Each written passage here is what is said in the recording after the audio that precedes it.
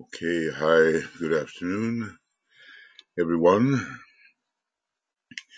We are continuing here with program number 37 in the externalization of the hierarchy, that collection of articles and essays which were grouped together into this book showing the progress of the hierarchy as it supported humanity during very stressful years and sought to evoke from humanity the right kind of response, especially a response from disciples and aspirants whose task it was to arouse humanity to an invocative attitude which could reach the heights of our spiritual goals and perhaps evoke from these beings on the heights a response which would be an intervention, a divine intervention. The stress of the times, he says, also, and the development of the sense of proportion plus an enforced return to simplicity of living and requirements may save the coming revelation from too swift and quick a submergence in the fire of the great illusion. These are the fires of the concrete mind, and we have seen how this does occur and can occur. Very valuable writings are submerged in a lot of stuff which is not worth a small percentage of the valued writings. We see this even now happening with Master DK's work. There was a time a number of years ago when they were very popular, and I think the people for whom they were intended were coming through at the height of their service. But this will be somewhat remedied by his intention to offer the third installment of bridging treatises towards the knowledge and wisdom which will be revealed in the Aquarian age.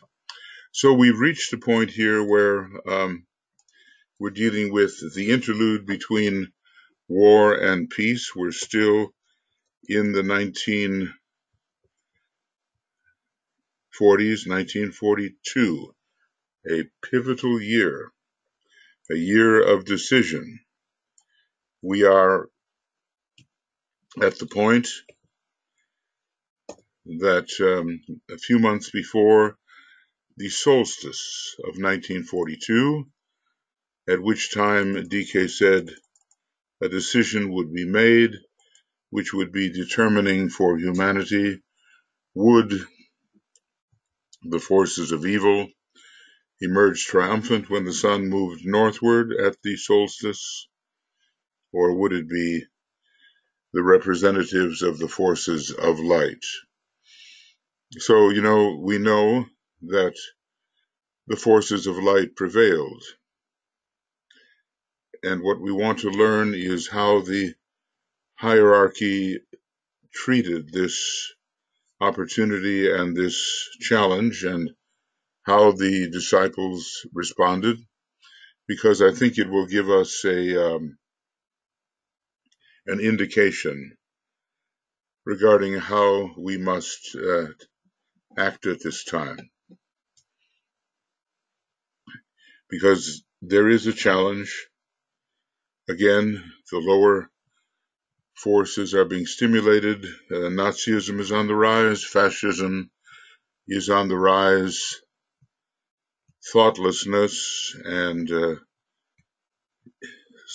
subservience to emotional control by demagogues, this is on the rise. And it is indeed a threat. So maybe we can learn something here about how we have to carry on in the years ahead.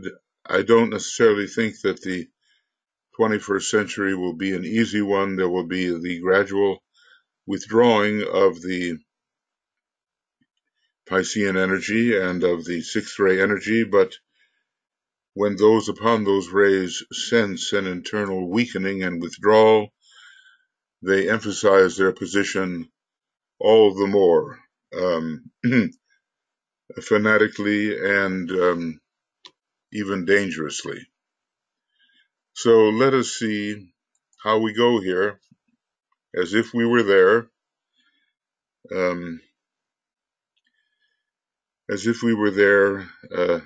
A decision has already actually been made at the solstice of June 1942, and DK talked about how important that was and how determining that position might have been.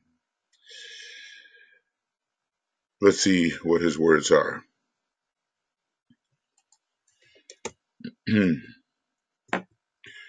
There is an insistent demand from the many thousands who in the past have read the pamphlets and articles which I have written. See, these are among them, right? That I say something about the coming period of rehabilitation. He's been saying a lot about that, actually, and of what can be done whilst the war is still in progress to prepare for usefulness at that time. When the war broke out, I published an article entitled The Present World Crisis. Well, okay, this is, let's just say, there is this insistence.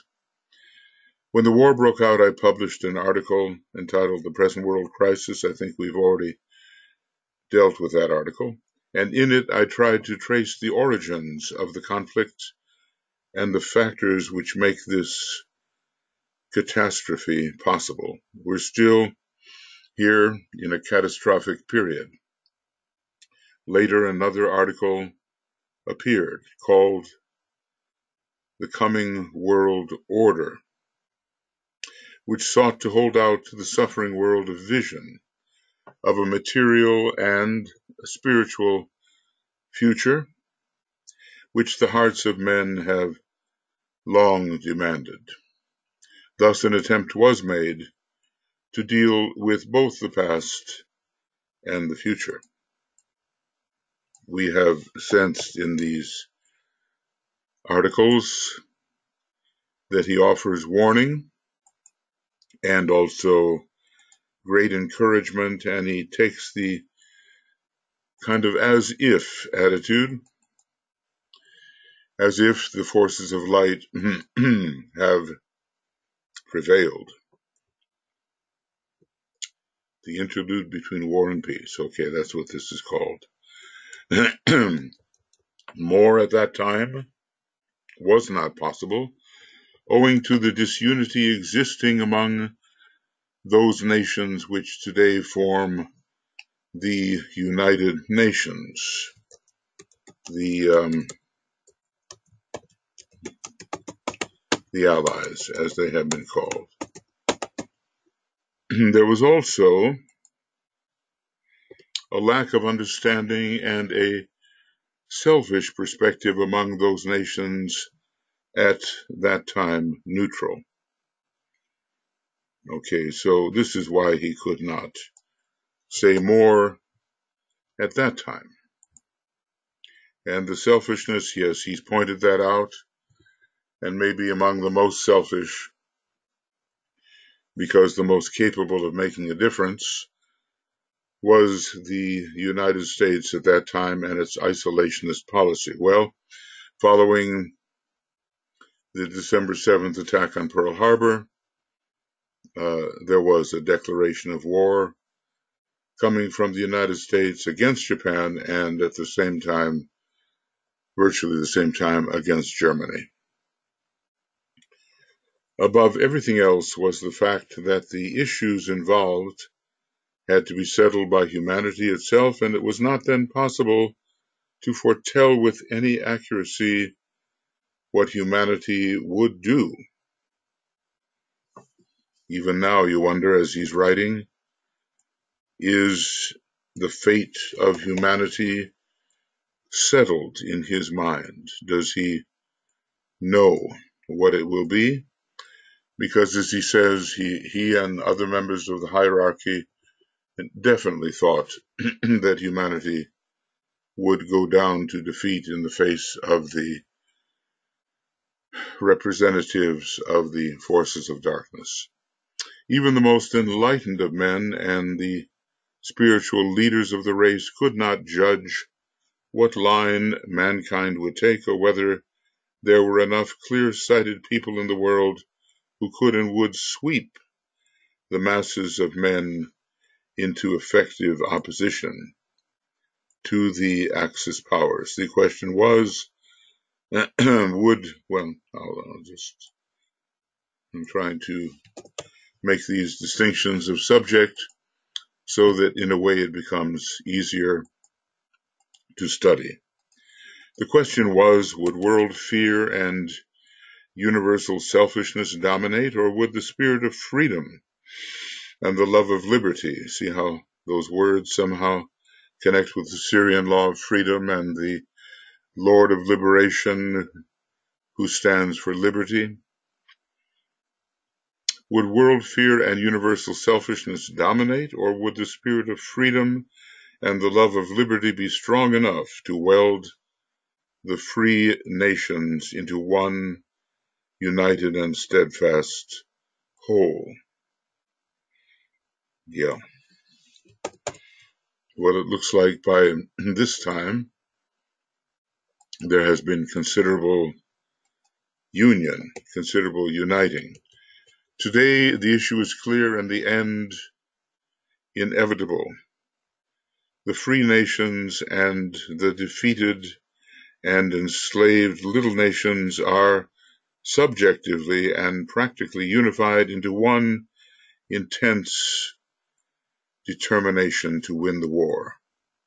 Now, this is all being said and all occurring. We don't know exactly when the Lords of Liberation acted.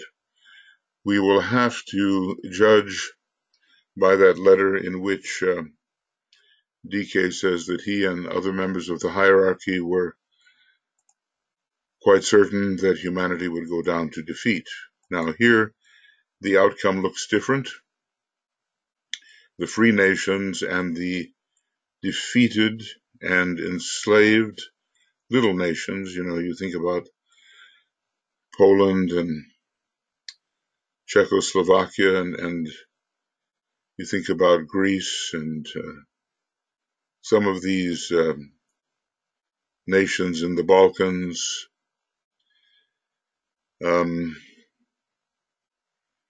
There were nations in Europe, indeed, that were defeated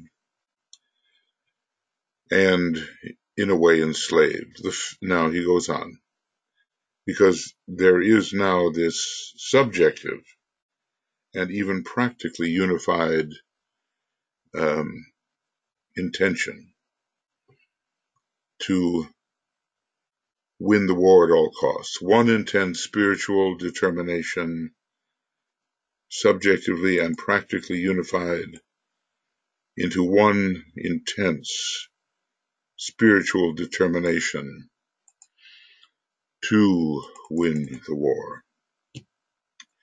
The fate of the Axis nations is therefore unalterably settled, even though at the time of this writing they seem to be victorious all along the line. And this is what I'm asking, if it can be, possibly determined. And I guess the question, I'll put it up, it's always the same. Okay.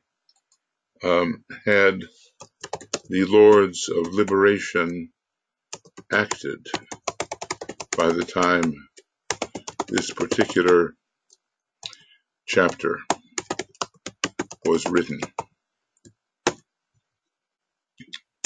Had they taken the steps necessary to deflect the knowledge necessary for the atomic bomb away from the demanding minds of the German scientists. So when did that action on the part of the Lords of Liberation really occur? It is only the time of the final victory of right against might which remains as yet the factor of uncertainty, and this is owing to the enormous prepared strength of the aggressor nations and the unpreparedness of the democracies. But this unpreparedness is being rapidly remedied. So it's the timing. What remains to be determined is the timing of the inevitable victory. Now, there was the Lend-Lease Act, which saw the United States cooperating with Britain to give them war equipment and materials needed, even though the U.S. had not entered the war, and I'm not sure how long that Lend-Lease continued. We do know, however, that Britain was pretty well financially ruined by the time the war ended. And the United States didn't simply give the equipment away. It was paid for. In any case, that helped to remedy the terrific imbalance between the armaments of the Axis powers and the inadequate armaments of those who fought on the side of the United Nations. But gradually this was remedied, and also Russia went into full preparedness mode and around-the-clock building of the necessary military equipment, far away, I think, from the possibility of the factories being attacked by the Germans, deep inside the country. And given the air power of the time and the necessity of refueling and so forth, there was no way that those factories could be reached. Now, we're not yet at Stalingrad, and I suppose what was necessary for the Germans is to conquer Moscow and to effectively conquer the controlling hub, governmental hub of Russia, and thereby be able to thwart the resistance that Russia was putting up, and a very big resistance, and to thwart the building of the Russian war machine, which eventually became so critical in winning the war on the Eastern Front. Excuse me. This article is an attempt to indicate the problems and perhaps some of the solutions which must inevitably fill the interlude between the ending of the war and the coming world order. Well, he says, we don't know when the war will end, but there will be an interim, and did he call it an armistice of a kind, between the ending of the war and the new world order. Okay. From the armistice, and let's see how this is spelled, armistice. From the armistice to the establishment of the new world order, because it would be a difficult time, and in a way we're still in it, still attempting to rebuild the shrine of man's living. It will be necessary to deal with this subject in a broad and general way, for the subject is too vast for us to be intelligently specific. One of the qualities here of the master teacher is to foresee the degree of detail into which one can enter given the time one has to write, and also the estimated understanding of the readers. So a broad and general way will be our approach. We can, however, consider the immediate work to be done in the preparation for the cessation of war, and indicate the first steps which can and should be taken to initiate sound reconstruction processes. These will be the forces of reconstruction under Gemini. Interesting that they should occur under that particular sign, which has had difficulty in establishing itself with permanence upon the physical plane. The period of rehabilitation and of reconstruction should be of deep concern today to all who love their fellow men, and I would say those who have the faith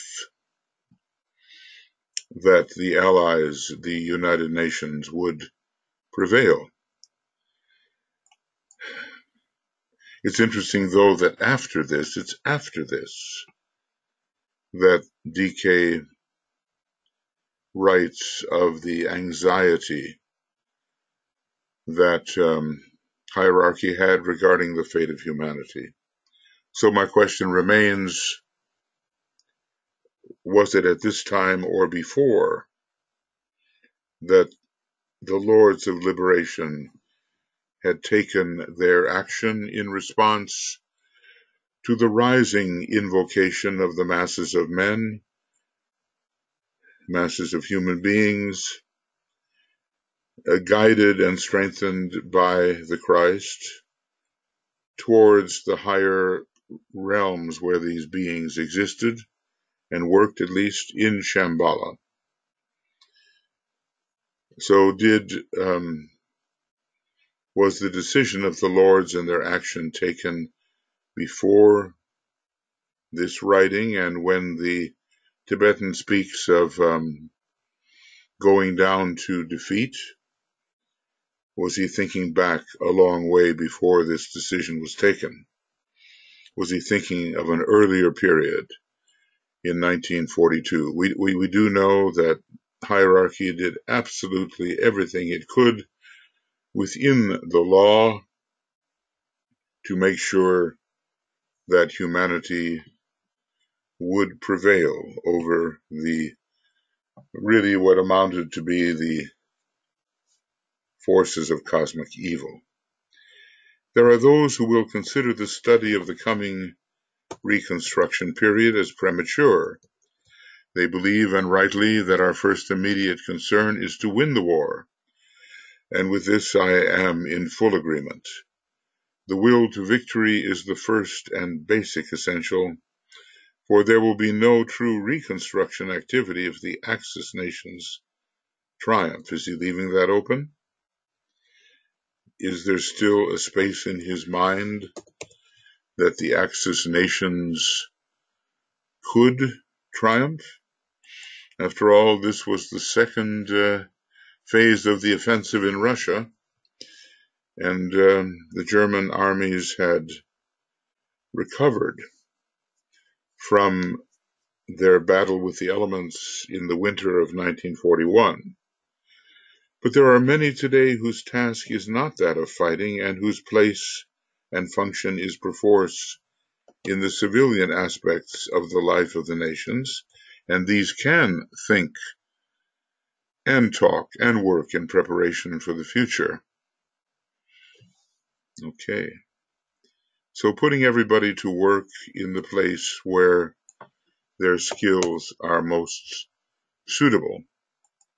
Not all were the fighters, many were the planners, and those who would foresee the types of organizing that had to take place if the post-war period was to be successful in the reconstruction and in the rehabilitation of humanity. There are others who feel that only the trained experts in the field of economics and political readjustment can approach the difficult problem with any hope of making a useful contribution. Still others feel that peace is the only thing that matters. Well, I mean, these are different points of view, right? So I'll put them in different, I'll put them in the distinguishing colors. Still others feel that peace is the only thing that matters, and that it should be followed by a long period of mental quiet in every country. They believe that people everywhere are too exhausted and unhappy to be ready as yet to undertake any work of rebuilding. Well, the different points of view are being reviewed here by Master DK, but he has said, plan now for the future. Others, again, are so completely pessimistic that they despair of ever reclaiming the world, and they look sadly for a breakdown of all civilized processes of living. Okay, well, how does he look at this? There is some truth in all these points of view. That's what basically he's saying. The pessimists, the ones who sue for peace and quiet, the let's see here. Yeah. The ones who seek the advice of the experts, as if that's the only way progress can be made, if the experts lead and guide everything. But the point is, DK has people thinking ahead. And there's much to learn about that, even when passing through very difficult situations. So yes, the work of the experts will be sorely needed, but the understanding interest and the sustaining power of those whose hearts are aflame with love can alone make their work possible. It will not be the institutionalized activities and the financial enterprise of economic and social workers and government agents which all will alone be needed, but above all else, the solution must be found in the uprising of goodwill in the hearts of men. This will provide the right compassionate incentive. So he knows what it will take and maybe who can be enlisted in this process. And he's certainly countering the fear of the moment by having people think ahead. Above all else, I'm going to emphasize this, the solution must be found in the uprising of goodwill in the hearts of men, and this will provide the compassionate incentive. I mean, really, so many nations were war-torn, and the psyches of so many people were damaged. I think maybe after the war, even though I was a very young person, I encountered such people whose psyche had been damaged, even though they were not immediate participants in the war.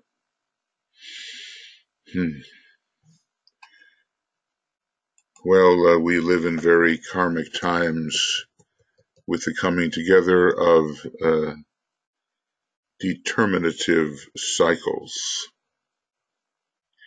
And if DK is calling that great battle Armageddon, then it had been foreseen for centuries. Most certainly the world could be rehabilitated for purely commercial and selfish reasons because trade interchange, buying and selling capacity, and the restoration of financial stability are important factors in world restoration.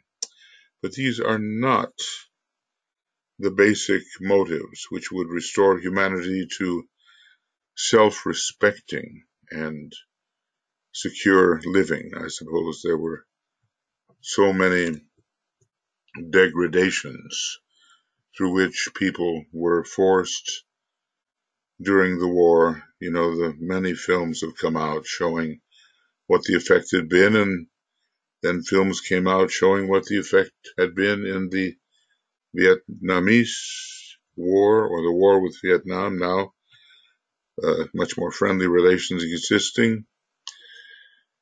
And films came out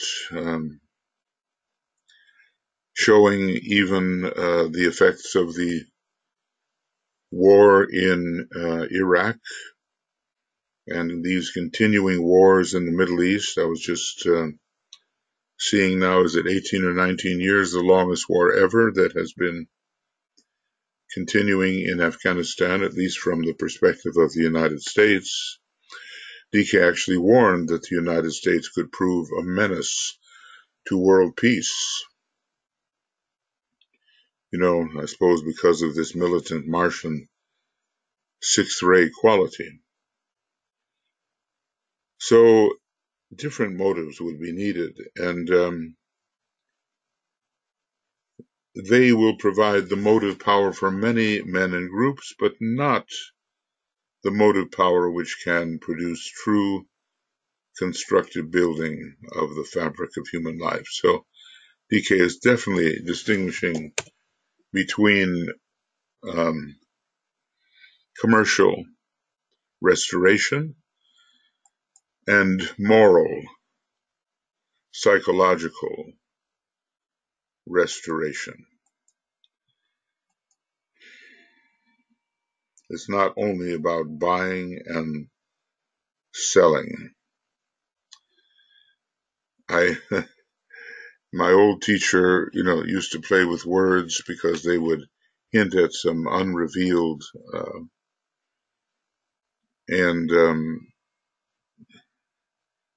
some unrevealed insightful thoughts. And he used to joke about the buyer and the seller. Well, both of those mean the basement. I guess he was a Scotsman, and the buyer is not the buyer, the one who buys, but the two words can be phonetically related. And the seller, well, one with a C, one with an S. I guess he did not have exactly a third-ray bias, and he looked upon that, was it Emerson? The whole idea in buying and selling, we lay waste to our powers. It's, of course, much better said.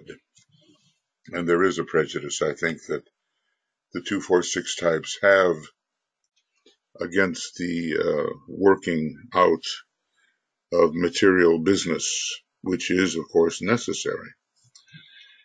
Anyway, the commercial orientation will provide the motive power for many, but not the motive which can produce the true constructive rebuilding of the fabric of human life. Those are the psychological factors. So he wants to distinguish. We have at the moment, it's 2019, we have something that's called Make America Great Again.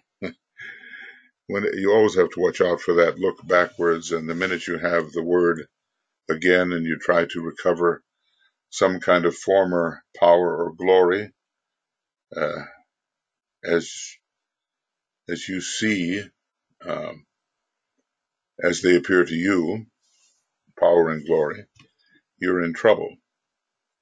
And the whole thrust is political, military, commercial. It's just like more money. Make America great again, because it will be a richer country monetarily. Then we go back to the idea that the love of money is the root of all evil, which he quotes here. So greatness is a psychological, spiritual, moral factor, and is not cannot be judged solely by commercial success. And that lesson is going to have to be learned. The work of reconstruction will be the work of the intelligent men and women of Goodwill, and theirs will be the task to restore new life and happiness to humanity, and it is for them I write. Please bear this in mind. I guess it's always good to know who your target audience is. He says, I am not writing for technical experts and trained advisors to the government, but to those who have goodwill in their hearts towards all men, and who, because of it, want to do their share in bringing tranquility and peace to the world. You know, the binding of Satan for 1,000 years, that kind of symbolism, and I suppose the emergence of the soul. A peace based on surer values than in the past, and upon sounder planning. So this is who he's really writing for, to promote love and love and goodwill in the world. In the last analysis, it is not peace for which the men of goodwill are working, but for the growth of the spirit of understanding and cooperation. This alone will be strong enough to break down racial barriers, heal the wounds of war, and build a new world structure adequate to the intelligent demands of the masses. Let's call it loving understanding. You know how I'm kind of referring to certain films that I've seen that embody certain qualities. You would begin to think I'm a film buff, or that I'm going so frequently. It's not that. They just make such an impression upon me. And I'm thinking of a film called The Pawnbroker. And it was beautifully acted, and it came out in the 60s. And I think a fine actor by the name of Rod Steiger played the leading role. It was about a man who had really lost everything in the concentration camps, his wife, his family, and he set up a business in New York City, and his clientele were largely the black people and the Hispanic people. And he was a tortured man internally. He held everything together, but he kept on having flashbacks of the brutality of the war, the cruelty of the war. And it ended, I think, tragically. He couldn't overcome his psychological wounds. I think there were many people, who were released from the camps and returned to whatever country was theirs, sometimes being murdered because people had taken over their property and didn't want to give it back, and in general carrying a burden which few could understand, and a psychological twisting and warping which ruined the rest of their lives. Heal the wounds of war, that's what I'm thinking of at the moment. We hear very much of post-traumatic stress disorder, You've been in the battles, you've seen horrible things, and then the result of it, the crippling result of it, doesn't appear until later, long after the battle is over. So the human being is inherently sensitive, and the kinds of things to which it is subjected may exact a terrible toll. Well, who knows what we've all been through, deep in the subconscious mind, all of these things are buried. Probably the memory of all lives. In the earlier lives, of course, have less to offer in terms of progress, but they would be very interesting, I think.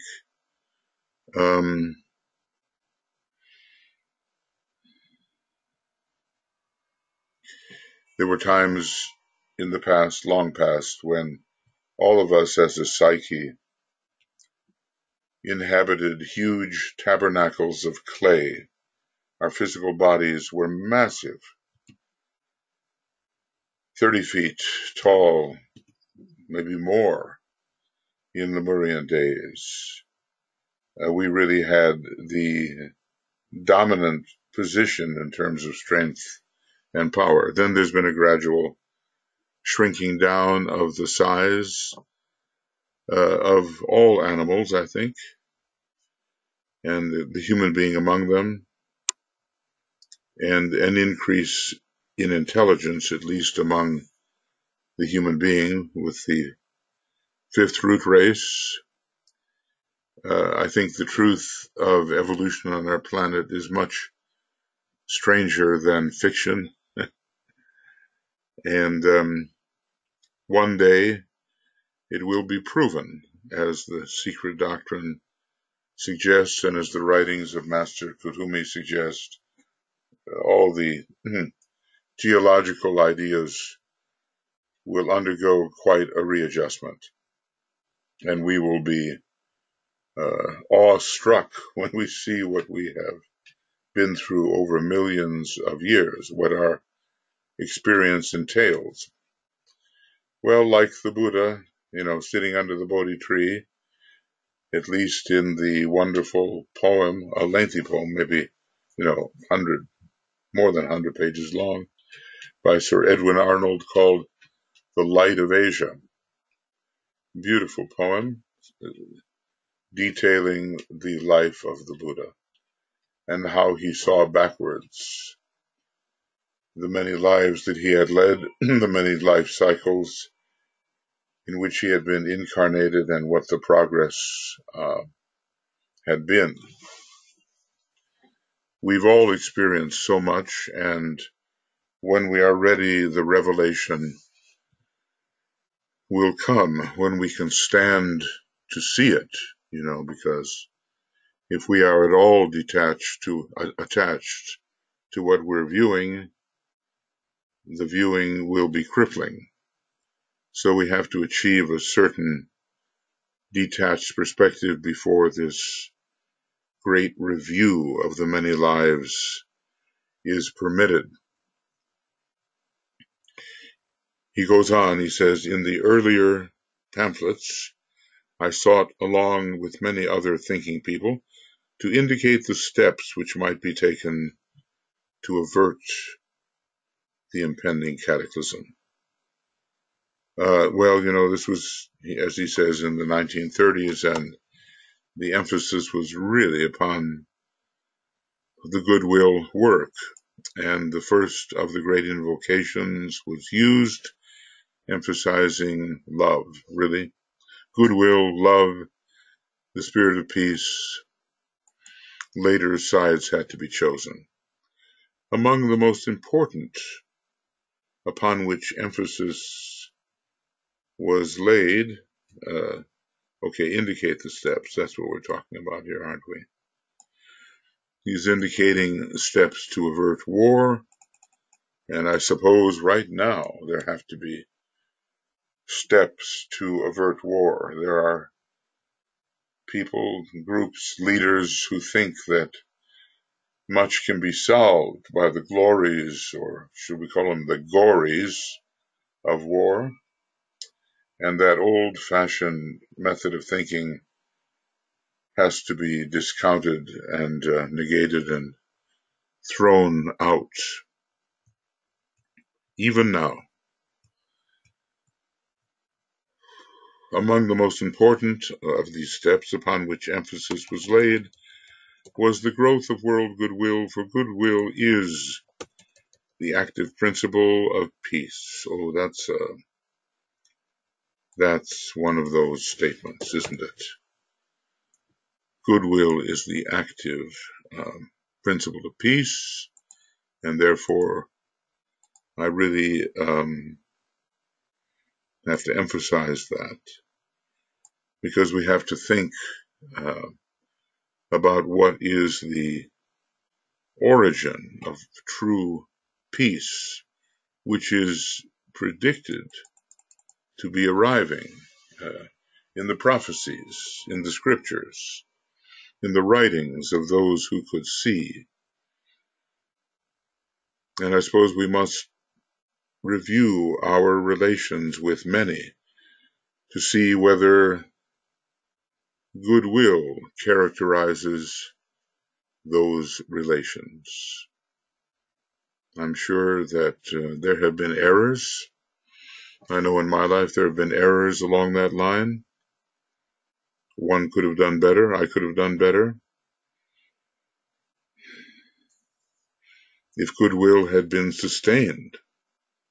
But it's not about what you can expect from anybody. It has to be generated from within the heart and mind, to have that mind as it is in Christ. And, we might add the heart. It's a Venus. It's a loving mind. I sought also to stress international understanding, a future of shared planetary resources. You see, we're so grasping. We think we have to have these material things, little knowing that we are among the poor ones that Christ noticed. As he refers to us, we are the poor ones. We have so little of what is truly valuable because we're not willing to relinquish that which is material and of lesser value. We're not willing to give rather than to take.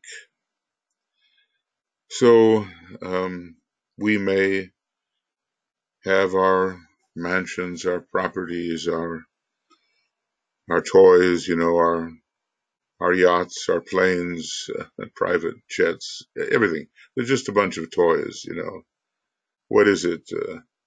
There's a race on between people, mostly men, I guess, to accumulate the most toys by the end of one's life, and he who has the most wins.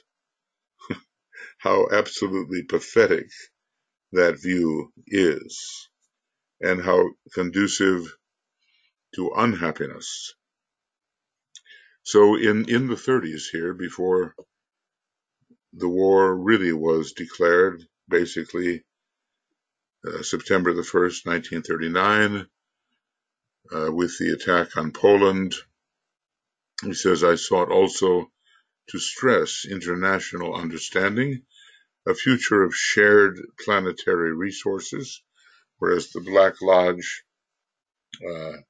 representatives were rapacious in their attitude to grasp for themselves, stealing all they could of the resources of others, and a recognition of a general historically proven guilt in relation to the war, that we all share the responsibility for this karmic war, plus those ideas which could, if developed, end the era of separativeness. So this was DK's effort and the effort of a number of masters working maybe in even more subjective ways.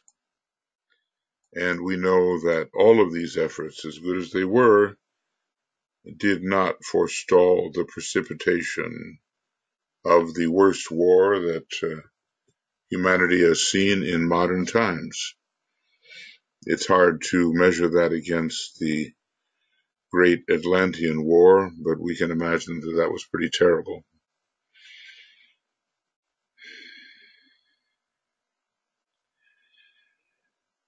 So, the effort was not to criticize, to express goodwill, to love, to not do anything that would cause conflict according to the old methods of action and reaction. However, at the time, it did not meet the purpose for which this method was conceived.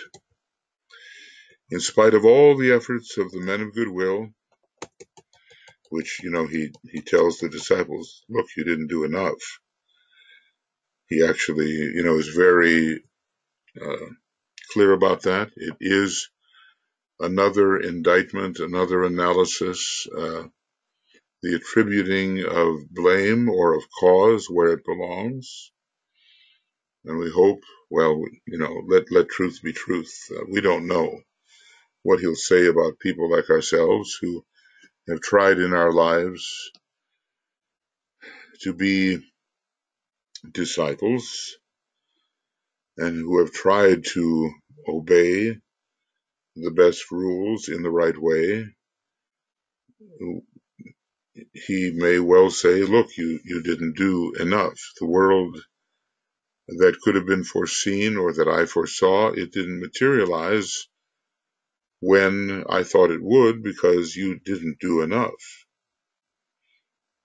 In spite of all the efforts of the men of goodwill, of all the peace organizations and the enlightened work of the world thinkers, educators, and leaders, two things happened which it had been hoped might be averted. See, this is it. The great teachers cannot violate the Syrian law of freedom. They are not free to violate the law of freedom. They have to allow humanity, wherever humanity is found, on many planets really, the expression of their own free will. They have to. They're not going to, at their high stage of development, break the law because although they could be effective temporarily, humanity would learn nothing and, as DK said, would at some point simply revert back to the old condition and there would be no progress.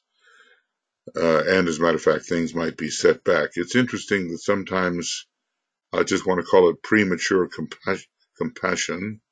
Premature compassion does more harm than good. It applied in the case of the Buddha, who chose wrongly to remain with Earth's service in what DK says a very understandable decision. It applied even to the planetary logos who had, maybe we can call it premature compassion upon a certain form of life on the moon chain, a form of life that was under bondage, and the planetary logos sought prematurely to release it from the bondage ahead of time. Prematurity doesn't go well with occultism. We now have tremendous atomic weapons, and it's premature. The demands of the fifth ray ashram have brought into existence these weapons, maybe 2,000 years or more ahead of when they were scheduled to appear in the age of Capricorn. So, prematurity means that the forces arrayed may be in an unnecessarily frictional relationship and cause much distress.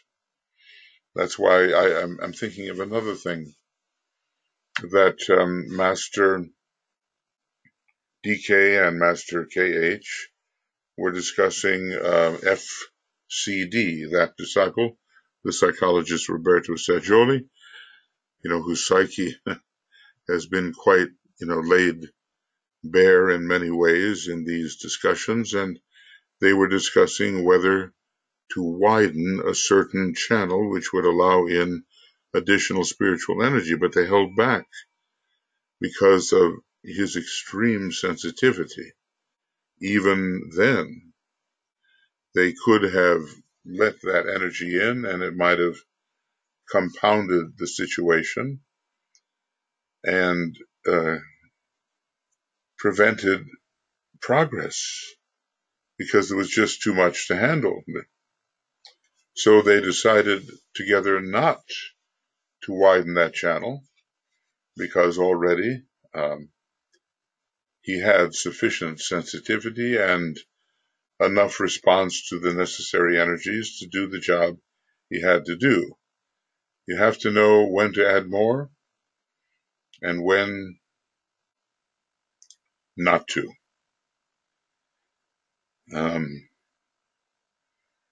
I'm thinking of some country western song, and I don't know. Do I like country western music? I've always been raised as a classical musician, but sometimes there are those homely stories that come through country western moralizing, and the gambler, I forget the man's name, Rogers, is it Kenny Rogers? I don't know. You have to know when to hold 'em, and you have to know when to fold 'em. He's talking about a hand of cards you've been dealt. You have to know when to stand firm with what you have and when to give up that approach, fold them down, and try another approach. There's so much wisdom to be found in so many different little places that you might not expect. So we have to be alert without judgment to where the wisdom can come from, because it's always there,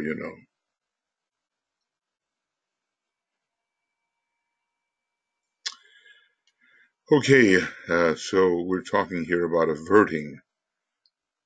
Something was not averted. Two things happened which the masters hoped might be averted, and let's see what those are. The first was a definite and focused precipitation of the spirit of evil and of materialism through the medium of the Axis nations, using the aggression of Japan as the initial focal point. I mean, they started even before Germany to be the aggressor, and expressing itself later in full force through Germany. The aggressions of Japan in the Eastern theater, against China and other areas proximate to them, was really a horrendous chapter in the history of that nation. So there was a precipitation of evil, and interesting, that already in the early 30s, Japan was carrying these things out, just as the Nazi force was gathering to the point where it also could be involved in a tremendous precipitation of evil onto the earth. So, focused precipitation of the spirit of evil and materialism, using the aggression of Japan as the initial focal point. There's so much that that nation has had to pay for, and maybe the payment is not yet concluded. And later, Germany was able to do the same in full force. The second, two things happened, which it was hoped could be averted. So the precipitation of evil was the first, the focused precipitation of the spirit of evil and of materialism. I just want to make that sufficiently big. The second thing was the failure of the neutral nations in the early stages of the war to take the needed steps to ally themselves actively with the nations fighting totalitarianism, and their inability to realize the full horror of what lay ahead for humanity. Well, if they had not been selfish and they had had wider vision and had been able to see what humanity would suffer, and they too,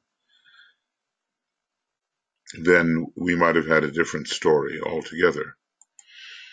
Because as he emphasizes, this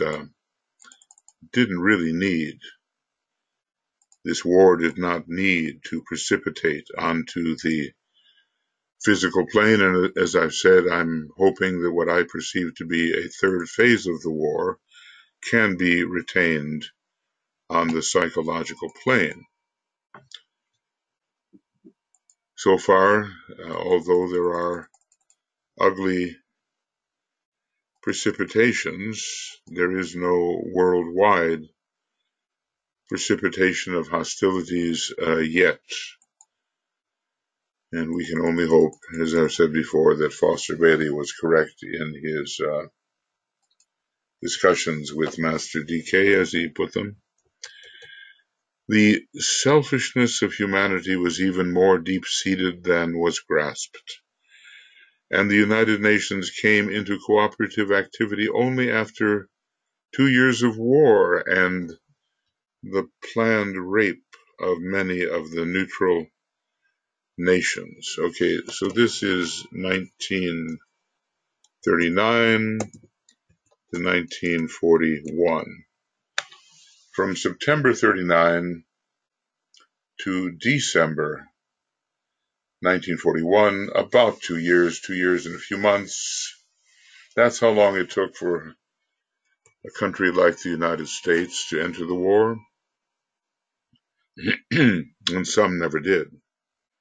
Some just sat cowering on the fringes and somehow fulfilling functions that the Nazi regime needed fulfilled, maybe largely material functions having to do with money and maybe materials.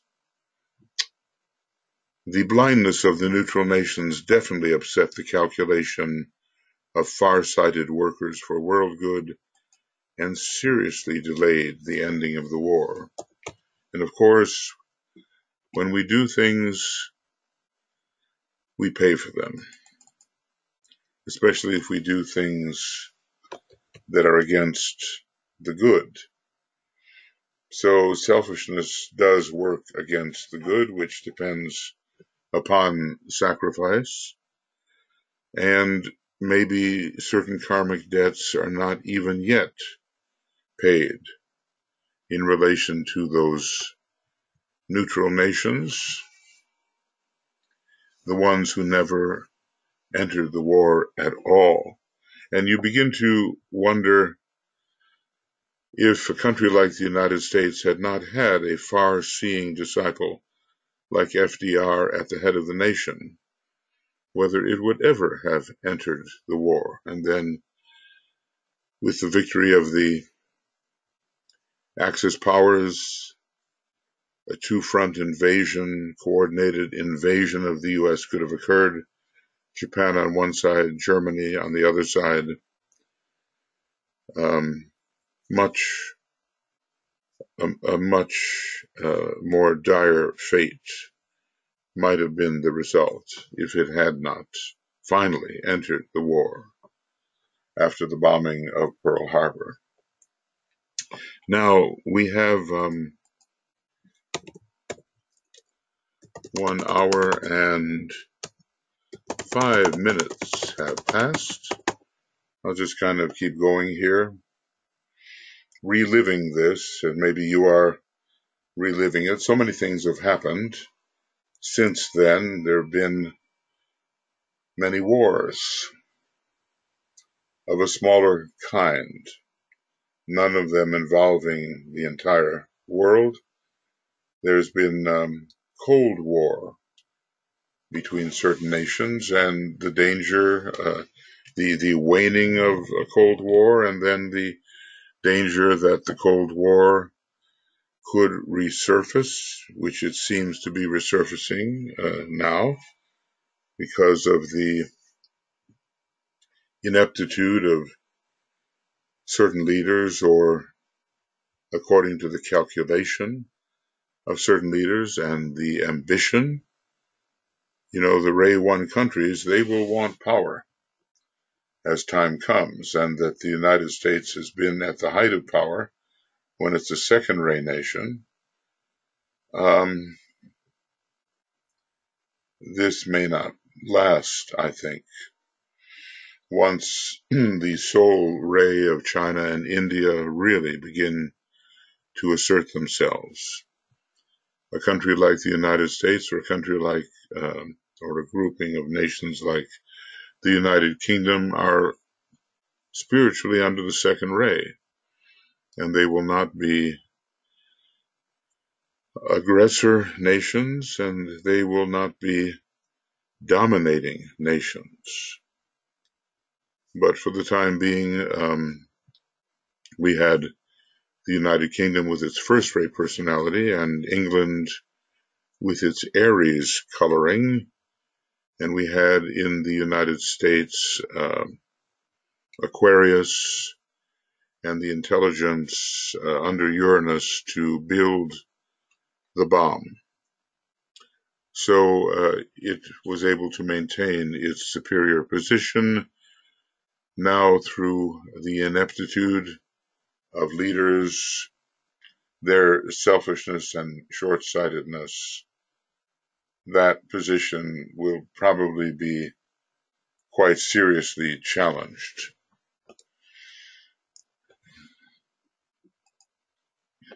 As we go on, we see here the critical point is now past, and the humanitarian grasp of the issues involved and the unity existing among the Allied nations guarantee the inevitable defeat of the Axis powers. We kind of wonder if after the writing of this, certain gains were not made by the Axis powers, which would put such a statement as this in question. I think Germany was not about to repeat the same mistake which stalled it on the plains of Russia in 1941, and if Moscow had been captured, everything would have been different, and the Russians could not have mounted their counteroffensive, but they had some very capable people. And whatever one thinks of Stalin, you know, he threw himself into that war, and he was backed by some very powerful generals, among whom Georgy Zhukov has a lot of credit, notoriety, you know, and he was a kind of an irresistible general on one side, and on the other side there was Patton for America. So it could have been much different, and the outcome much unhappier for freedom in the world. But it was not. And we want to see how this story unfolds, that the freedom was preserved. Anyway, here it is. Is it September of 1942? And he's talking about the defeat of the Axis powers. Other factors also ensure the ultimate victory of the forces of right. He didn't use the word might, in the altering of the position of those two words. Two very different moral codes are juxtaposed. Does might make right? The forces of evil seem to think so, and the Germans adopted the idea. Does right make might? And this is the position of the Allied forces, and really of the hierarchy, and the Tibetan positions those words to give us that indication. Other factors also ensure the ultimate victory. We don't know in time what that means. The ultimate victory of the forces of right and the freedom of the world. There is not time to enlarge upon them, but they can be listed, and people can see how assuredly they guarantee the triumph of the free peoples of the world. So, what we're looking at here is why it is that those who fought on the side of right would necessarily have to win. And these factors are, let's just say, put it down here. In this list, we see why I'll call them by this name, forces of right would necessarily win the war. Well, I think in the long term, there's no question about it. There will be the sealing of the door where evil dwells permanently, and there will be the ejection from our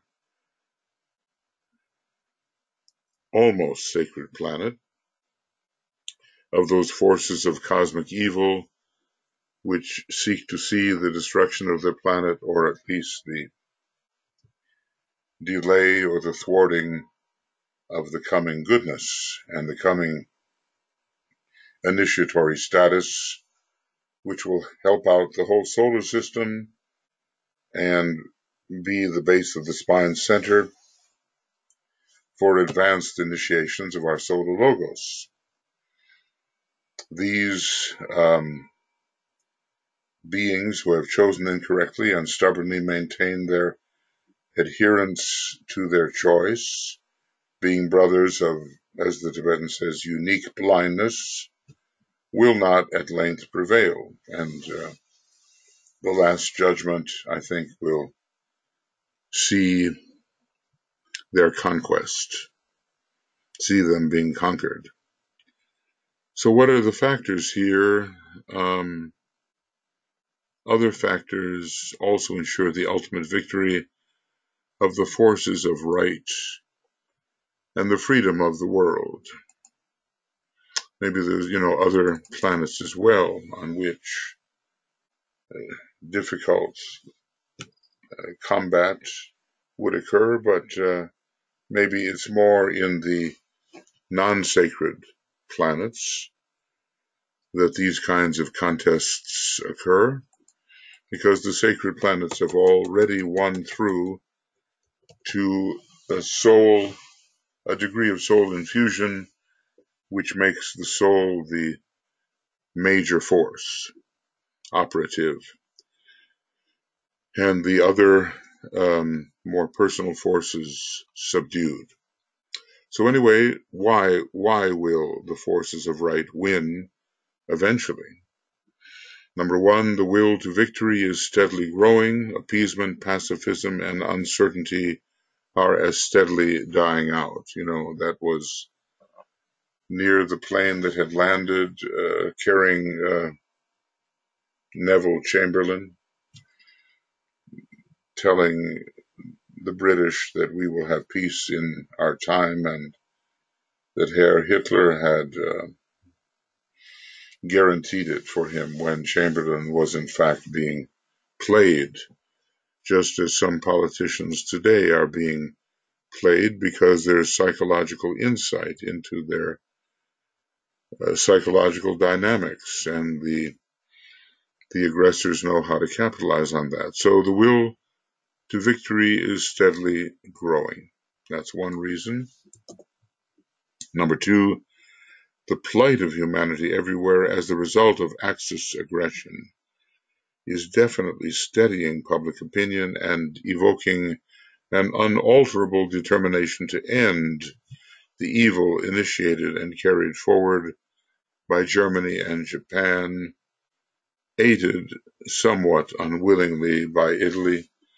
There was still too much good, I think, in Italy to throw itself into the war in any way that equaled the evil actions of Germany and Japan. And Italy, let's say, overcame their fascist enemies from within before Germany and Japan did. So, to end the evil initiated, carried forward. Yeah. Number three, the resources of the United Nations are vast and now in process of mobilization. I'm recalling, there was, what was it, that recent film, a film review, Pearl Harbor, maybe 10 years ago or a bit more. And we see the admiral of the Japanese fleet, which had lost so grievously at the Battle of Midway. And we see him saying something to the effect of, "I fear we have awakened a sleeping giant." Speaking of the United States, I mean, because Japan attacked first, and like all democracies, they are slower to mobilize than the aggressors. But once they begin mobilizing, they have great resources at their disposal. So, if you look at the Civil War in the United States, something similar happened. As the problem built up, there was an attack by the South against the North, but the North had the resources, the factories, the manufacturing, all that which would contribute to their success in the Civil War. So once you awaken the non-aggressors, who may be possessed of considerable resources, the aggressor nations will have awakened a real problem for themselves. So here he tells us the resources of the United Nations are vast and are now in process of being mobilized.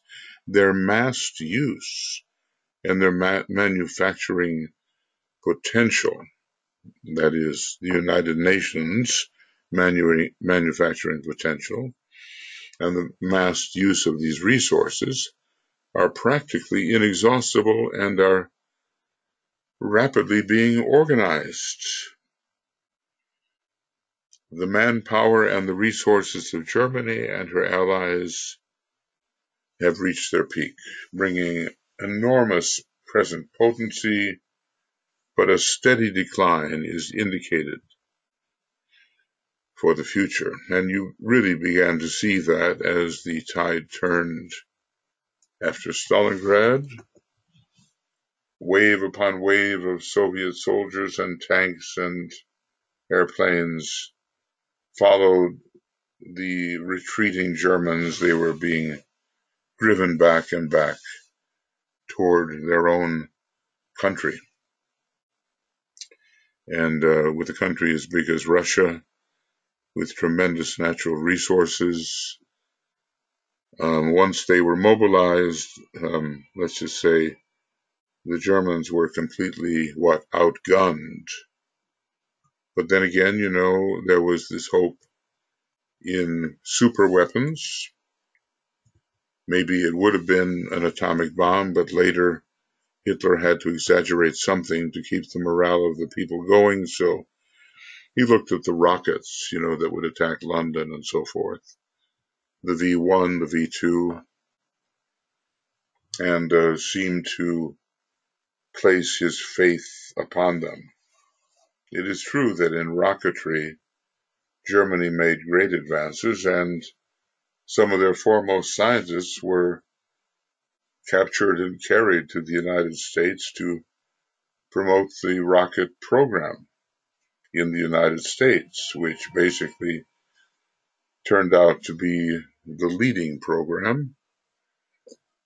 If you can measure the power of such a program by putting a man on the moon first. So this is all about, let me use certain. So this is victory, and let's call this one plight, and let's call this one resources. This is why the United Nations would win eventually. The issues in this war, number 4, are being increasingly clearly realized. Even the ignorant and the prejudiced recognize today that these issues can be grouped under 3 major positions, and this enables them to make personal choice. So let's call this clarification of issues, of positions. The democratic position, with its emphasis upon the 4 freedoms and the Atlantic Charter, ensuring human rights, or right human relations, and the ending of aggression.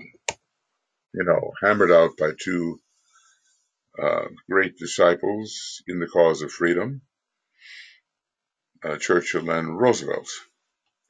And then countering that and representing cosmic evil, the totalitarian position, with its emphasis upon world dictatorship, the slavery of the many conquered nations, its anti-racial bias, and its blatant cruelty or terrorism. Well, you see, as long as the issues are muddied, people cannot see with clarity how they will decide. But once they become clear and prominent,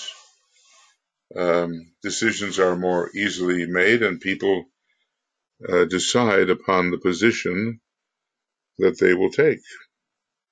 And then the appeasement and the pacifist attitudes, idealistic and impractical, and finding their focus today in the attitude of Gandhi.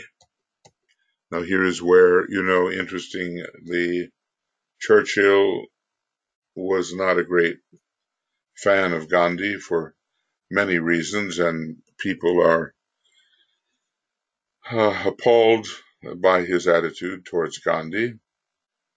But we see the Tibetan in the war looking at the same from a similar perspective, of course, much enlarged, but from a similar perspective. After the war came India's hour of trial and the partition of India into India proper and then Pakistan. So the focus is in the attitude of Gandhi, which so many praise as a great, great man. And maybe in terms of nonviolent resistance, he was a great man. But in the hour of humanity's need, um, the Tibetan and other members of the hierarchy saw it differently. He brings, that is Gandhi, into clear perspective the uncompromising, fanatical attitude which is non-realistic and which will willingly sacrifice lives, nations, and the future of humanity in order to attain its objects. Well, raise 1 and 6 for Gandhi, I believe, and a double Libra, standing in the center between.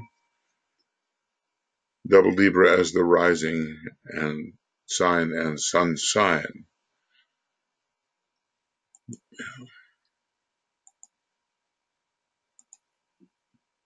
If Gandhi were to succeed in his objective now, September 1942, it would precipitate civil war in India. Well, it happened, didn't it? This did happen.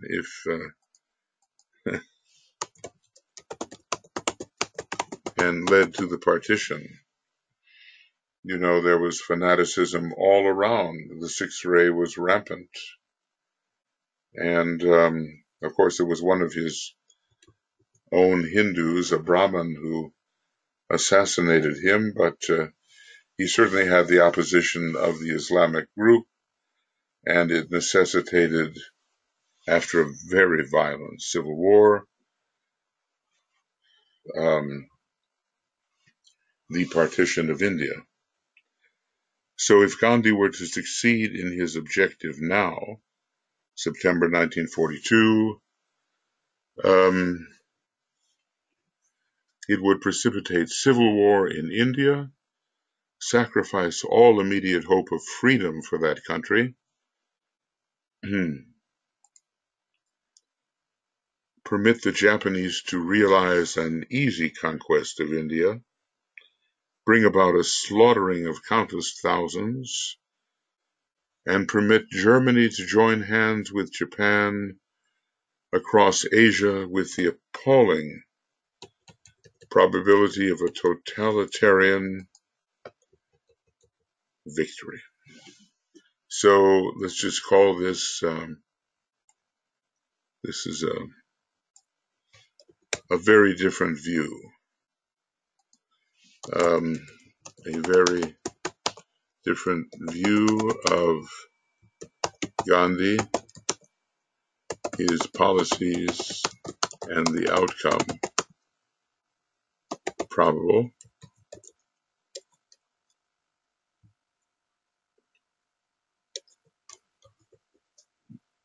His policies and an outcome probable, which would grant to the Axis victory. So you never, unless you see far enough and do not hold fanatically to a narrow ideal, however that ideal might recommend itself to your consciousness and however much value might be in it if the ideal were applied at a different time, you endanger the whole. And of course, much of this slaughter did take place, and there, were just horrible things that happened after the war with the United States, Germany, and Japan was brought to a conclusion. Again, if you really want to see how this all looks, the film review goes on, and the movie Gandhi with Ben Kingsley really tells a story. It probably glamorizes Gandhi quite a bit, and it's not the perspective of the hierarchy that is necessarily shown, but certainly the terrible conditions following the surrender of Germany and Japan uh, those conditions are illustrated. So we have several things going here. The appeasement is an attitude, and people can choose, do they believe that that should be? The totalitarian position is another possibility, and they can choose. And then the democratic position, emphasizing these documents which recommend to humanity a much better way of proceeding, and people can choose because of the clarification of positions, simplification of positions. And I'm sure, different people chose along different lines. These 3 points of view are today being clearly realized by men everywhere, and their decisions as to loyalties and adherences are clarified. Okay, so now we're looking at, we continue to look at why. In this list, we see why the forces of light would necessarily win the war, which they did. It may be earlier or possibly later than anticipated. Through the will to victory, the perceived plight of human beings, the difference in access to resources, the clarification of where the people stand, the clarification of the situation, allowing people to take and make a clear stand. And then number 5, the spirit of freedom is triumphing in every land, even in the conquered countries, much to the bewilderment of Germany. So is this because of the intervention of the Lords of Liberation? Why should freedom be rising? Where does the freedom come from? From the Syrian influence, surely, but from that particular Lord of Liberation whose sign is connected with the coming age, and whose nature has been named as liberty. So the spirit of freedom is triumphing in every land, much to the bewilderment of Germany. How can it be? Because they thought their system to be the very best, and people would only acquiesce. And the beauty of the human spirit is emerging everywhere, both in the conquered lands and in the nations fighting with their backs to the wall for human liberty. So the opposite effect is emerging and prevailing, not what Germany expected. And further, an intense interest in after-war conditions is evidenced by the utterances of leaders, politicians, lecturers, and the spiritually minded men everywhere. This is testified to by the articles, pamphlets, books, speeches, and plans dealing with the New World Order. The forces of rehabilitation are rapidly mobilizing. They constitute a great army within all nations, and they are an invisible army, but one which is as yet inchoate, uncertain as to methods and process, though clear as to goals and principles. So, yes, this, despite all opposing forces and the power of those opposing forces, this is still happening. an intense interest in after-war conditions. Okay. Now, even now, when we see the threat to democracy, the year is 2019, we have something arising from the very best of the people, true public servants, true unselfish people who care about the whole and not just their own dominance or the dominance of their nation, and they are what's called a resistance. And so the resistance became stronger and stronger and had remarkable and noted effects in various countries. Maybe we think particularly of the French resistance, but there were resistance fighters in all the conquered countries. And maybe that bewildered the Germans, who felt that they were bringing the best of all possible methods to the governance of the conquered nations. So this is an invisible army taking shape. So the methods of those who were planning for the post-war era were taking shape. The above 6 factors ensure the defeat of the forces of evil. Well, let's see, what have we got so far?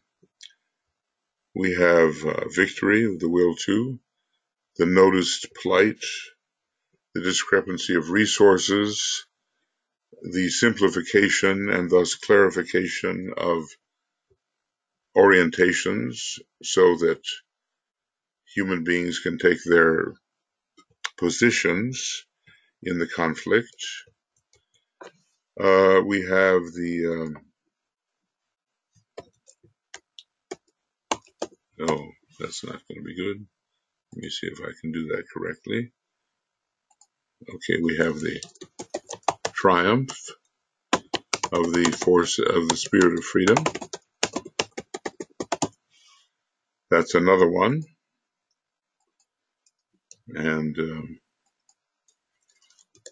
the last one, oh no, that was 5. And the last one is post-war planning. Let's say vigorous post-war planning. All these things working against the aggressors. Now, the German nation has a lot of roots in the previous solar system. And according to the Tibetan, there was a rebellion in the previous solar system, the Germans and the Jews being somehow very closely related, in the same family, as it were. So it was a fratricidal conflict, we might say. But from that rebellion against the will of I suppose against the will of our planetary logos, who did exist at that time, come many of the tendencies which work out as rebellion against the good law in this solar system and on this planet.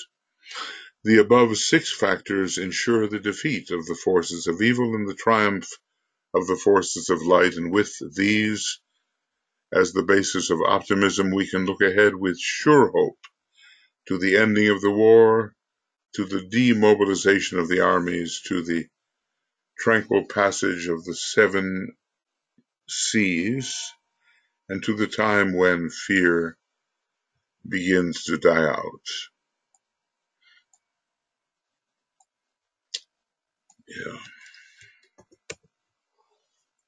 There are still many films which feature happenings in the Second World War. Some of them are fanciful and given to great exaggeration.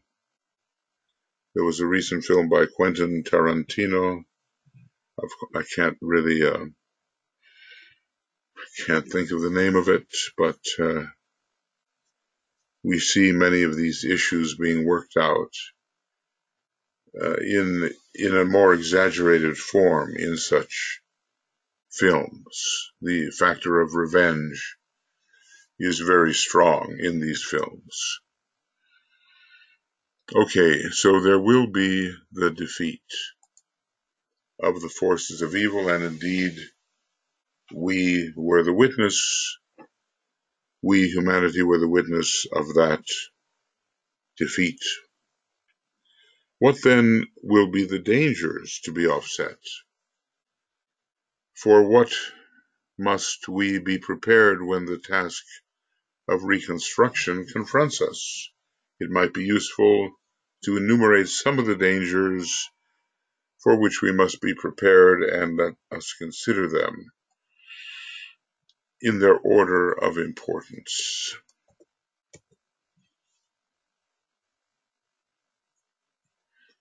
So we balance the books and we look at the good possibilities and those which might lead towards real failure. Okay, so dangers involved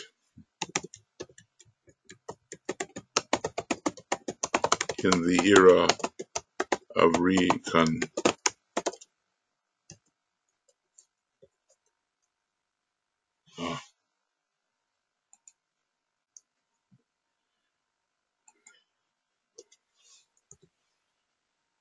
Okay, in the era of reconstruction, what are the dangers? Because we're learning a lot about how we have to treat each other by looking at this great conflict.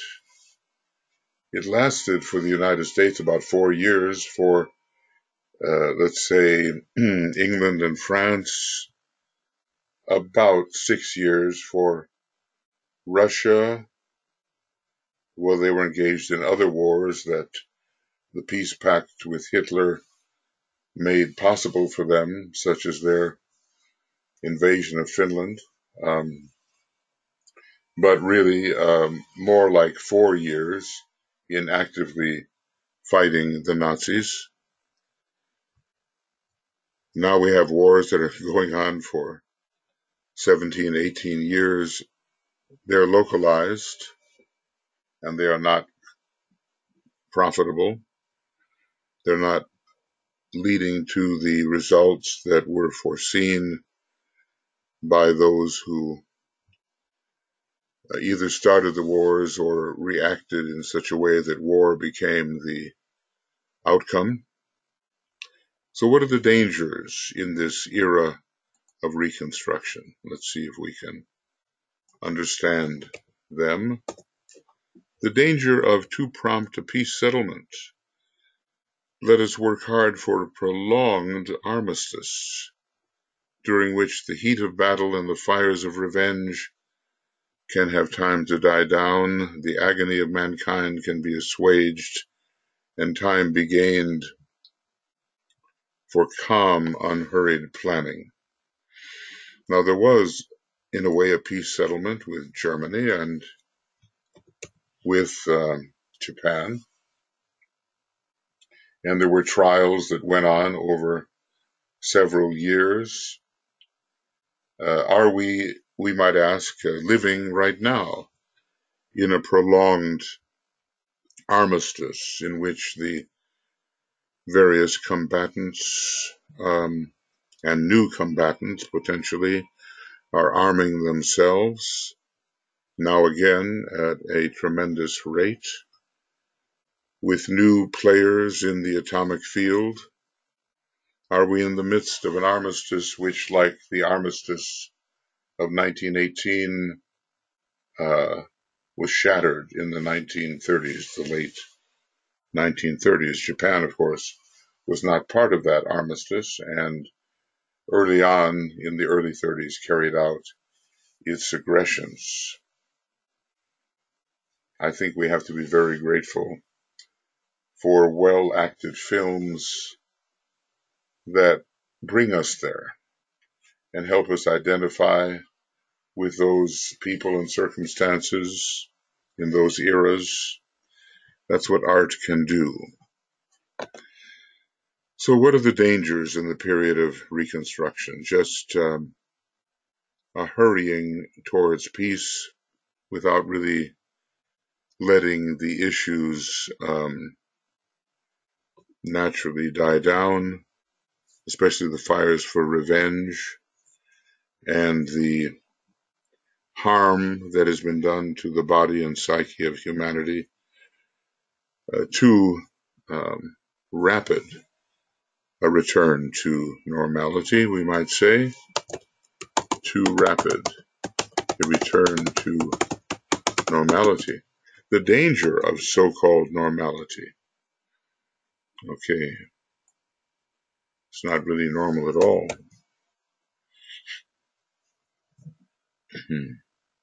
I think what I'll do here is just use a color to indicate these dangers, and I'm going to build this word up quite strongly. So, the danger of too prompt a peace settlement, the danger of return to so-called normality, because that normality led to the war anyway. The outstanding disaster which faces humanity at this time is a return to the state of affairs prior to the outbreak of the war and the rehabilitation of the old familiar world with its imperialism, whether of empire or finance, its nationalisms and its distressed, exploited minorities, its vile distinctions and separative barriers between rich and poor, between the Oriental and the Occidental, and between the castes and classes, which are found in every land, without exception.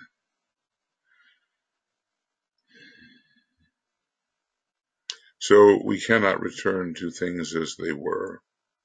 And I believe in terms of the First World War, the system of monarchies strongly defended with a nationalistic attitude, those monarchies began to weaken and to disappear, and certain empires disappeared altogether. The Austro-Hungarian Empire disappeared. And other, the sort of club of kings and queens faded out, and the monarchies became, when they were sustained, more constitutional monarchies rather than effectively armed monarchies with the choices in the hands of the kings and queens. So, no, if we look at England, no king or queen had such power for a long time as had Queen Elizabeth of the Elizabethan times. There have been other kings and other queens, but they did not at all meet the kind of power that she had. And more the monarchy became constitutional, as in the case of Queen Elizabeth II. And certain very hostile groups were cast out. The Kaiser was cast out. Of course, that was a rallying cry for many Germans who felt that there had been a huge infringement against them and their system. And so instead they appointed through election a tyrant, Hitler. The czars went in the First World War, but what replaced them was a dictator, and then later, of course, the subsiding of the dictatorial tendencies within Russia, but then occasional re-emergence under other names. Anyway, the state of affairs before the outbreak of World War I was not preserved, and when it was contemplated what should be done after World War II, we note again that the condition, until this time anyway, of the rising dictators was not preserved. The dictators that were the product of Nazism, fascism, the return to the inflated samurai mentality of Japan, those methods of organization were not preserved. Now, of course, there's an attempted comeback at this time. And we see in various places certain dictators that are demagogically playing to the emotions of the crowd. It is a threat. So we couldn't return to that old familiar world with all of these things wrong about it that DK talks about. So let's just say no return to all the artificial separations, castes, classes, and of course England was very class conscious before World War I, and a lot of that really broke down. It's been we might say, a waning aristocracy, and the body of government that has the real power is the House of Commons, not the House of Lords. So the fading of the idea of aristocracy in favor of democracy is a steady progression in the United Kingdom. After all, the United Kingdom has a re-tuso, and that's the direction. So there has not been a going back following the war. What other dangers? The dangers incident to the necessary adjustments between nations. It sounds a little more subtle. Let's see what he means. Any adjustment made upon the basis of historical tradition or ancient boundaries will only serve to plunge the world again into war. DK seeks to see eradicated the boundaries between nations. People are appalled by that idea, given the so-called threat of the other, and to a certain extent, when vicious religious ideologies are in place, there is some warrant to that attitude. I mean, can you imagine a conquered people the women taken as sex slaves, and then the soldiers driven off at last by superior power, but not before they could cut off the heads of all those who were forced into sexual slavery? Is that vicious? So who wants to let that into one's country? So those tendencies have to be completely defeated before there can be this flow. Of course, the flow from nation to nation across maybe non-existent boundaries can also contribute to the subsiding of such a vicious attitude. So the adjustments between nations following a war cannot be based on historical tradition or ancient boundaries. Otherwise, the world would look very different. It's not tenable. and DK says it is not tenable that the ancient boundaries should be restored. In the Middle East, there is some of that movement towards the restoration of ancient boundaries, and one is looking back 2,000 years or more to justify such things. But it's really not justifiable because countries have changed hands many times and new boundaries have been drawn and so forth. That's why the elimination of them all, including the visas and passports and all that allow passage, is promoted by Master DK. This seems a pretty uncompromising attitude, and one that will awaken fear in many people. These adjustments, not according to ancient boundaries, must be carried out on the basis of humanity itself. So, I'm going to kind of get this separated out, and a different method of international adjustment.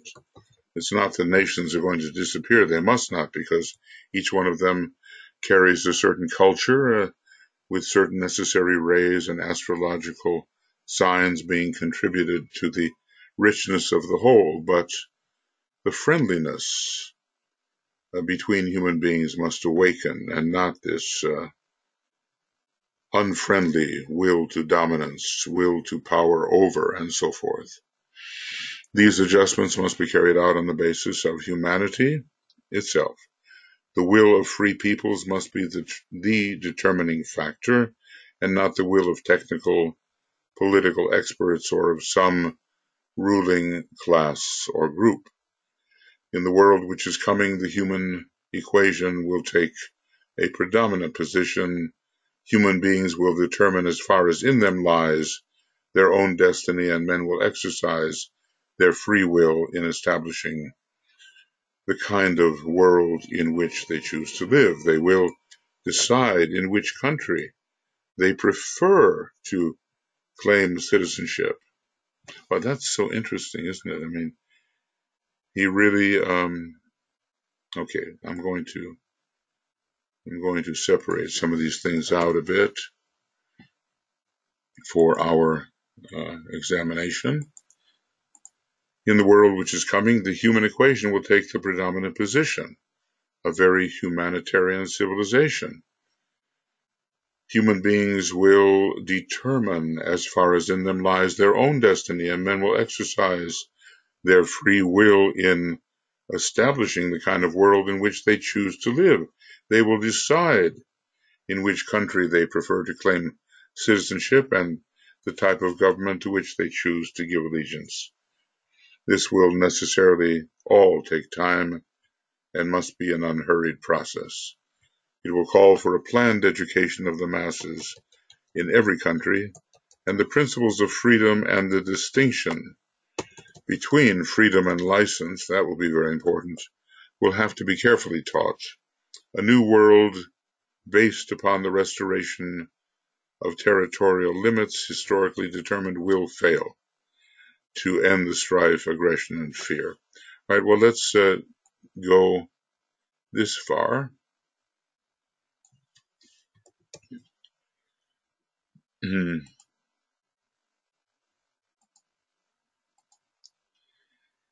It looks like the decision is really given to human beings, and their empowerment is in their own hands. And although there will be laws, of course, there will be much greater freedom, and the territorial enclaves based on race and religion will begin to break down, because a new world based on the restoration of territorial limits, historically determined, will fail to end strife, aggression, and fear, whereas a new world based on human values and right human relations can institute, slowly to be sure, but inevitably, that new civilization which men of goodwill demand for humanity as a whole. So there's two ways to go here. We can revert back to old separatisms or break down the separatisms,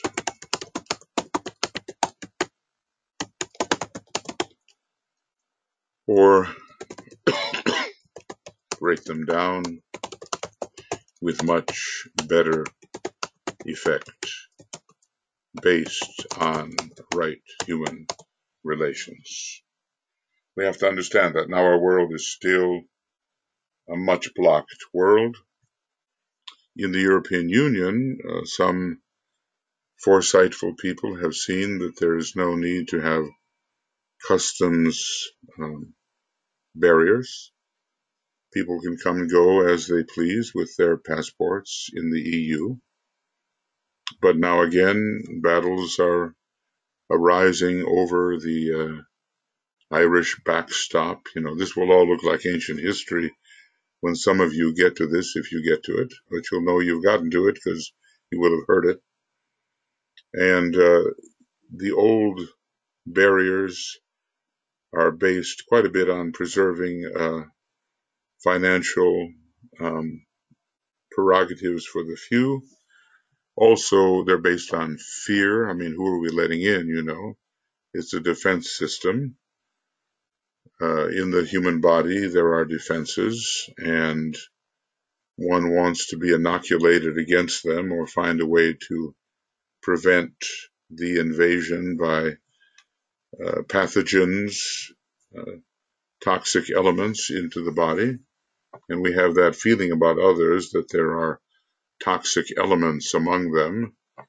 And politicians, demagogues use this to whip up fear, even lie about it when there are no pathogens, people who are looked at as pathogens and socially toxic elements. So we have so much suspicion of each other, and it is necessary to end that by discovering our common humanity, and that will be assisted when the usual barriers are destroyed. We have at the moment political forces building barriers again, even after the tearing down of the Berlin Wall, a moment of great celebration in a fourth ray nation, a kind of reunification, a kind of harmonizing. And again, people haven't learned their lesson. They still rely upon barriers to preserve, let's say, the white man's dominance. And we might even say, literally, the white man and his dominance, not the white woman's dominance. But, there's racism involved here, lies, wall building, promoting, again, the great heresy of separateness. There is a reversion, and whenever you find a reversion, you know that the forces of materialism are at work. The darkness is at work. I think the Washington Post has a very strong mantra, democracy dies in darkness. See the 3 D's, which make it memorable. Now, so let's say here,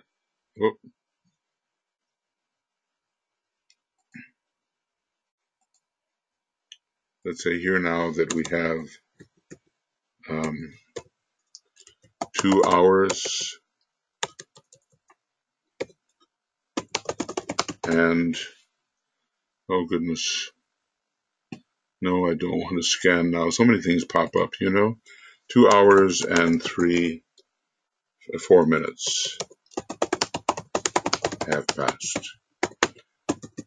Further dangers in the reconstruction period. The dangers growing out of hate, revenge, and pain.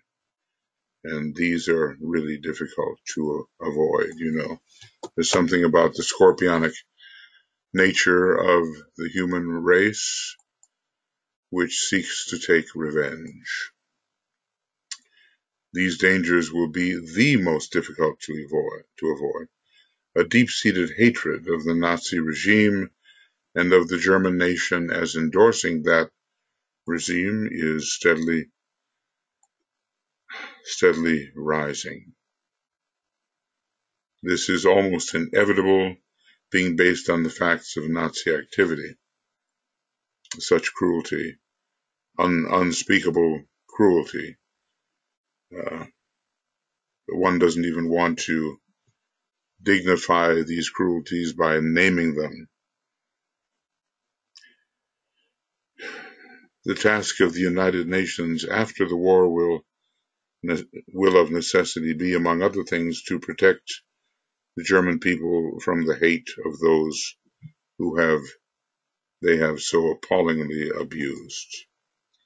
Well, I think we could see this partially in the invasion of Germany by Russia, especially.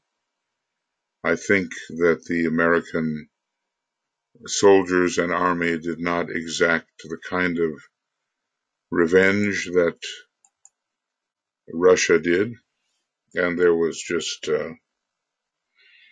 widespread and incessant rape out of hatred and also the normal impulse. So the United Nations will have to protect German people from the hate of those they have so appallingly abused. This will be no easy thing to do. Retribution and revenge must not be permitted. And I think we can see that the United States, through the Marshall Plan, did not exact revenge.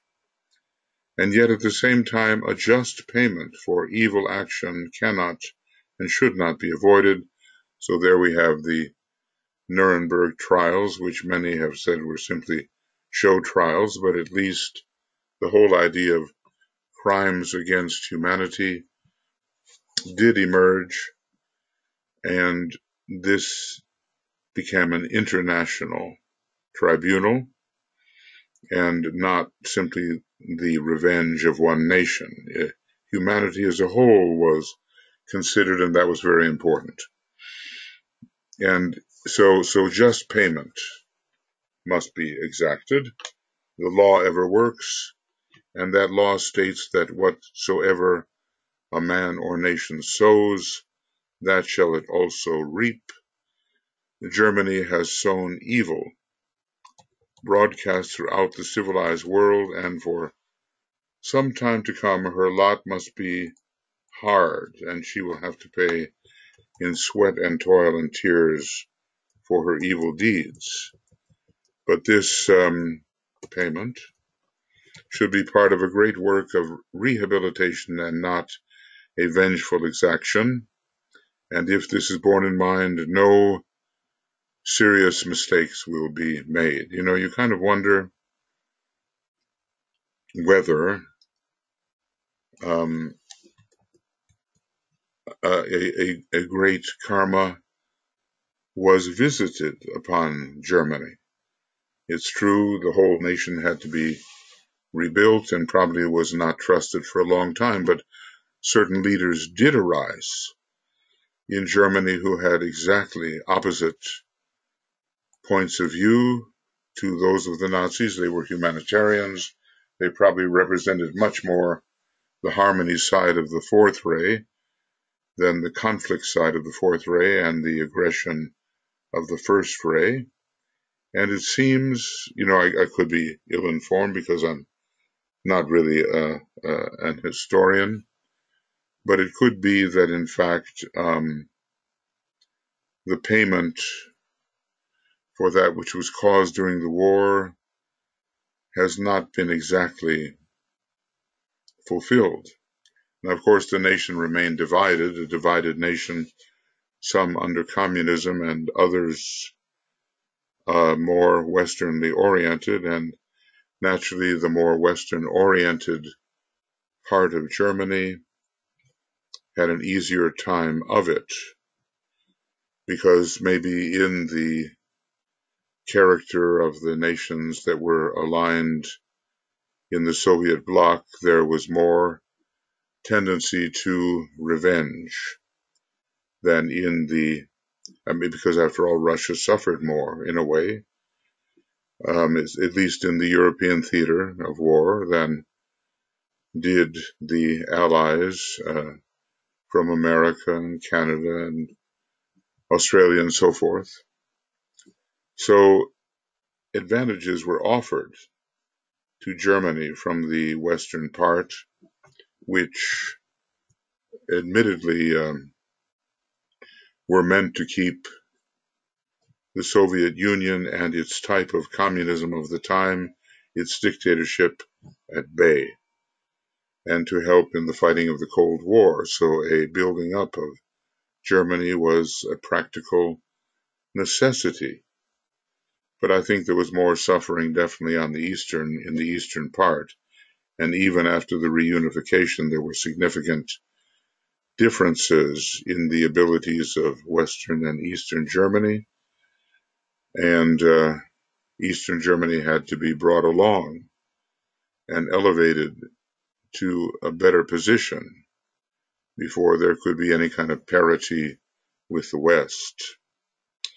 So Germany has sown evil broadcast throughout the civilized world, and for some time to come.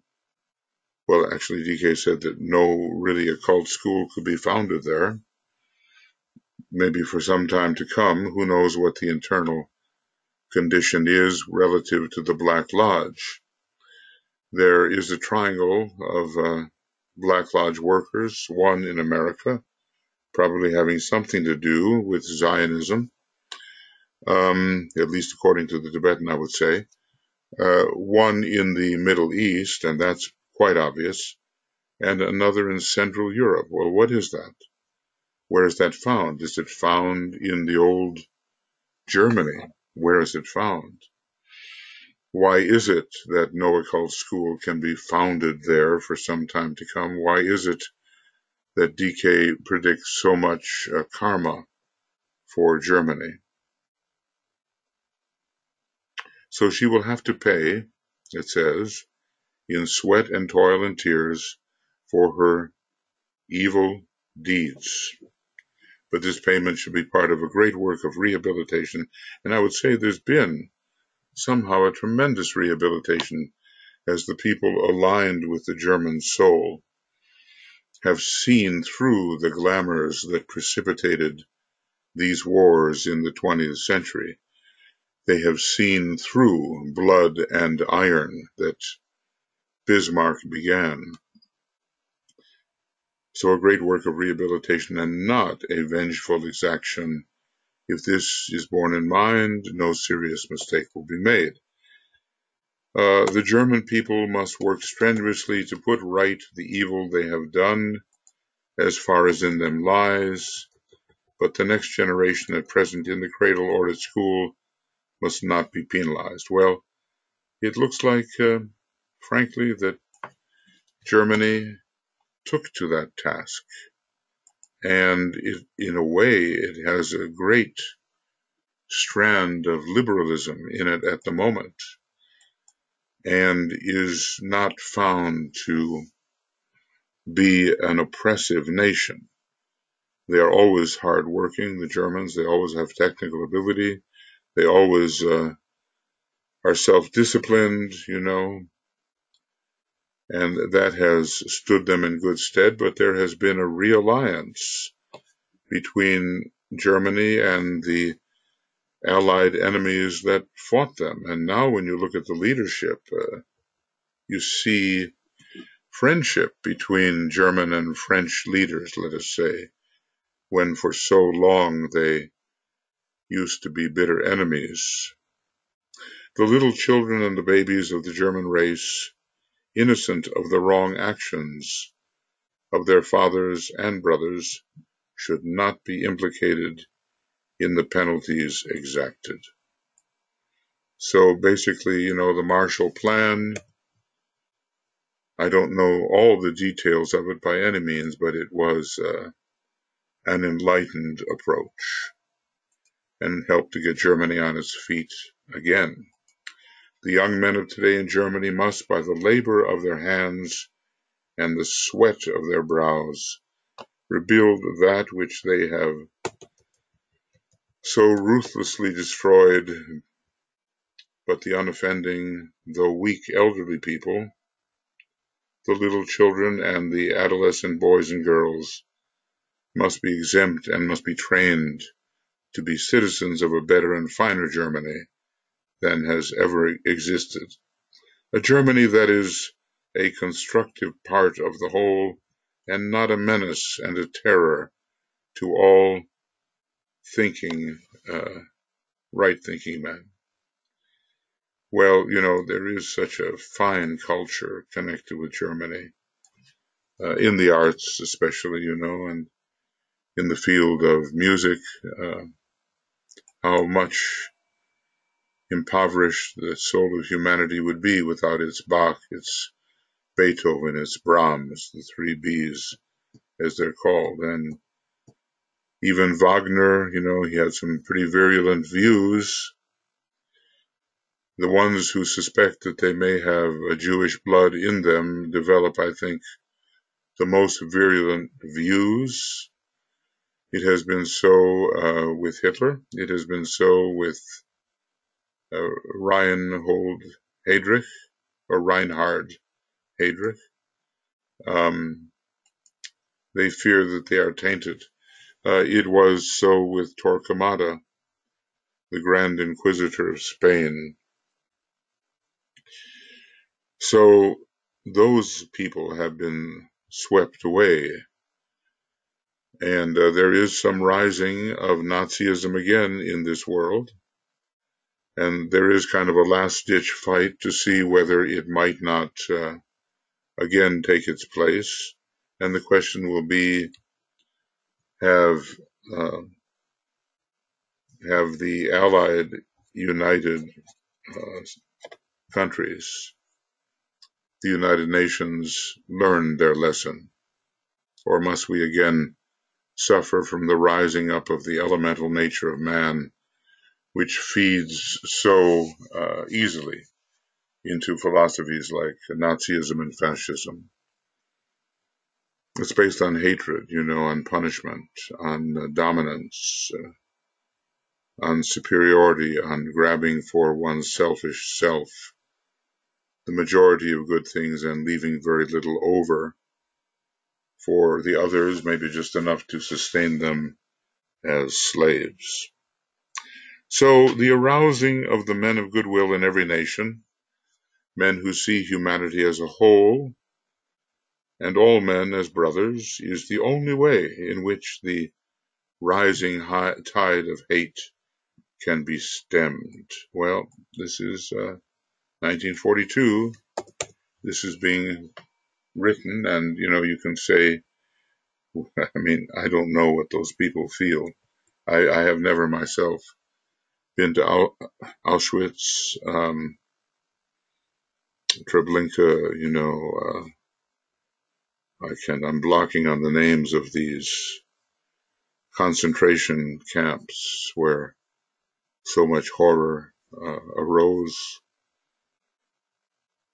I haven't been there. Others have been there. What kind of experience is it for them? It's a solemn experience. It's an awesome experience. Does it awaken compassion and the determination to work for the welfare of humanity, or does it awaken hatred? It depends on the quality of the person who is subjected to this. It was interesting, well, appalling really. Eisenhower and the Allied commanders had the right idea. When they discovered what was in the concentration camps, they immediately had the people from the surrounding villages and cities forcibly brought to walk through those camps. And the reactions were deep, horror at what they saw, tears, they were moved, they were appalled, they were surprised, because some of them didn't even know that such things existed. There have been stories, but just stories. So sometimes, it's very good when, for instance, arrangements are being made these days in treaties with North Korea, a most repressive country in which tens of thousands, even hundreds of thousands of people are imprisoned for minor infractions and tortured and killed. Probably there are people in the country that don't even know that's going on.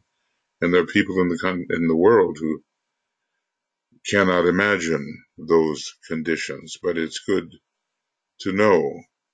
It's good to know what Stalin set up in terms of the gulags.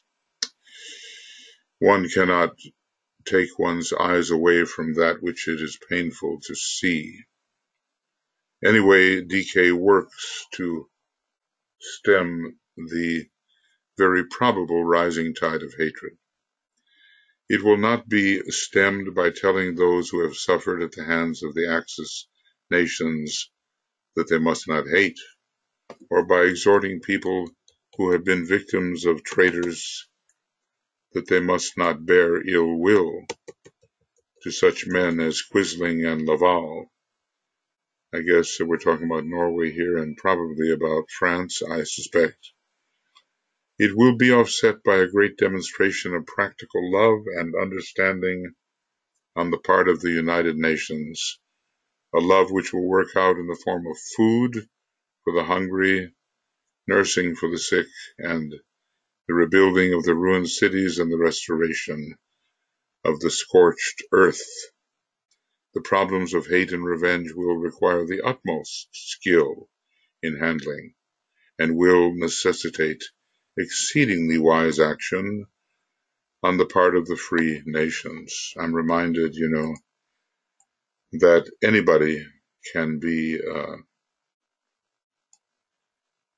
anybody on any ray can be a soldier. And he talks about soldiers on the second ray and how wise they generally are and must be.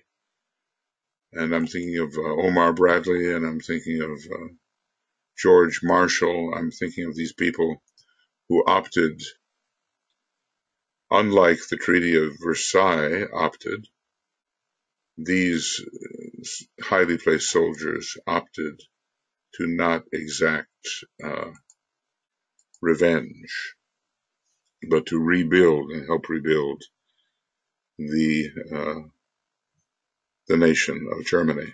And I think, it has paid off. And they occupy a very important role in Europe and have had leaders who are a credit to the European idea of unity. So even though there is something in the human nature that seeks revenge, a far better and wiser way is to pardon one's enemies, not to restore power to them, of course, but to let karma take care of the education system and to move on with love and wisdom as much as is possible, and discover the good within those one has previously hated. It will all work out according to the law. Now, what other danger? The danger to humanity of the effects of war upon the children and the adolescents of the nations. We have in that book, the problem of the children, the rehabilitation of the children in the book Problems of Humanity.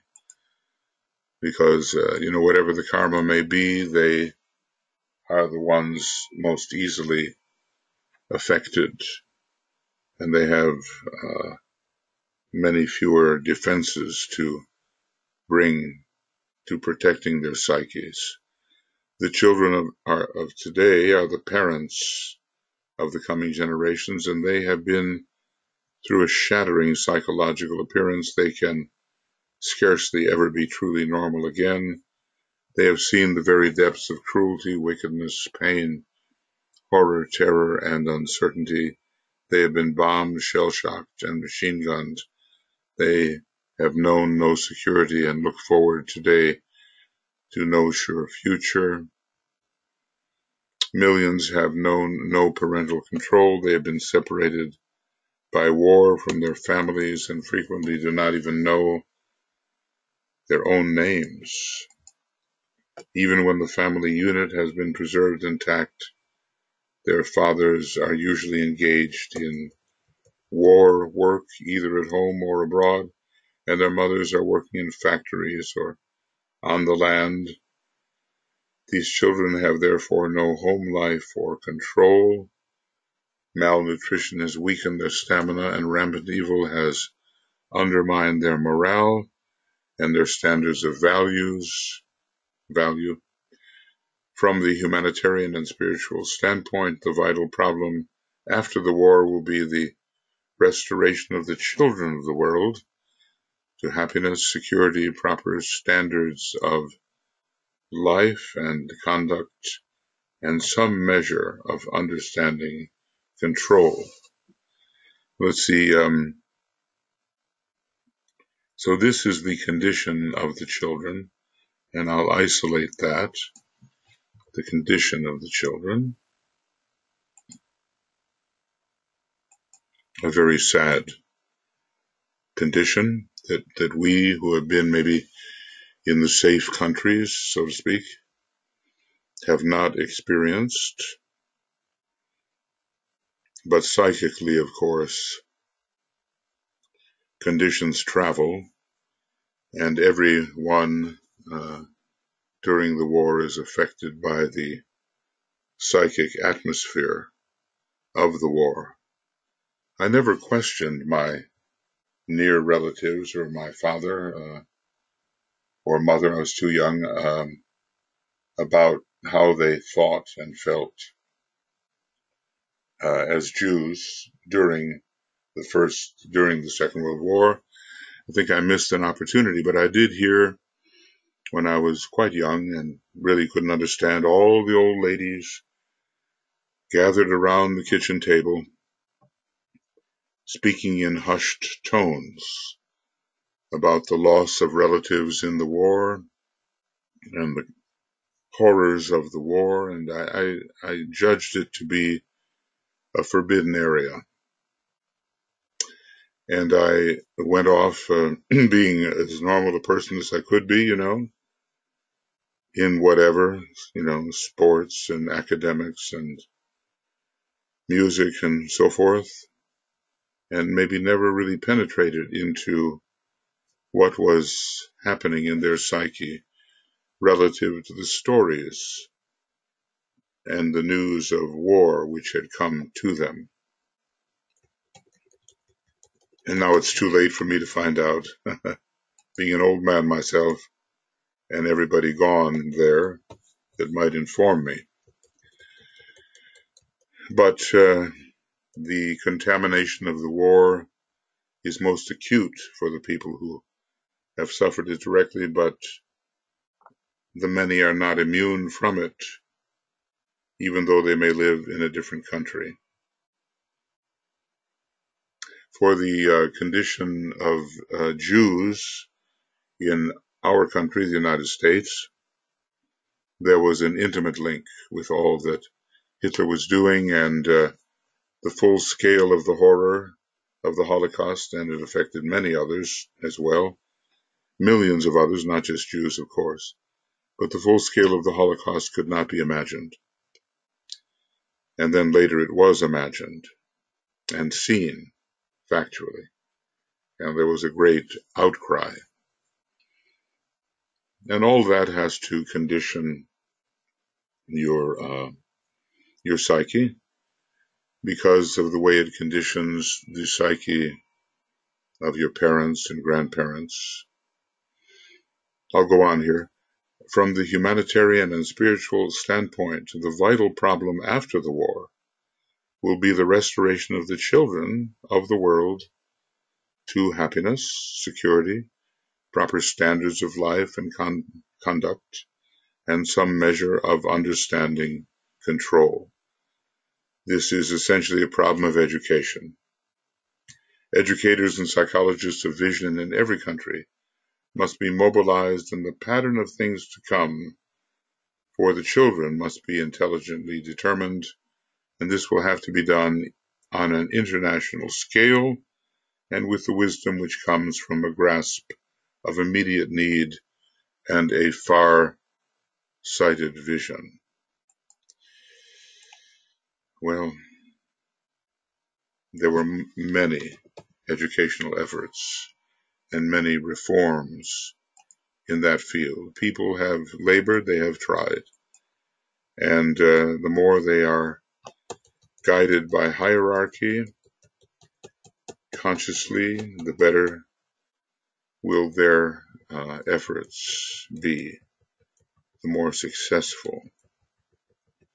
So DK is looking ahead here, and in looking ahead, he helps us look ahead from our period when financial distribution horrifically unequal financial distribution cripples half the world, half of humanity maybe. It's a privilege to live in the Western democracies. There are abuses, yes, but certain things are fundamental, which for other people in other countries have no possibility of expression.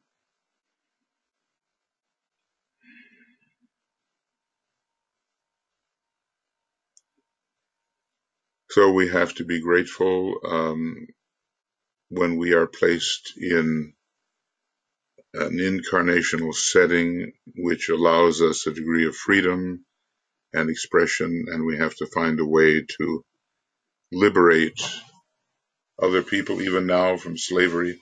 Slavery is recrudescent right now. There are many slaves in the world, not just economic slavery, and that's bad enough, but the being bound under threat of death to remain a slave. That is also resurging, re-emerging. Humanity has not conquered its dweller, not by any means, and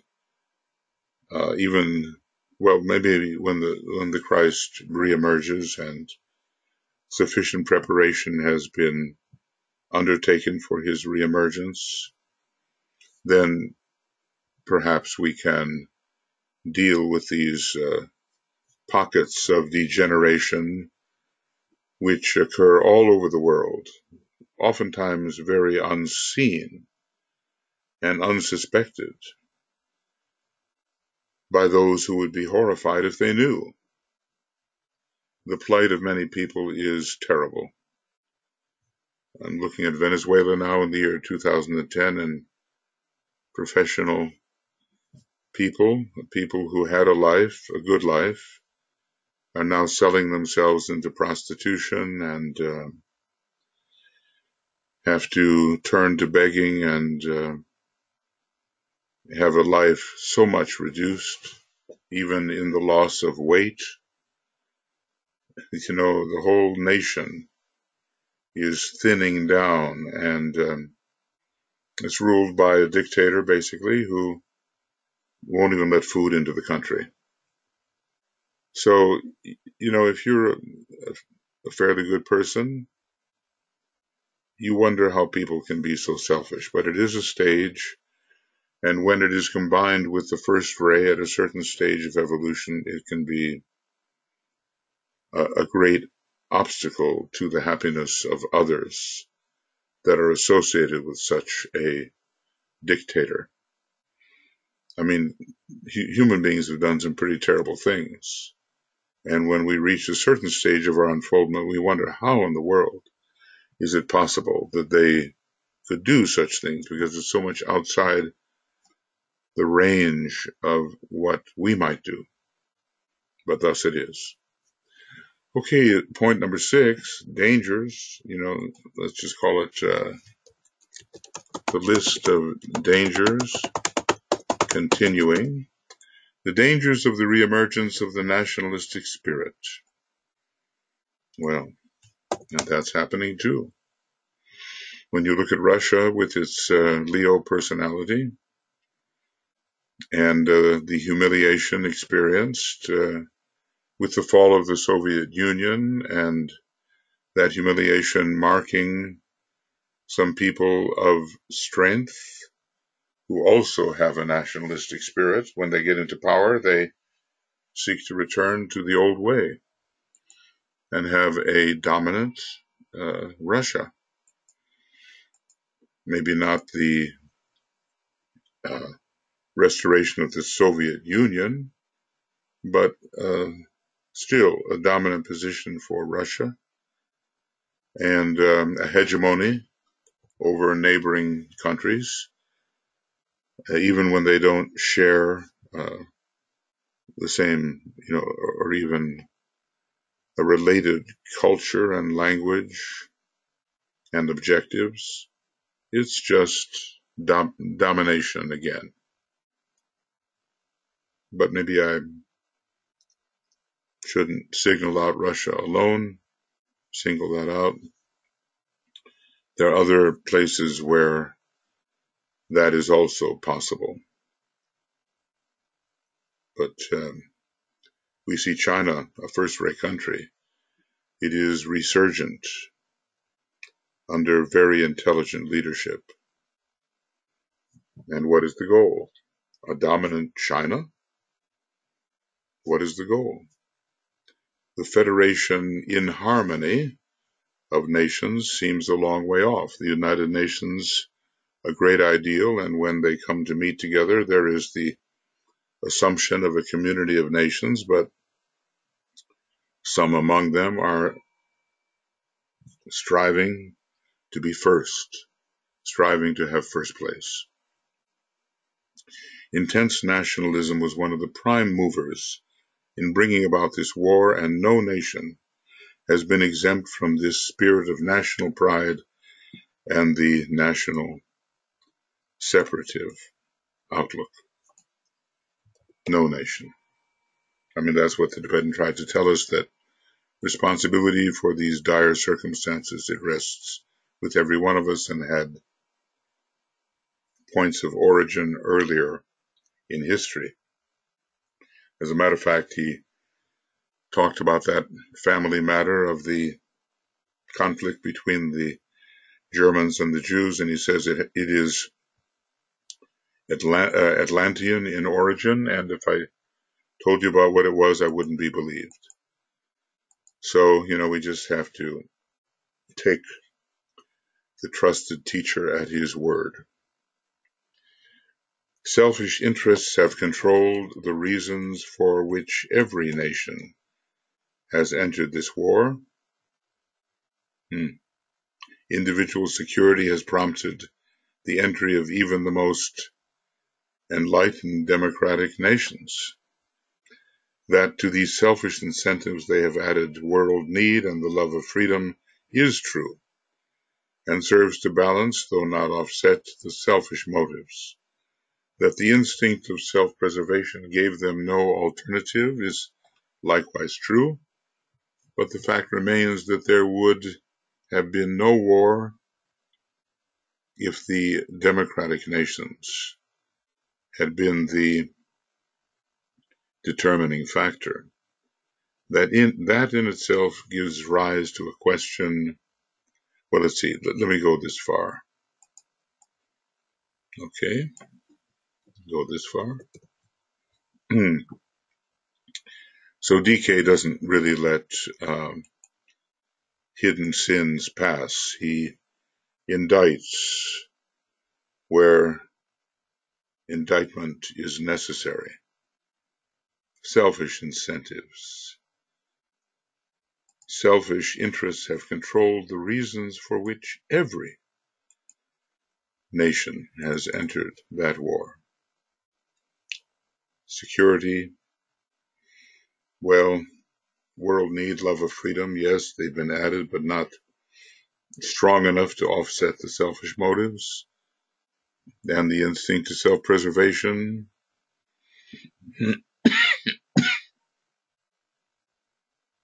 That is also true. But the fact remains that there would have been no war if the democratic nations had been the determining factor. They didn't start it, really, selfish though they were, in ways. So that in itself gives rise to questions. Why did the powerful democracies in the last analysis permit this war? When united and banded together from the start, they might have arrested it in its initial stages. Also, given the existent aggressor nations, collective self-interest forced the democracies into combat. Yet, this same self-interest should have made them take the steps which would have guaranteed the peace. Well, DK is telling us that the war didn't have to happen as it did if the selfishness in the democracies had been sacrificed and set aside for in the interest of humanity. Why did the powerful democracies permit this war when they might have arrested it? I mean, we're not used to thinking of the democracies as having permitted the war. Also, collective self-interest forced the democracies into combat, but they might have done better with their collective self-interest. Well, people are not paying the attention they should. Yeah, they're just not. National types, individual national interests, national cultures, national civilizations exist side by side. But instead of being regarded as contributory to one integrated whole, they have been zealously competitive and have been regarded as the peculiar and distinctive prerogatives of some one nation and as existing for the sole good of that nation. So why do we fight parallel cultures rather than appreciate them? What is it in us that has to be the winner in this culture war? Why must we always think our culture is better? Of course, there are some sins committed by certain cultures which are recognized as horrific by most people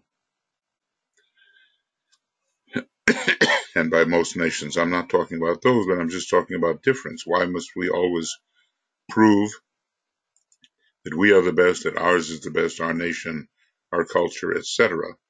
Is it a stage in human evolution which all must pass through, this extremely intense egotism which totters like a tower to a future fall?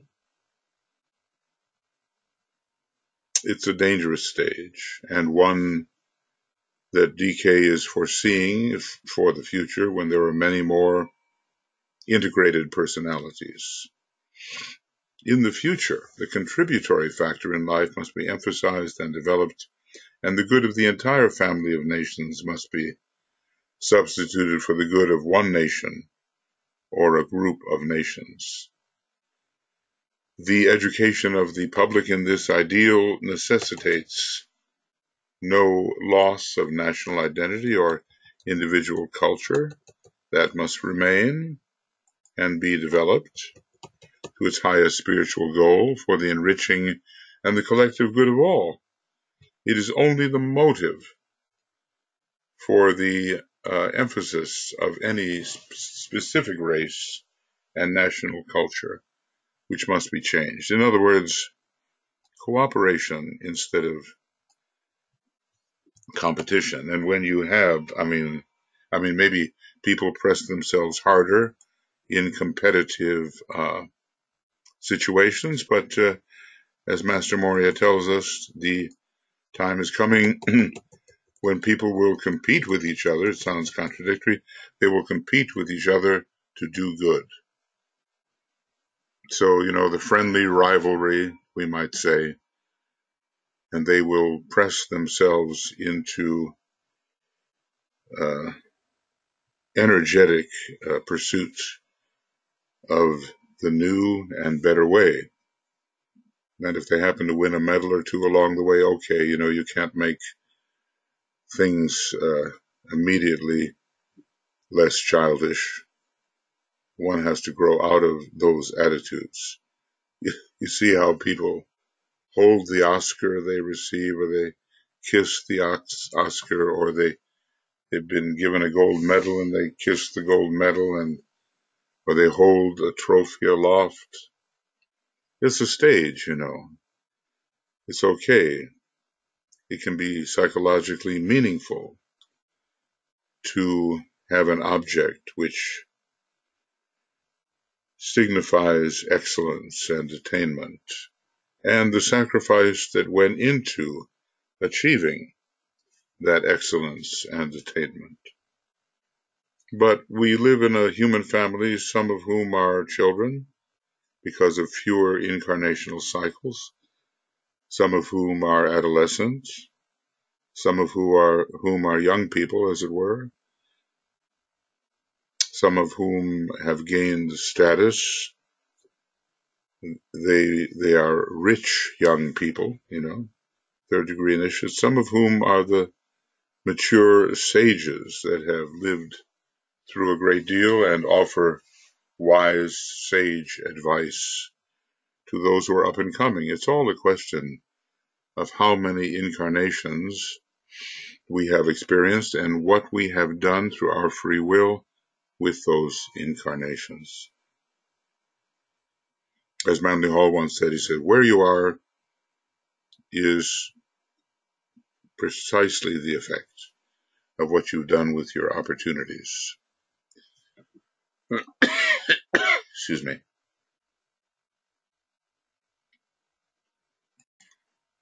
So, we really do have to think about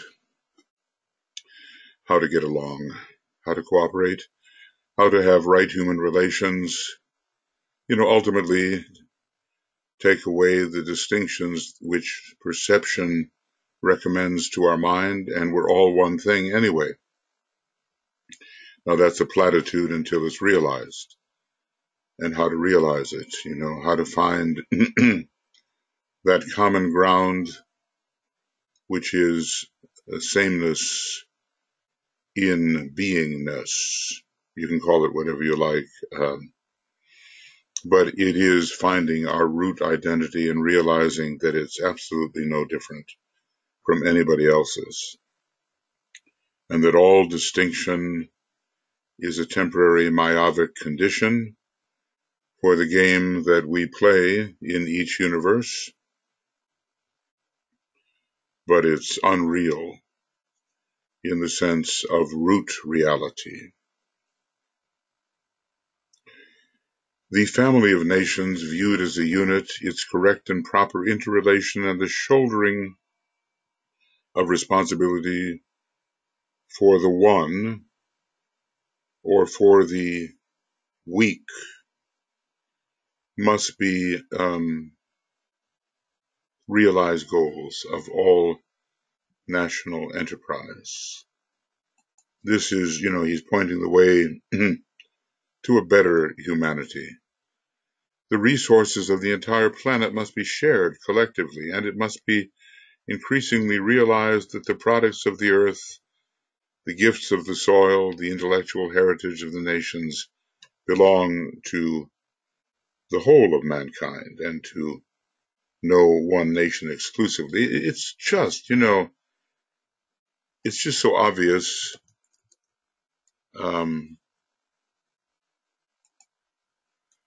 This is the overcoming of the great heresy of separateness. And our perceptual mechanism induces in us separative perception. In other words, we don't succeed in making the many that we perceive into the one who is. But under the second ray mantram, and those 7 mantrams each for a ray, when we're told naught is but me, that's a very serious statement and should not be allowed to remain as a platitude in our minds. It should be wrought out into living experience by whatever means you can find. Maybe everybody has a different way, but maybe not everybody realizes how important it is to prove to oneself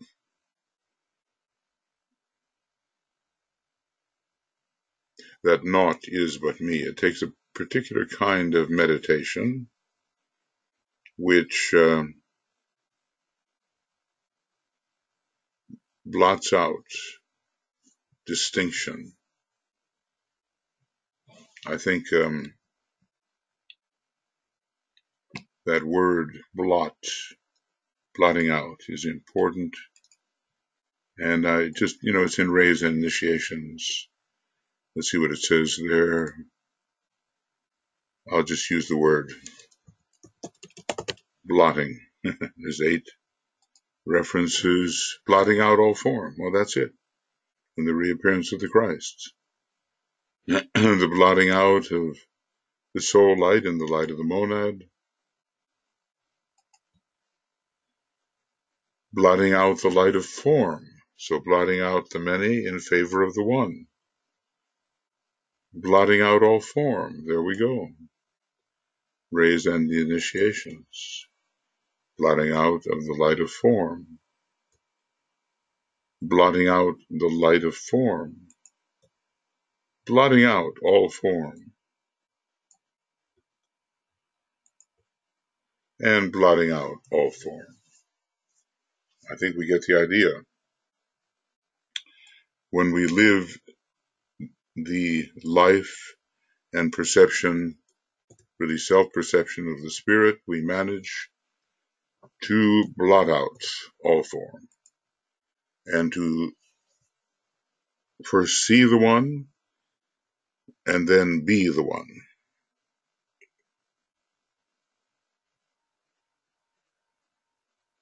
Anyway, this all belongs to everybody. Some people would consider, because they're so animated by ownership, that this is really worse than communism. I guess there has to be a private aspect to life too. You're not necessarily going to share toothbrushes, but other things can be used by everybody. And this means that the selfishness which separates human beings from the means of living will end. He goes on, no nation liveth unto itself any more than any individual can happily so live. People try, they isolate themselves, but there is no happiness in it. Even the yogi in the cave, Master Morya will tell us, is intimately connected with all that he imagines, and he is in many places simultaneously. He's projected his presence. He's not living unto himself. No nation liveth unto itself any more than any individual can happily so live.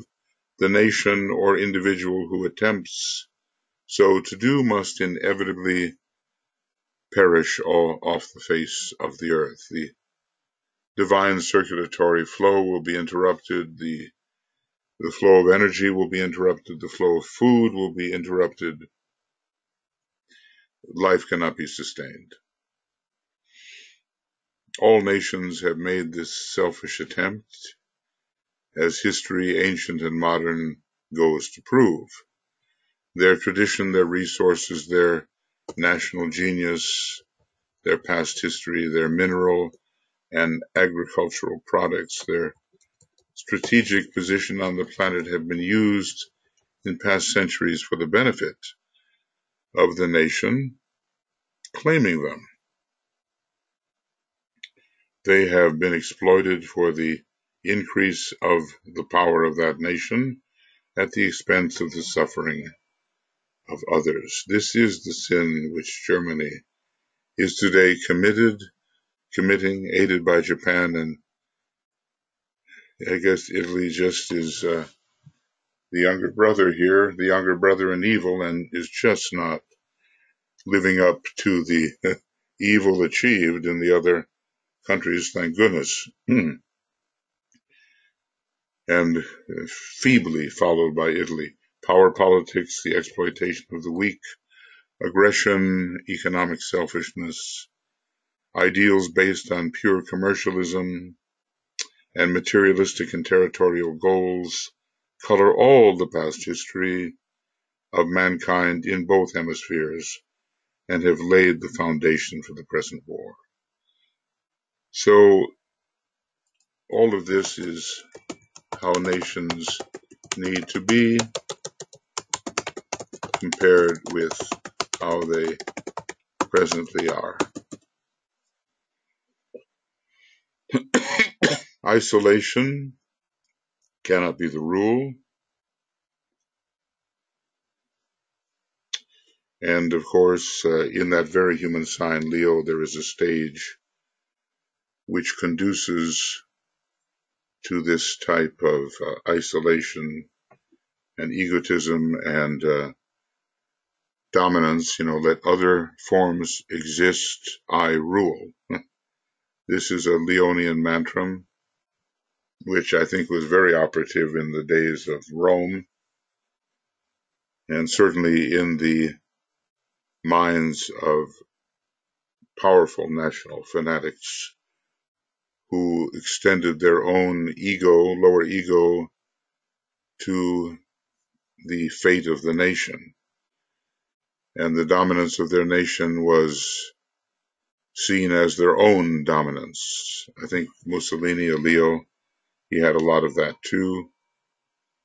And we see that in Tojo, we see that in Hitler. We saw that in the French kings when cosmic evil was rampant. We saw this in the Roman emperors after the Senate was no more and representation of the people faded away and the rule of the emperor became absolute. We probably have seen this in Atlantis. I'm sure that those 12 leaders, 6 in the east, 6 in the west, have also learned a lot about how to be more egotistical. So it's amazing to see the two paths diverging and that we always have to choose which path we will tread. Now, you can't read and study Master DK for very long and think it would be just a fine thing to tread the left-hand path. We can't do that. It would be too much of an irritation for the person who really thought that that was what he must do. So there has to be, let's just say, redemption. Okay.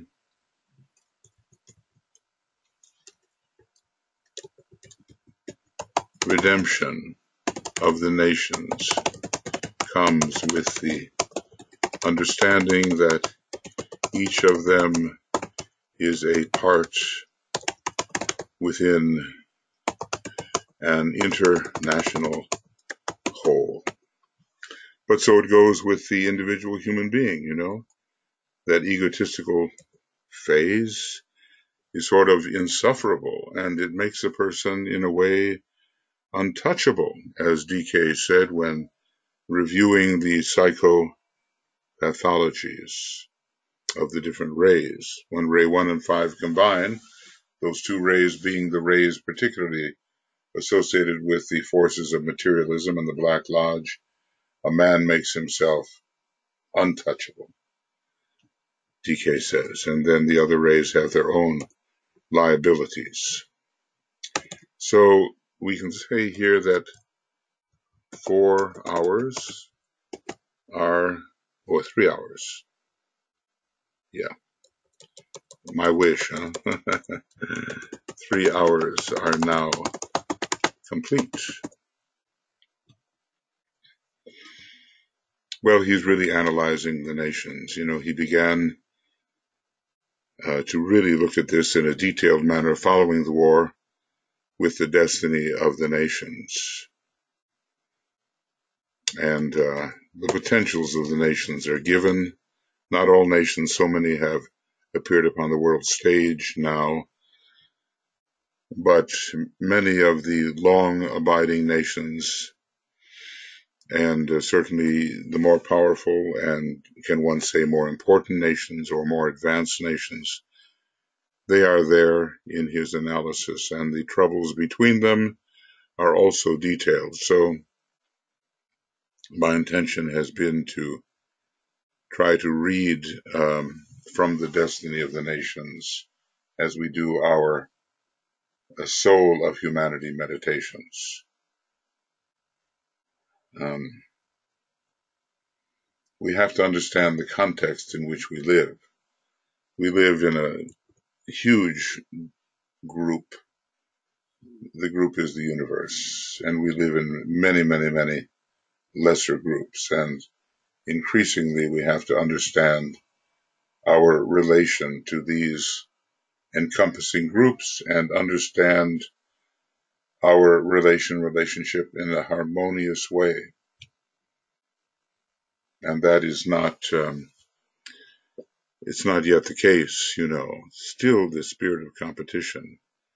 I'd say, maybe it should be left to sports where the excellence of the physical body, etheric physical alignment, the prowess of the body under the will, those are desirable things, and it's a game after all. Now, I don't think we should turn international relations into a game, and we can't turn our relations to other human beings into a game where you're either a winner or a loser. I mean, it's so primitive, isn't it?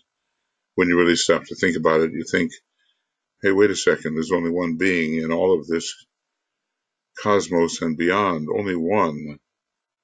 So who's the winner really, And why be the winner? What does it do? Well, what? You'll get more of something that feeds your desires, and of course, all of that more that you get will disappear, and you cannot take anything but achievement with you as you vacate the body.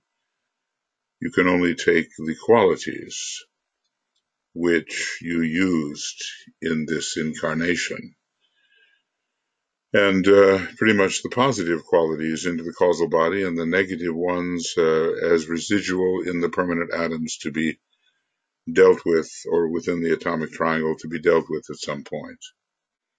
But, what should it profit a man if he gain the whole world and lose his own soul? That's the mantra that should guide us whenever contemplating thoughts of aggression. It's not just on the battlefields of the world. You may want somebody else's job. You might try to maneuver them out of their position. You may want to be on top, for no other reason than being on top, not because you necessarily have something of value for the whole that you might be influencing. It's just an ego gratification, lower ego. See, higher ego gratification is the soul. That's different. So I always have to specify between lower ego and higher ego, mostly when the term ego is used in Master DK's work. It is meant to be the soul. So we start to get the picture of where humanity really is and what it can lead to if the bad old ways are perpetuated. Some nations, particularly the great democracies like the British Commonwealth, sometimes we refer to Great Britain, the British Commonwealth, the British Empire, I'd say these days we're much more in a reduced commonwealth. Who are the trade partners, and are those trade partners based upon the old colonization of various areas? Anyway, this would include, of course, Australia and Canada and some other places, and maybe at a certain point India, but not really, certainly anymore. The liberation of India from Britain did occur. So some nations, particularly the great democracies, like the British Commonwealth of Nations and the United States of America, now realize that these attitudes and activities must end, and that the hope of the world lies in the spread of right human relations, in economic interchange, broad unselfish international politics, and the growth of the spirit of cooperation. Well, when Roosevelt and Churchill, representing these two power centers, met on the high seas, and the Four Freedoms and the Atlantic Charter emerged, well, that was the signal that these groupings had realized that the old selfishness had to end. Just like people are at all different stages of realization, so are nations. We have nations today in the attitude of resistance and self-protective nationalism, and we have others that are reaching out towards other nations for selfish reasons, and some for unselfish reasons, although maybe not so many. So we cannot have power politics, the exploitation of the weak, aggression, economic selfishness, ideals based on pure commercialism and materialistic territorial goals. We cannot have those attitudes perpetuated. But, evolution is long, and many are the incarnations, and slow has been the progress of man, and sometimes very slow, painfully slow, as DK says, because all have sinned, and humanity has, in the words of the Tibetan, erred grievously. Maybe one doesn't even want to get into what all of that is, but we will see it one day. So the great democracies set themselves against this selfish attitude, even though, of course, there are selfish people within everyone, and now a lot of these selfish people are fighting back and trying to prevent the great democracies from moving into the heritage of their soul. Now that cannot be allowed, And something has to be realized, no matter what language we use, that there are forces which are driving the democracies backward into a lesser condition and lower states. And different people on different rays are realizing this now. So the real hope is the spread of right human relations, economic interchange, broad unselfish international politics, and the growth of the spirit of cooperation. That is what the more mature among the nations have to realize. They believe unalterably and as a basic national policy in the rights of the individual, and that the state exists for the benefit of that individual. To that they add the belief that the state also exists for the benefit of all other states and for humanity as a whole. So this is the ideal attitude. And it is, so let's call it ideal, unselfish attitude. And, the Christ has achieved the maximum of this as far as our present humanity is concerned. He is the man for others. And sometimes Tui and I go to this convent up in Tromsø, Norway, and we hear the singing of the nuns who are there, the Vespers and so forth. And I think the name of the group is, it means all for you, everything, totus tuus. It gives the altruistic attitude. I'm here for your sake. And as we see what DK describes here as what the state should be for the individual and for the benefit of other states and for humanity as a whole, we have to say this is the Christ-like position. And I'll say that, the preceding is the Christ-like position. Okay. But other nations, such as the Axis powers, are violently crystallizing the ancient viewpoints. Back to the good old days of Atlantis, emphasizing the worst aspects of the old and evil order, and are aggressively grasping all they can for themselves. They regard the individual as of no value and hold that he exists only for the benefit of the state. They believe the state is the sole unit of importance, and that only their particular state counts. They divide the family of nations into a superstate for the control of Europe and another for Asia, and regard all other states as slave states. They would perpetuate the ancient evil of force and war, and would and do resort to unheard of cruelties in the effort to raise their state to supreme eminence.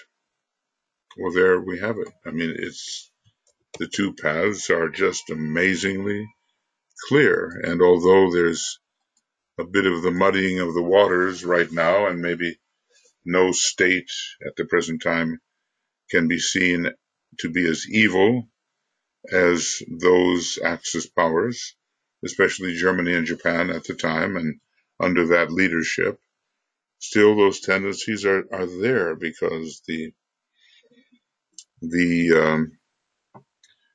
cruel, dark powers have not been defeated. Wicked pride and hateful lust, and the place of endless death. That's how DK describes their origin, their place, and their expression. So, just to think that we could be living under that. Now, some nations do enslave half their people. I don't want to name names right now, but there are nations, maybe one in particular, where that kind of incredible enslavement is going on. An elite lives as they choose, benefiting completely from the slave labor of the others. And that elite just doesn't see anything wrong with it. It's almost as if the leader is some kind of divine king, you know. So we do have some very ignorant points of view within humanity still, and those points of view which signal a low consciousness have to be ejected. So this is the old order which must pass, but its dangers must be recognized. Yeah, it's a danger. And it's still a danger because it's built into human beings. It's what we call the old Adam, you know, and the conviction of original sin, the sin of our origin. We don't really talk about lunar lords, lunar vehicles, the moon chain, the earth chain, you know. Religion doesn't get into that. They just say man is inherently and unavoidably sinful, and therefore deserves a nice inferiority complex and can only be guided because of his sinfulness by an elite who knows how they became the elite, you know, in the power struggle, but they are the priests and they can guide erring, sinning humanity along the way to salvation when otherwise they would naturally fall into the clutches of the devil. It's so simplistic. It is, to any thinker, you know, it's an aggravation to have to see that people really are thinking that way. And in the old days, you know, and maybe in days to come, you never know, you would lose your life if you said opposite. What were Giordano Bruno's sins that he was burned to death in the year 1600 at the beginning of what we call the Counter-Reformation in Catholicism? What were his sins? Well, he believed in an ever-expansive universe. He believed that not only was heliocentrism true, but the sun itself was relatively insignificant in the great collection of stars and suns. He believed in a bigger picture by far, in which humanity would have to find its humble position. Well, just take away pride and take away ego inflation and insist upon humility, and you will have a lot of enemies fast. Such is the condition of the human psyche, which hopefully Aquarius, in which the sun is in detriment, the egotistical sun, that aspect of it, hopefully that egotistical attitude will be reduced in Aquarius due to that detriment position, astrologically considered. So the abolishing of the old order, right, takes a lot to wipe that off the face of the earth, doesn't it? For its abolishing, the United Nations are fighting, but the difficulties are many, even though the spiritual strength of all good men is on their side and the forces of light are fighting to aid them, who are the inner enemies of the forces of light, you know. As Moria said, you trouble yourself about a few minor demons while the daggers of Satan are aimed at our backs.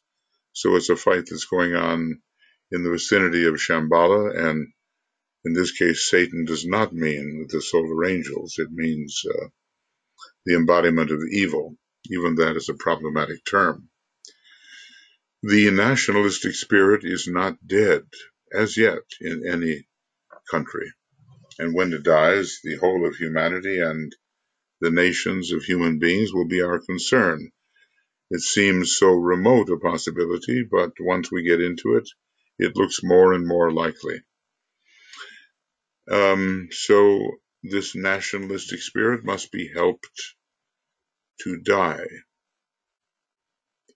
Okay, minorities with historical backgrounds but no territorial rights are clamoring for a place to call their own and in which to build a nation. Well, this is the Zionistic movement,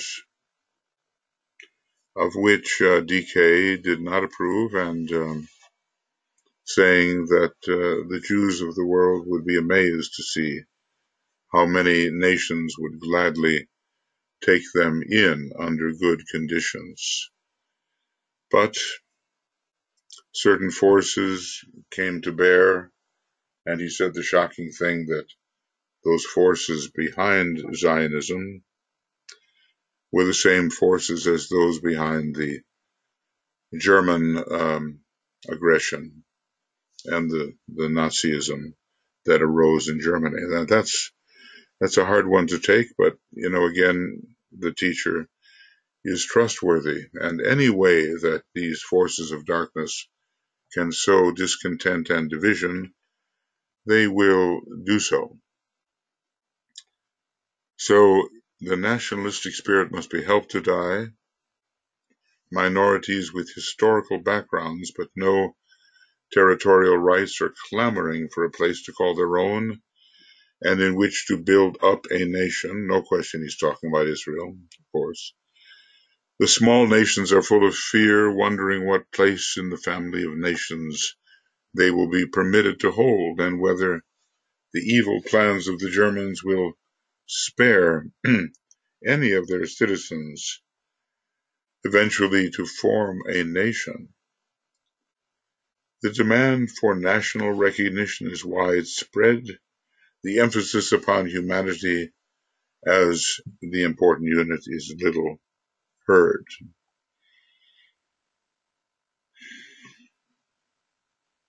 So anyway, we're trying to help the old nationalism to die.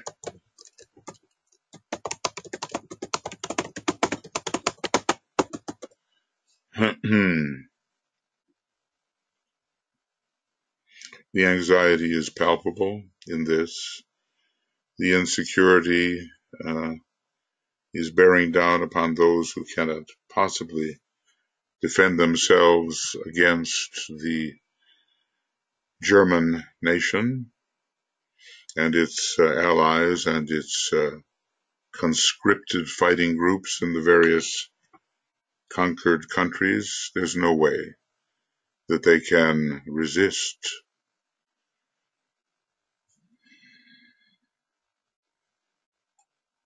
So,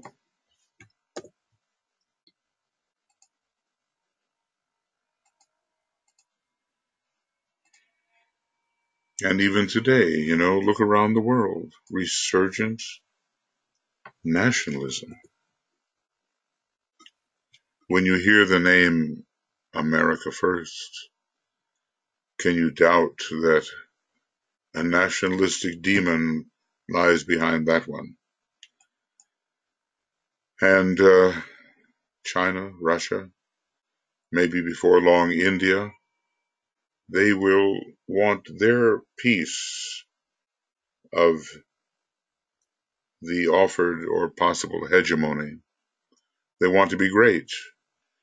The lower ego wants to be great. And the word great is often used, as when we look at civilizations and we call them great, or we look at our own accomplishments and we call them great, or when we flatter other people and use the word great to induce those others to help us because we think they are great. So we need certainly that adjusted sense of right proportion, which is the name that DK gives to true humility, an adjusted sense of right proportion. But people don't like humility very much because if they adopt it, they're no longer great. But the whole, of course, is greater than any of the parts. And once they begin to identify as the group, as the nation, as humanity, as the whole, they will see a much more expansive identity replacing the one they had been so desperately trying to preserve.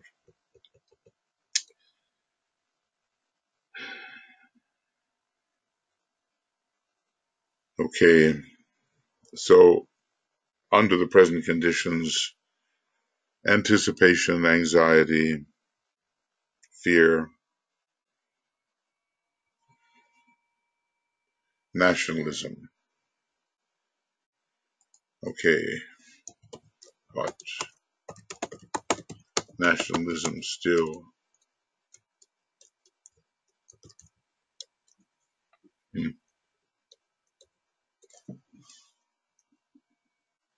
still prominent. The nations, those nations, impede the path of progress who live. This is so true.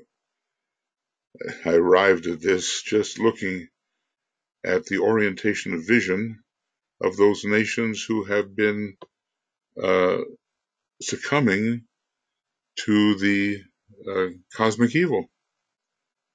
Those nations impede the path of progress who live in the memory of their past history and boundaries and who look back upon what they call a glorious past, resting upon the recollection of national or empire rule over the weak. We look back to the days of the unconquerable samurai. We look back to the glory of Rome. We look back to the kingdom of Israel when it had a real place in the world in Roman times, but it was always vulnerable, of course. We and now in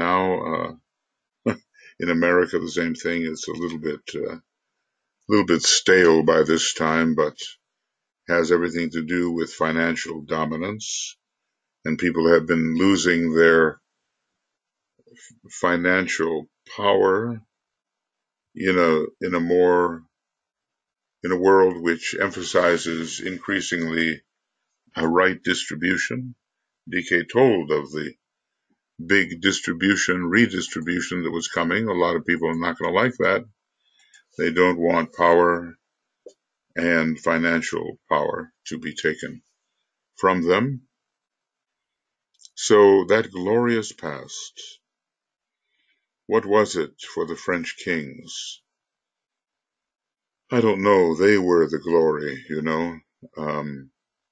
Did they look back to Charlemagne? Well, I don't think they could have found in that particular leader an example because he probably was a lot closer to the hierarchy than they ever could be.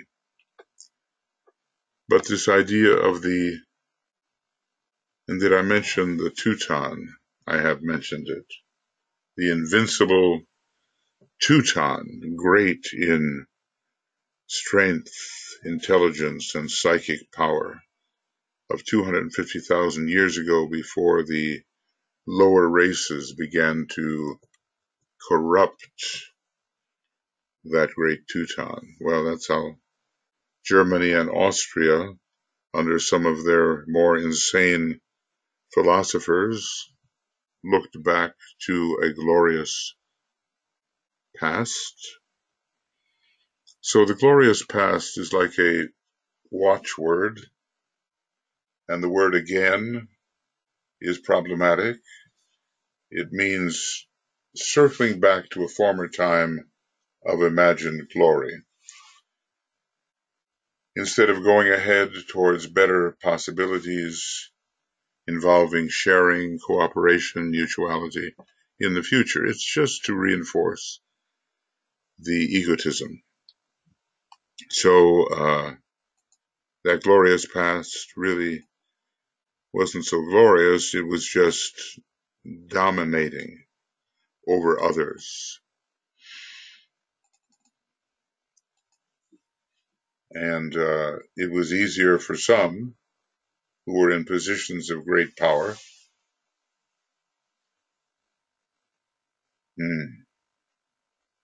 And I wouldn't be surprised if there's some of this in the current Brexit attitude, 2019, the United Kingdom threatening to leave the European Union, over the question of sovereignty, which really means egotism. In the days when we Britain, we British, could control our own fate and did not have to submit to foreign powers who compromised our strength and our choices. It's always a reaction that throws us back into the past, which we imagine to be great, but which, if pursued, is a retreat from our true possibilities. So this, he says, is a hard saying, but the nationalistic spirit constitutes a grave peril to the world, if perpetuated in any form except as contributory to the good of humanity as a whole. And this it will be. The men and nations will vie to do good, predicts Master Moria. It will throw the world after the war back into the dark ages and leave men no better off than they were, even though there have been 20 years of travail and agony. So let us not take refuge in a glorious past. I mean, this involves the individual too, Here is the man or woman, let's say 60 years old. Oh, life was wonderful when I was 30, and now I'm 60. I'm not enjoying myself at all, so I'll try to do the things that I did when I was 30. And I will dress that way too, and I will buy the appropriate automobile, and I will put on makeup that helps me look younger, or maybe I will have cosmetic surgery, which is meant to fool everybody as to my age, and I will reclaim my glorious past. So you can't move backwards.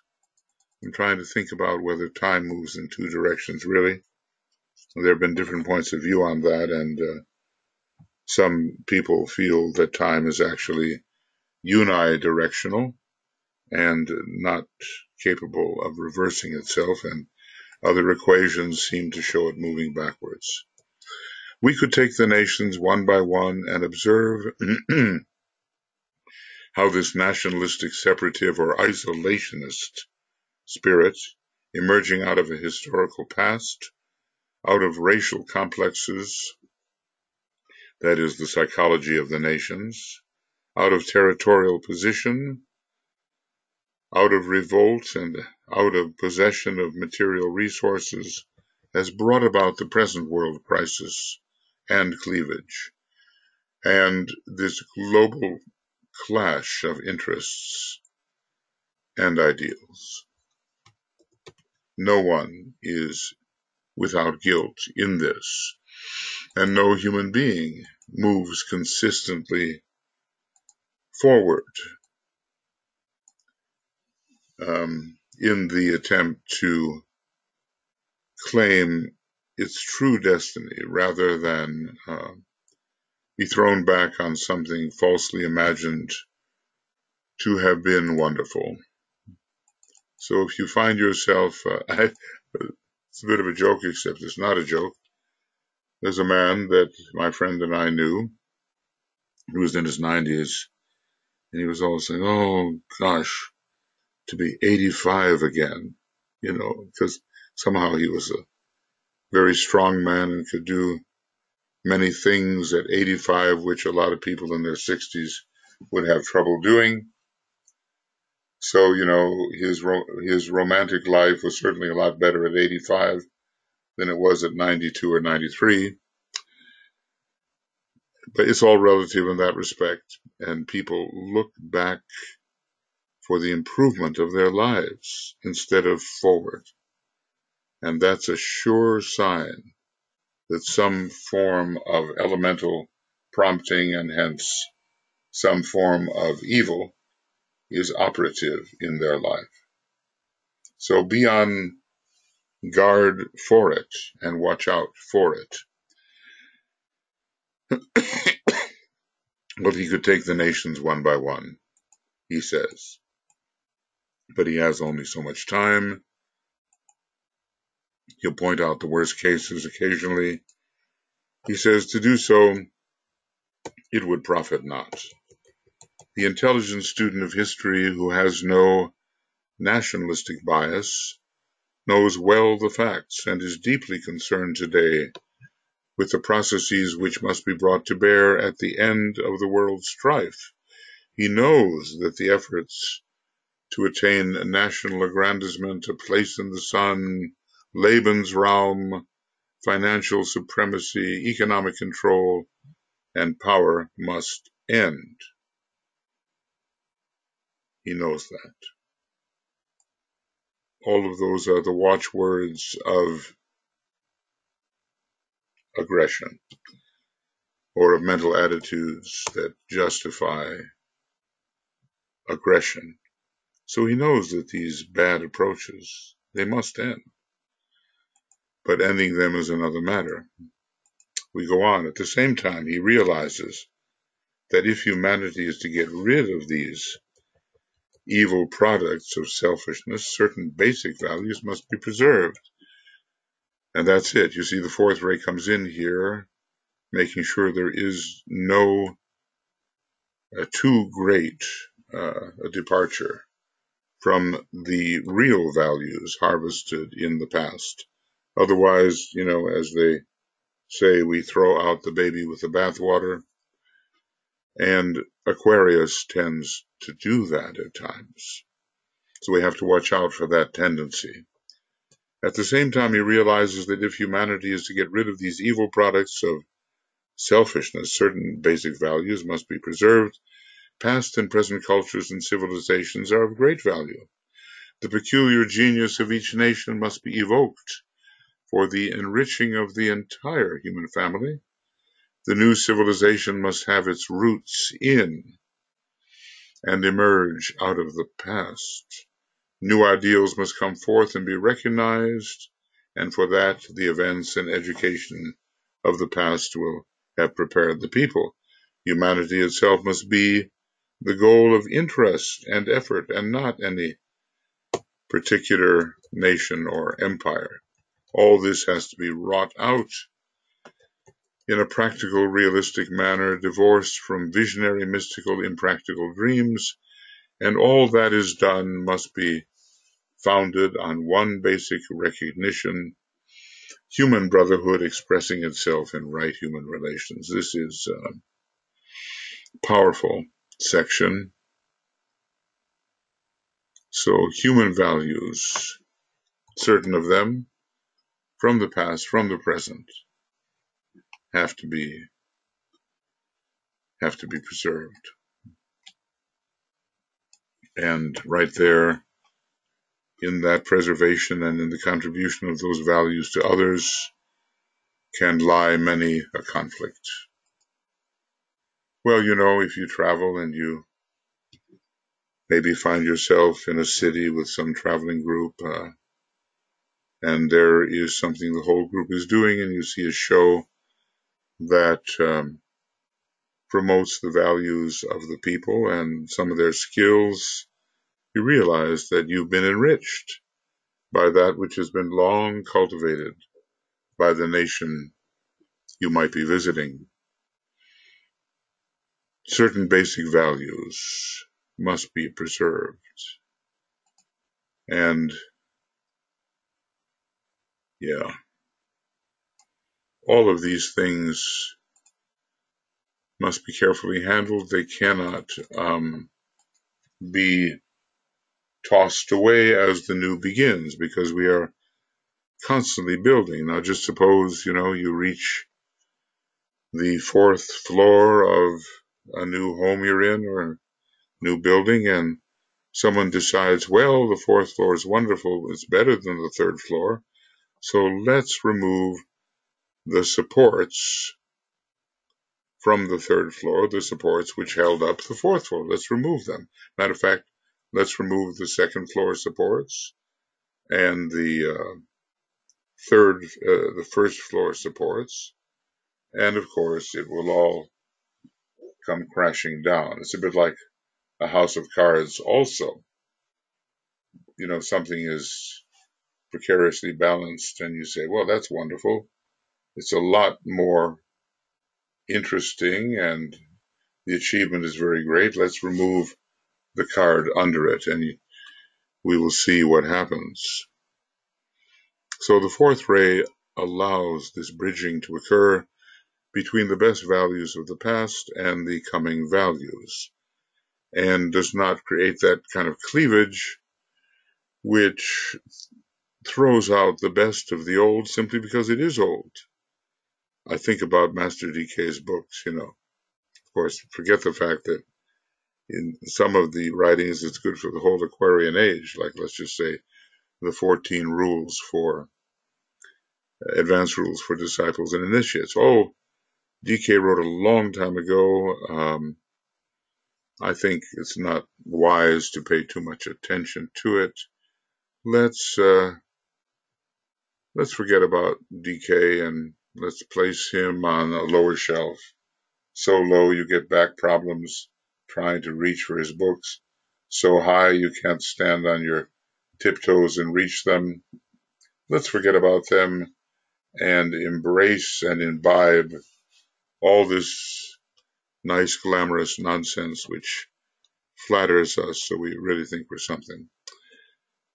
So there's much foolishness in humanity when it comes to preserving the legacy of wisdom, and much ego too.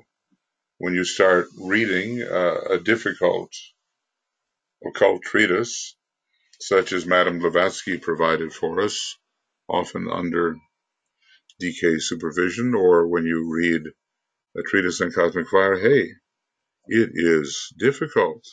Oh, I don't understand that. Oh, what do? Do I study? Do I ponder? Do I contemplate? Or say, I don't need that. That's not important. I need something else which has just emerged and is a lot easier to understand, even though it's full of error and glamour. So I throw away the good because I'm not equal to it. Now, isn't that stupid? So, but we have to recognize these things, and when there are tendencies of people to do such things, we have to warn them of what they might be doing. They might not appreciate it. Anyway, humanity must be the goal of interest and effort, and not the particular nature or empire. That's the whole idea. Do we love humanity? He keeps on repeating it. Better to love humanity, because that love of humanity makes everything much more successful. And we don't need the pie in the sky, visionary, mystical, dreamy anticipations of how things are to be done. Instead, practical and realistic. Practical and realistic is what we have to build a new world. Fortunately, Aquarius does connect itself with the lowest of the creative hierarchies. It's an etheric hierarchy, and it makes sure there's some kind of manifestation on the physical plane. You think about it, has a lot of Uranus, which carries the seventh ray. Jupiter also carries the seventh ray, not just the second, and Saturn is there as the ruler of one of the decanates and rules the entire cosmic physical plane and also rules the systemic etheric physical plane. So there are manifestational potentials in Aquarius, especially when the great seventh ray accompanies it through its cycle. Anyway, we're being taught how to act. We're being taught how to be mature.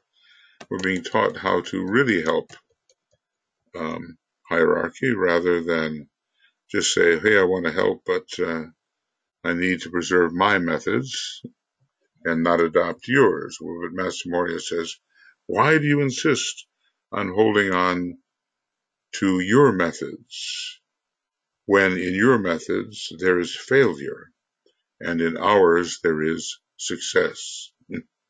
It's a good question, isn't it? Why do we insist? The revolt so widely prevalent against the vague visionings of humanitarian dreamers is based upon the fact that out of the welter of words and the plethora of plans, little of practical value has emerged and nothing sufficiently potent to end the old and horrid ways of life. Oh, I'm glad there's a revolt going on here. I didn't realize it. Maybe we vague visionaries are not aware that we're being rebelled against. Okay. So, anyway, we're trying to make sure that the good actually does manifest on the lower planes. And that takes a lot more than being excited about the higher possibilities, but knowing no practical way to bring them through.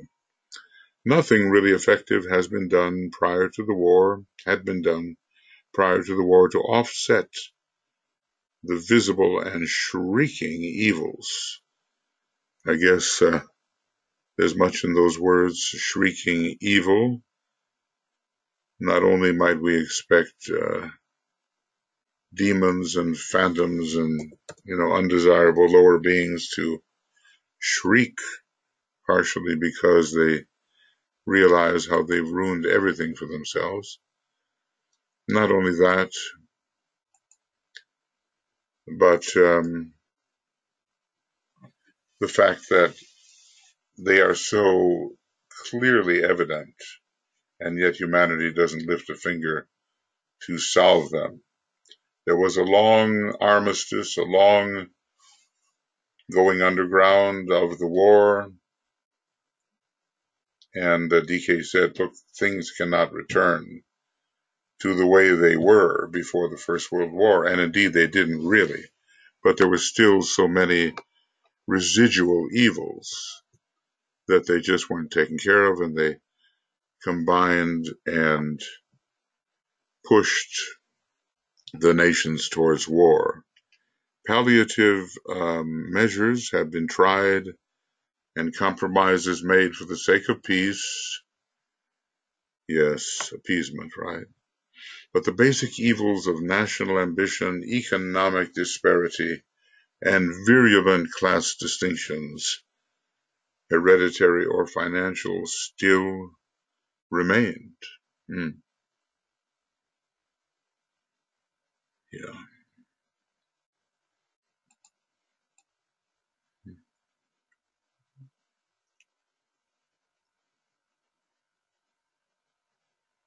Yeah. Okay.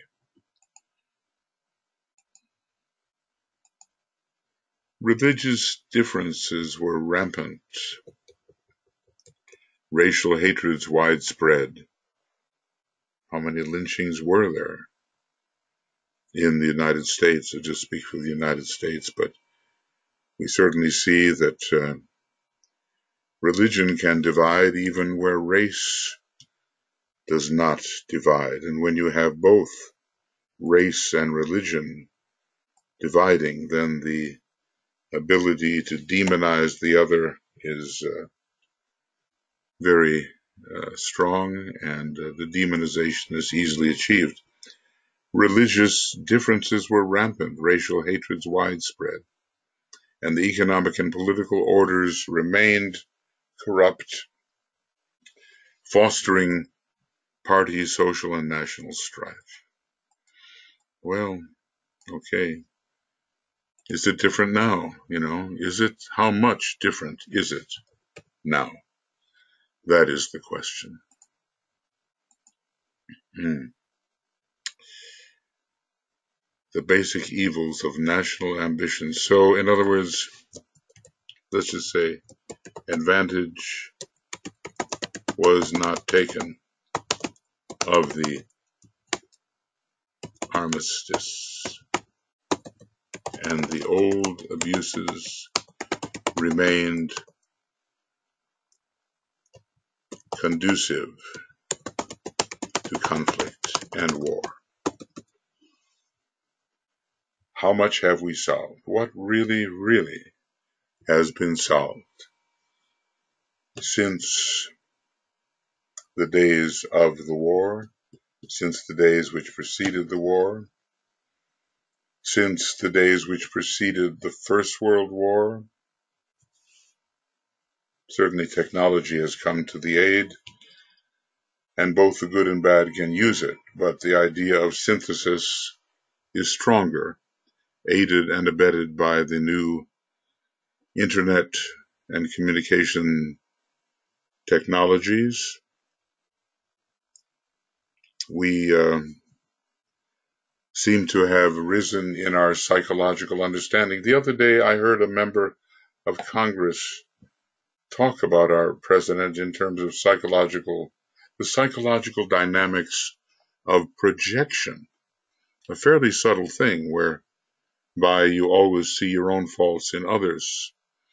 It sounds easy when you describe it, but it's hard to locate in a person. And this person identified that. And I thought to myself, well, has the national discourse become more psychological? And now we hear words like narcissism, and sometimes adjectives are added to it, malignant narcissism. These are right out of the psychological lexicon, and that, there's been a psychological revolution in the Western democracies. That has changed. Of course, with the increasing transportation and communication skills, there's been an augmentation of trade, and everything is far more internationally exchanged than ever before. Maybe there is a greater sophistication, and the idea of internationalism actually is a possibility. An idea. It is a possibility, and it was not before the war. Everything was so slow. Everything has speeded up tremendously. There are differences now. There are definitely differences. But has national ambition subsided? Not really. Has economic disparity subsided? Hardly at all. No. Are there still virulent class distinctions based on who inherits what and what the bloodlines are? Well, it depends on what country you go to, but no, those things are still in place. They have remained, and they are with us even now. I mean, as I say, I'm not a historian, and probably experts in the historical progress of various nations would take exception. But I'm just, kind of giving the layman's view of what remains and what needs to be done. In the question of resurgent nationalism, definitely we're in trouble. There are some more mature blocs consisting of various nations where some of this ancient nationalism is subdued, but within those blocs, certain nations are rebelling and again asserting their right to their own decisions, to sovereignty, to go against the will of the prevailing will of the collection of nations. So definitely the part is rebelling against the synthesis. Synthesis can cause a compression, a strain, a kind of relationship in which the boundaries come to light, and the synthetic movement tries to remove them, but others want to maintain them. It's the same battle that goes on in every individual. Do we become one with the group? Do we become one with the larger, with the ashram, with even finally with humanity?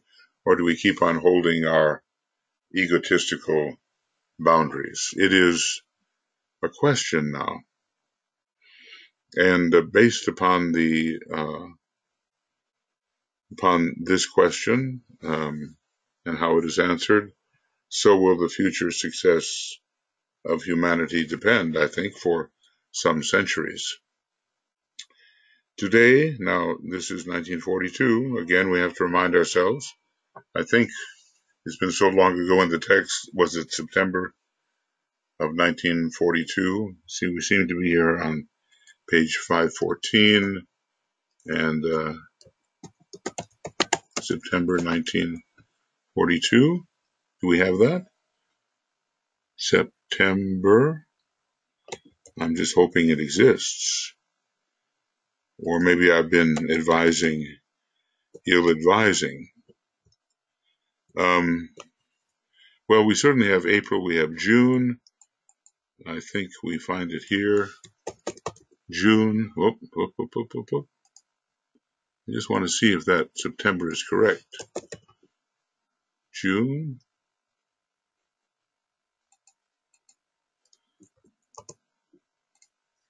Well, here's April 1942. Not quite June, but we have June, and there is another place, June 1942, May 1942. Do we have October 1942? October, we have June, no matches, okay, and September, well, I could swear there was, it says no matches. Well, then forgive me if I'm wrong about September, but I did think we were there. September, no matches. And what about November of 1942?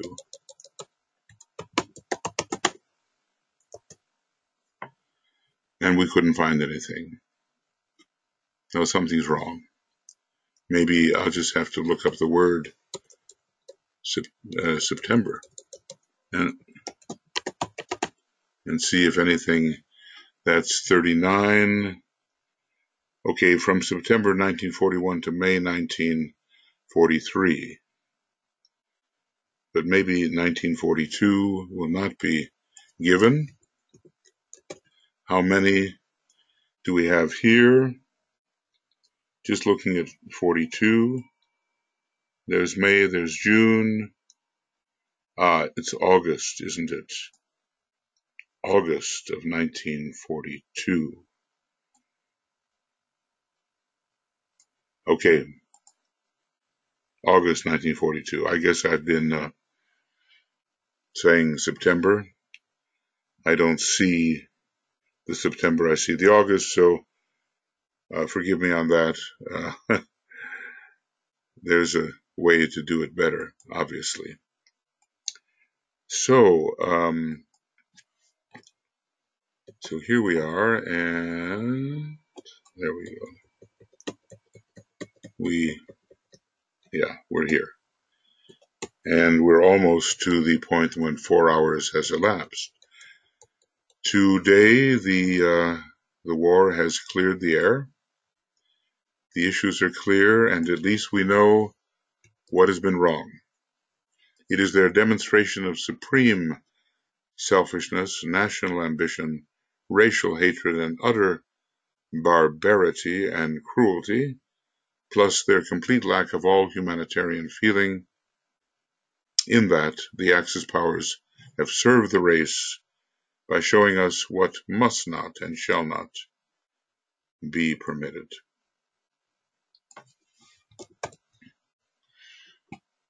That is so true, and sometimes the negative example serves a purpose and has to be allowed. Okay. The democracies have awakened also to their weaknesses and to the realization that true democracy does not as yet exist, open to widespread political corruption and to the ignorance and unpreparedness of the masses for true government. Imperialistic powers such as Great Britain, well, let's just say, let's call this realized um, failures. Imperial powers such as Great Britain, it certainly was imperial at that time, not anymore, are publicly repudiating the old points of view and are forging ahead in the task of world reconstruction. It's still being, I think, August 1942. The conservative reactionary is no longer popular.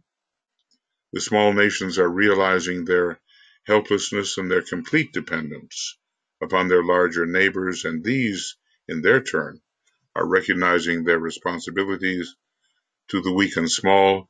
People everywhere are waking up and beginning to think, and never again can they sink back into that negative condition of the past. There is faith on every hand that a new and better world order is possible, and that it is even probable.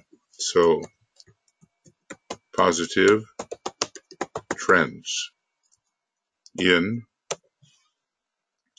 1942. Okay, well, sometimes those mistakes I probably have repeated quite a bit. September of 42, when I meant August, I'm just not finding September. I saw September of 41 into March or early months of 43. So now 4 hours have passed. Okay. And let's just see where we are in terms of the pagination.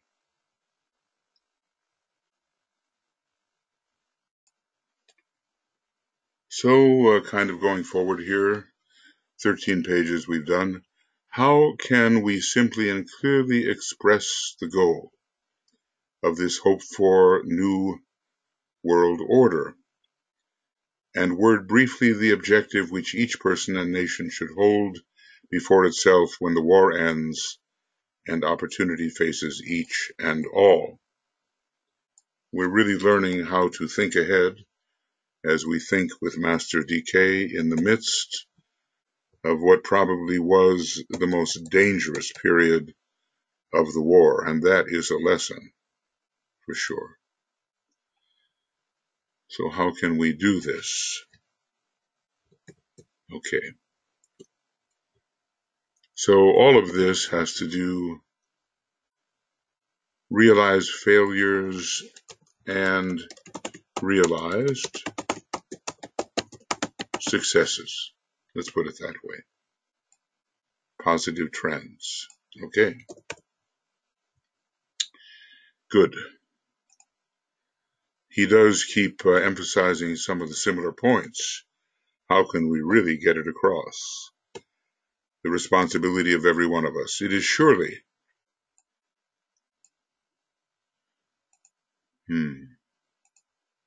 surely that every nation, great and small, with the minorities given equal and proportionate rights, should pursue its own individual culture and work out its own salvation as seems best to it, but that each and all should develop the realization that they are organic parts of one corporate whole, and they must contribute to that whole all that they have and are. This concept is already present in the hearts of countless thousands and carries with it great responsibility. These realizations, when rightly developed and wisely handled, will lead to right human relations, economic stability based on the spirit of sharing, and to a fresh orientation of man to man of nation to nation, and of all to that supreme power to which we give the name God. So this is the answer. This is the answer. And have we done it yet? Well, okay. Now, we note that nations should pursue their own individual culture, and each has that kind of autonomy. There's no totalitarianism in these blocks of nations that have federated together, such as, let's say, the European Union or the United States of America. There are states' rights and there are federal laws too, state laws, federal laws, and there is a necessity to work on the state level. But they must contribute. That's the whole point. Qualities of contribution, we used to call them. It must contribute to the whole, all they have and are, somehow. And this seems an easy thing to realize and to speculate about. Many are already thinking in these terms, and many, many more today. And if this is the case, then right human relations, economic stability, a fresh orientation, and so forth. If this is the case, these desirable ends will be achieved. This is the vision, and it is holding countless thousands steady on the path of duty, and for it many in every nation are prepared to work. So there is redemption in this vision.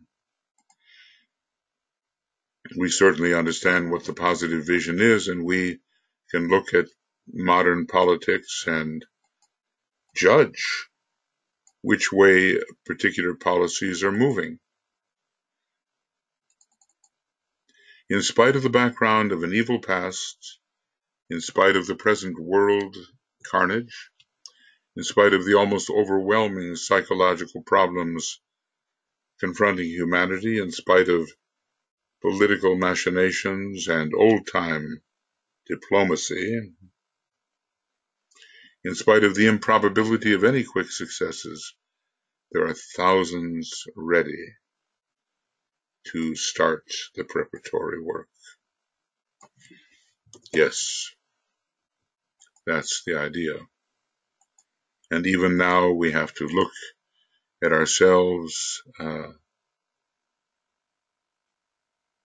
and say, are we engaged in the preparatory work? What are we preparing for? Not just the end of the war.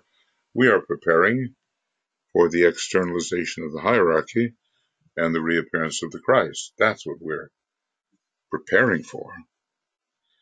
The number of men and women of vision and of goodwill is now so large, especially among the United Nations. Now, this is before the actual institutionalization and building of the United Nations. But he's calling the Allied powers the United Nations, that there is a chance of eventual success, and it is possible today to make a start. Yes, it is possible. It was possible and it was done. Now we cannot allow the subsiding into selfishness which tries to do away with all internationalism, the United Nations being the symbol of that internationalism. And factually, it is an international body. People are brought together for the welfare of all, and the selfish nations just want their own welfare. And when the rich nations say, I'm contributing too much, others have to contribute more, and the rich nations start shirking their responsibility, then a great experiment is in danger. The outline of the future world structure can already be dimly seen. The failure, complete, obvious, and irremediable, interesting word, of the old order and the old world is everywhere recognized. The will to good is growing. One of the interesting things which it is helpful to recognize is that this vision is more clearly seen by the man in the street and by the intelligentsia than it is by the exclusive classes. He says,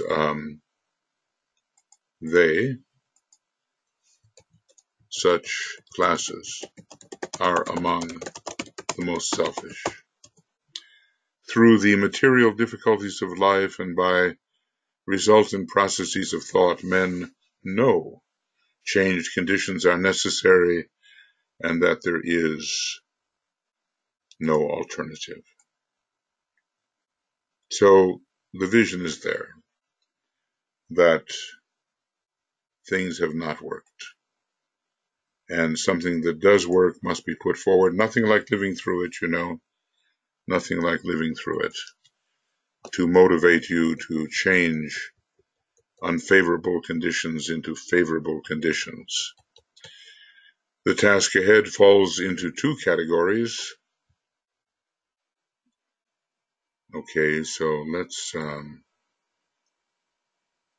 first, directing mass thought and energy into the right line so that good motive and wise action can bring in the desired era of right human relations. That comes first, and then eventual peace.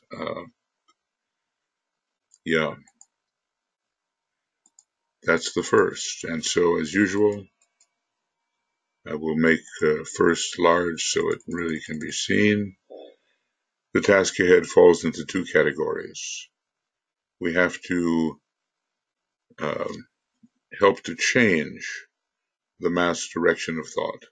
Secondly, educating those whose apathy and lack of vision impede progress. This latter phase of the work is well underway, and a powerful, though small group among world leaders is voicing certain general propositions which must be regarded as imperative when world readjustment starts.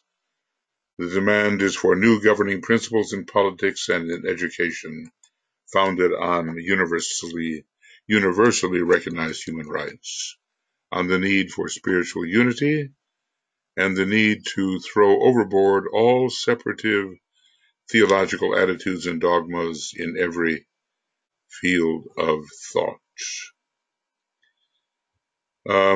So let's make this in another color, and we'll enlarge that number, or that number. Secondly, educating those. So these demands, there is mounting appeal not only for international understanding and cooperation, but also for class understanding. These demands are being expressed from every platform and pulpit through the pen in every land except in those sad lands where freedom of speech is not permitted, and there Nazism and fascism would be the ruling factors.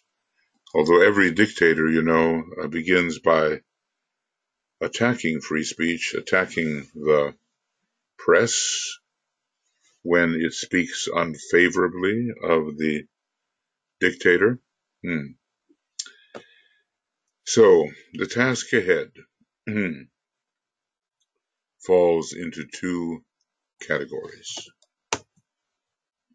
Directing thought into right line and educating the apathetic. And some were undertaking it. The danger is that we've, no world war being fresh in our memory, except of course with the documentation which shows the horrors, we begin to subside into the undisciplined life of peace, not a real peace, but the cessation of hostilities makes us forget the importance of our spiritual values. That is a problem. The average man looks on at all of this and is frequently overwhelmed by the magnitude of the unfolding task, by the diversity of opinions expressed, by the many suggestions, plans, and schemes for world betterment, and by the sense of his own utter unimportance and futility in the face of this gigantic human undertaking. He asks himself many questions. Of what use am I? And don't we ask ourselves these questions too, do we not? Of what use am I? What can I do? How can my little voice be heard? And of what use is it when heard? What part can I play in the vast arena of world affairs? How can I prove myself useful and constructive? How can I offset my ignorance of history, of society, of political and economic conditions in my own country, not to speak of other lands? Humanity is so immense, its numbers so vast, and its races so many, that he feels himself helpless, in a helpless, insignificant unit. He has no academic or general training which will enable him to grasp the problems or contribute to the solution. What therefore can the man in the street, the businessman in his office, the woman in her home, the average citizen everywhere contribute at this time in the future to helping the world? And it is for this type of person I write. Not for the professional, no. Not for the professional. So I'm going to just isolate this. And this is the hopeless view of the average man.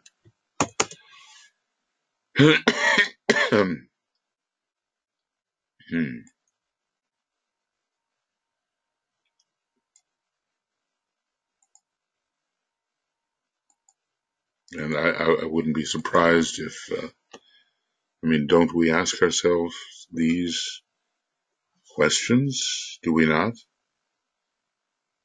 We are not necessarily so trained that we can contribute immediately in a way that we understand will be successful to the improvement of things, but of course we have the whole esoteric tradition behind us,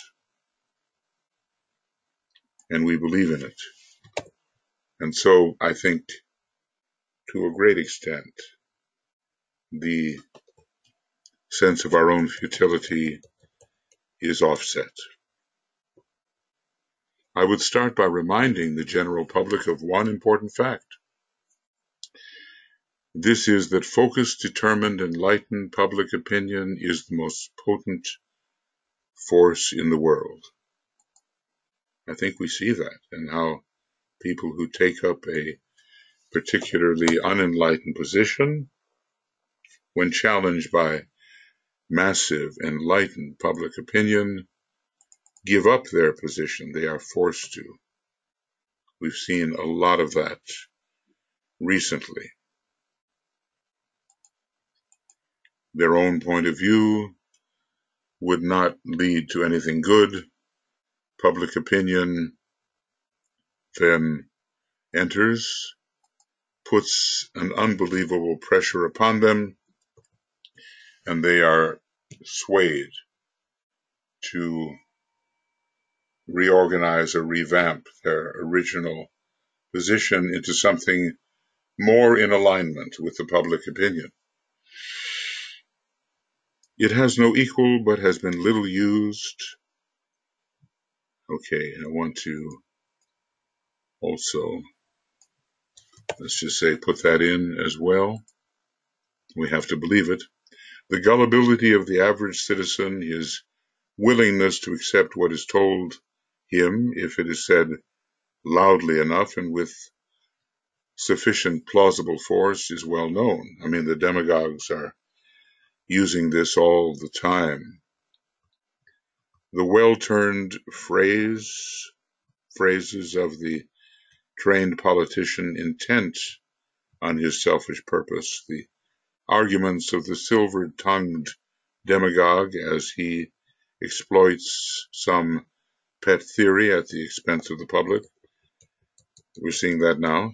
And the rantings of the man with the cause.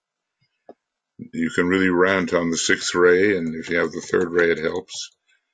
A theory or an axe to grind all find easy audience. Mass psychology and mob determinations have been exploited down the ages, for the unthinking and the emotional are easily swayed in any direction, and hitherto this has been turned to their own advantage by those who do not have the best interests of humanity at heart. It has been used for selfish and evil ends far more than for good. Of this tendency, the negative and helpless attitude of the German people under the Nazi rulers is the outstanding example. Well, you think about the play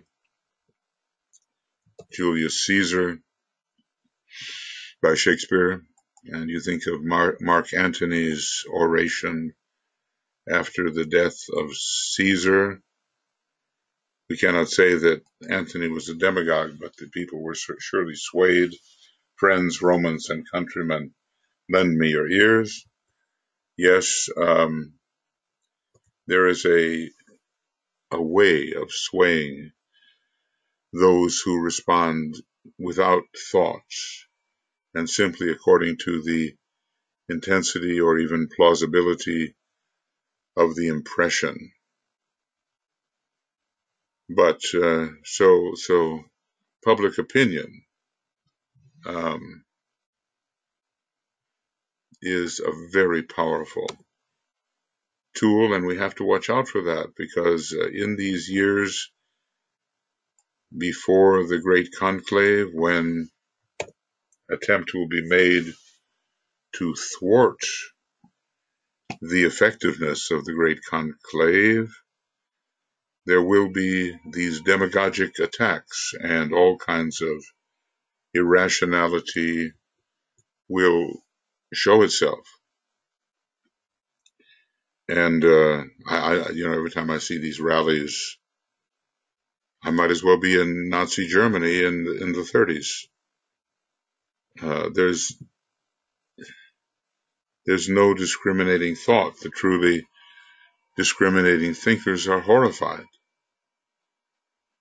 The public morality has declined greatly. The highest values are nowhere to be found among those responders to demagoguery.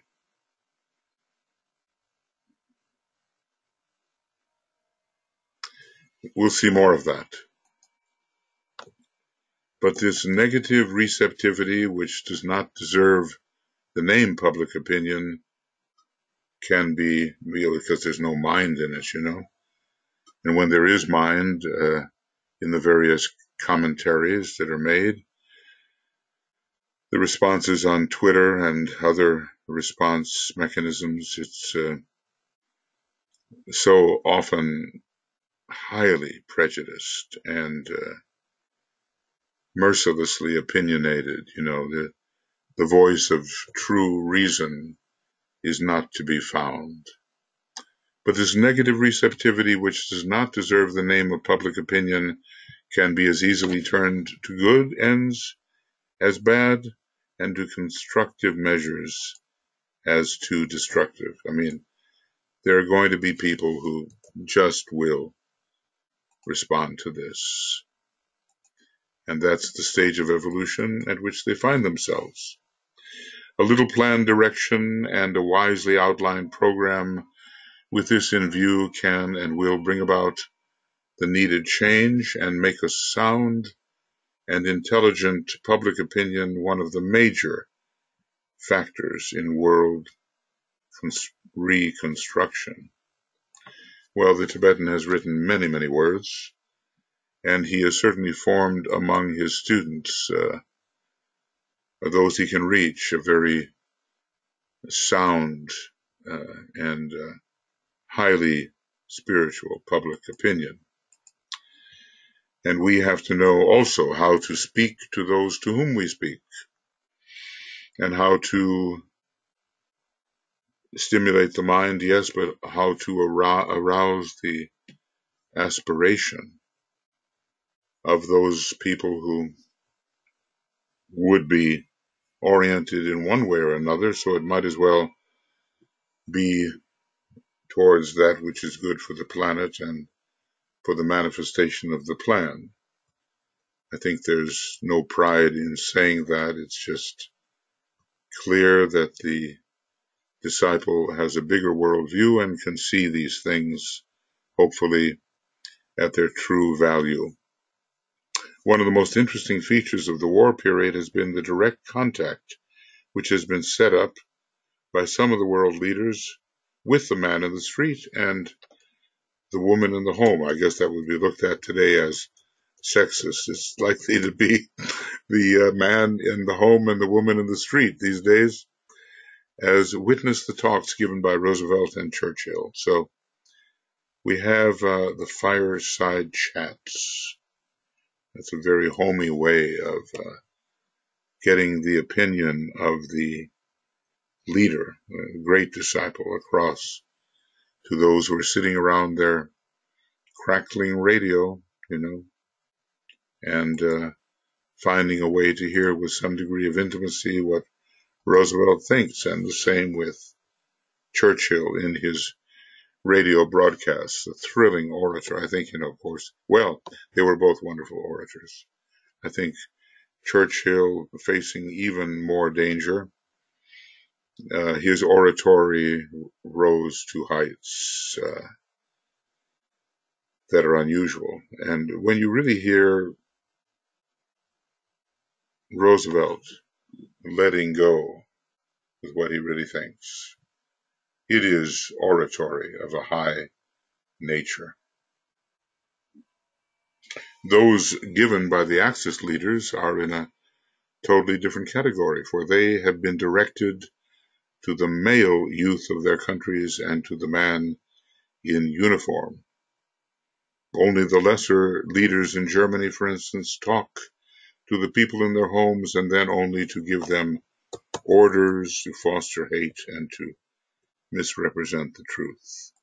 Amazing that there should be a Black Lodge, and that there should be lords of form, and that they persist in what DK identifies as their unique blindness. Brothers of unique blindness who have wandered far into the land of distances.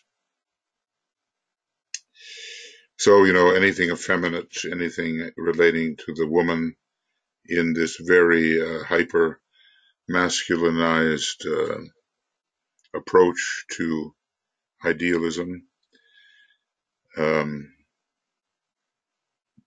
those things were not handled by the greatest of the leaders. Only directing to the, if you look at that documentary, was it Leni Riefenschneider, something like that, The Triumph of the Will? Just look at it and just see the extremes to which it is possible to persuade the army, the male youth, etc. So only the lesser leaders talk to people in the home. In all these cases, however, the value of mass opinion is recognized, and the need to sway the mass mind, either bending it to the will of some leader such as Hitler, or educating it in the principles which are of benefit to the whole. Well, all the time, we see differences in approach between the representatives of the White Lodge and those representing the Black Lodge. And it's clear. It's clear to people like ourselves, I think, and increasingly clear. I'm, the older I get, the more I get interested in politics or see how important it really is, because as Master DK, it says it conditions so many people, you know. And we see how politics is done corruptly so often, evasively, deceptionally, with deception. Okay, so this is first. Okay, and I'll make it relatively big, and then he starts talking about second, My gratitude towards Master DK grows and grows and grows as I see what he has given to us and understand it more, You have to reach your late 70s to do that? I hope not. But it certainly comes home to you. The second point, which needs to be grasped by the average citizen, is that the mass is made up of individuals, that each of us as an individual is a definite and integral part of the whole. This is a basic and important fact and has a bearing on our subject. The first step in the rebuilding process, which lies ahead of us, is to reach the individual, show him his importance, indicate to him his very real sphere of influence, and then set him to work in that sphere and with what he has. It's so practical, isn't it? In this way, his normal and natural sense of futility will disappear, and he will gradually realize that he is needed and can do much. Having grasped this for himself, he can then try to bring the same constructive attitude to those around him, and thus the sense of responsibility will spread, and they will then do likewise. So that's the second of the point to be grasped in this rebuilding process. Let's overcome this sense of futility. And it can be done and it's true. I mean, what we do in our immediate surroundings does, in however small a circle at first, ripple outward and has an effect. And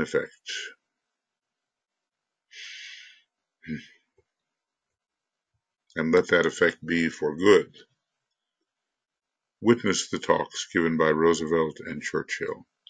I'm sure it's worth re-listening to those, radio crackle and all. I've seen the pictures of the family gathered around that old wooden radio.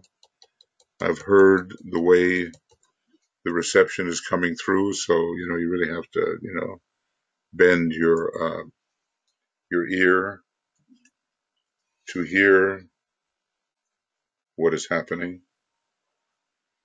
But it was communication, more heart to heart, involving the will, of course, but not just authoritarianism. Think of the, shrieking, screaming of Hitler, literally foaming at the mouth, the mad dog approach to influencing people. And think of the elegant oratory of Churchill and that soaring oratory of Franklin Roosevelt. Am I caught here in the Second World War? It seems to have been such a moment for humanity, such a moment, that if we had not made it through, humanity indeed would be presently in slavery, and people like yourself and myself, we may never have been born. And if we had been, we would be enslaved by the representatives of the lords of the dark face. Not a very pretty picture. May I point out here that the value of the individual is surely based on the inherent divinity of the human spirit and on the integrity of the whole.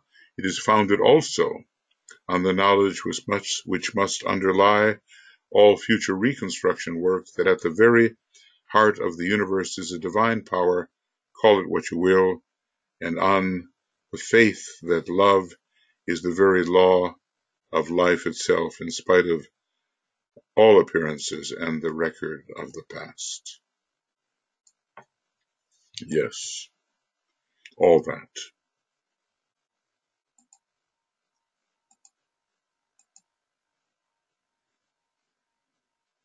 And you see, if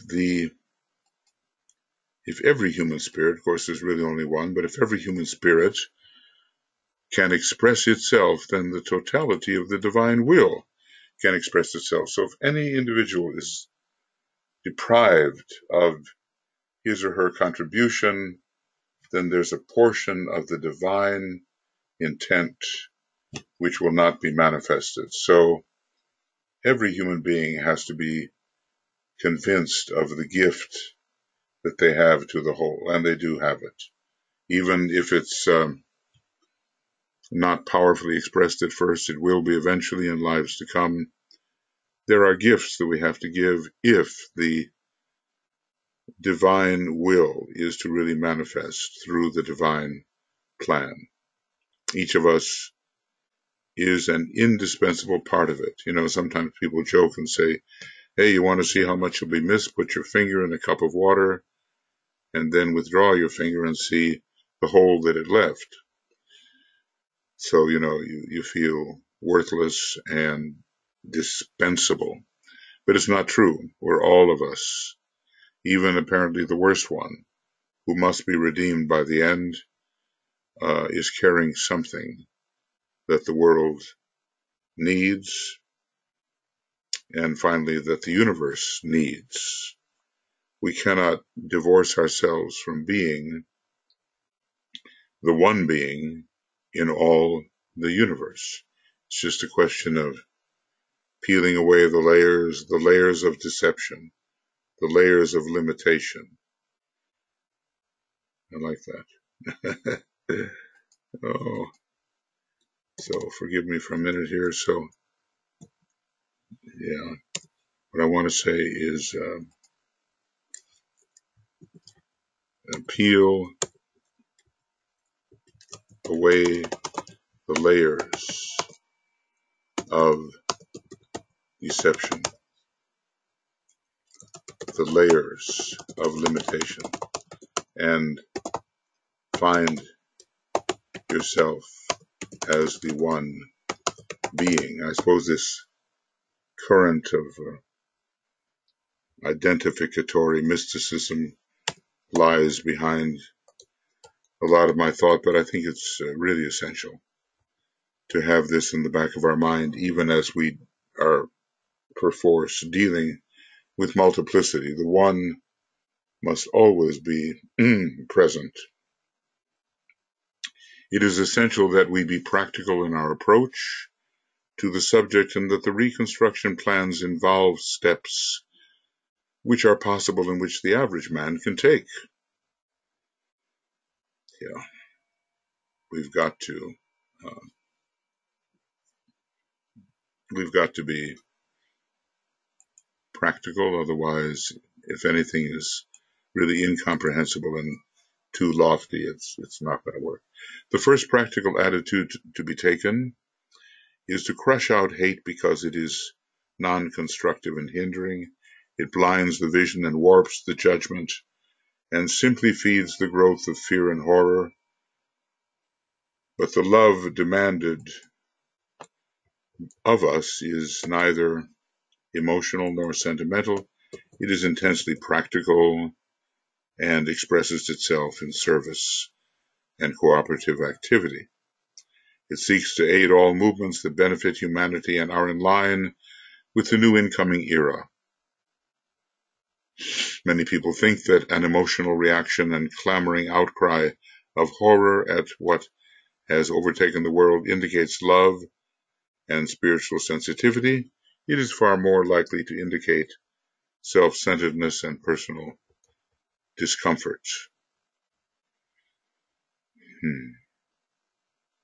True love has no time for these reactions because the work of alleviation is entirely engrossing.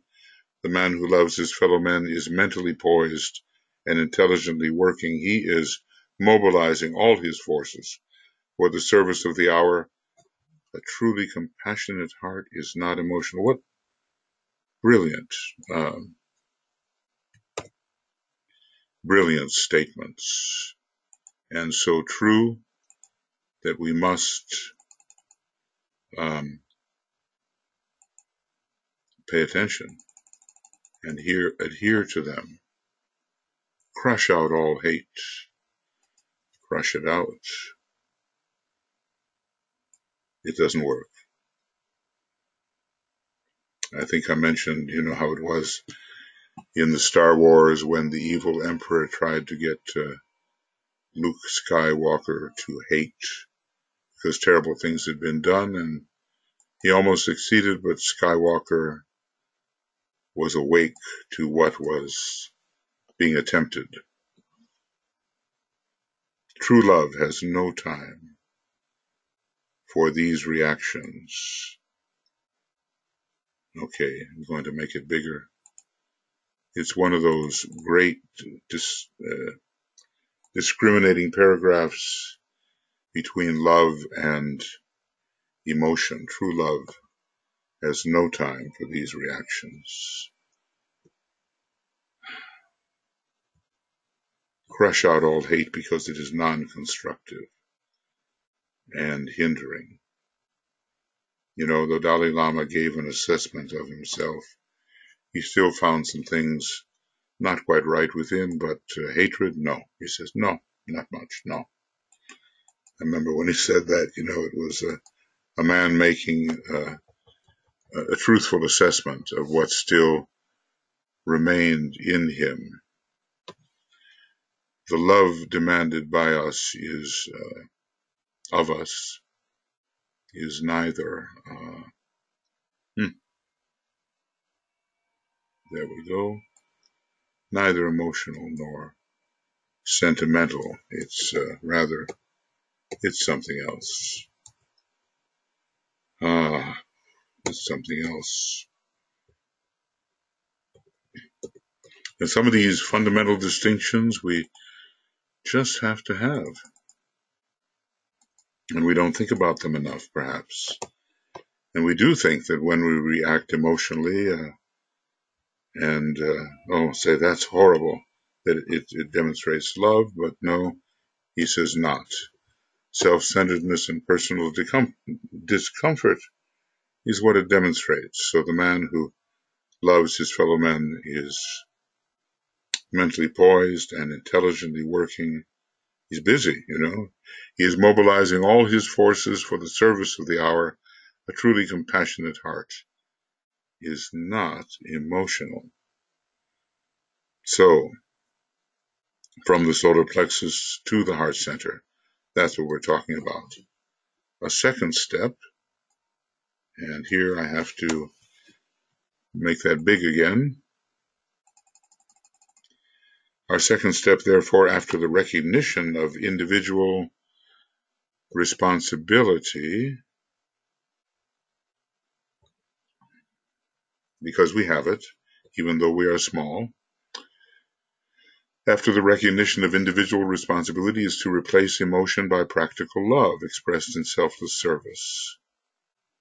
Okay, that makes sense. That makes sense. And we'll make that, been keeping the same sequence of colors. The third step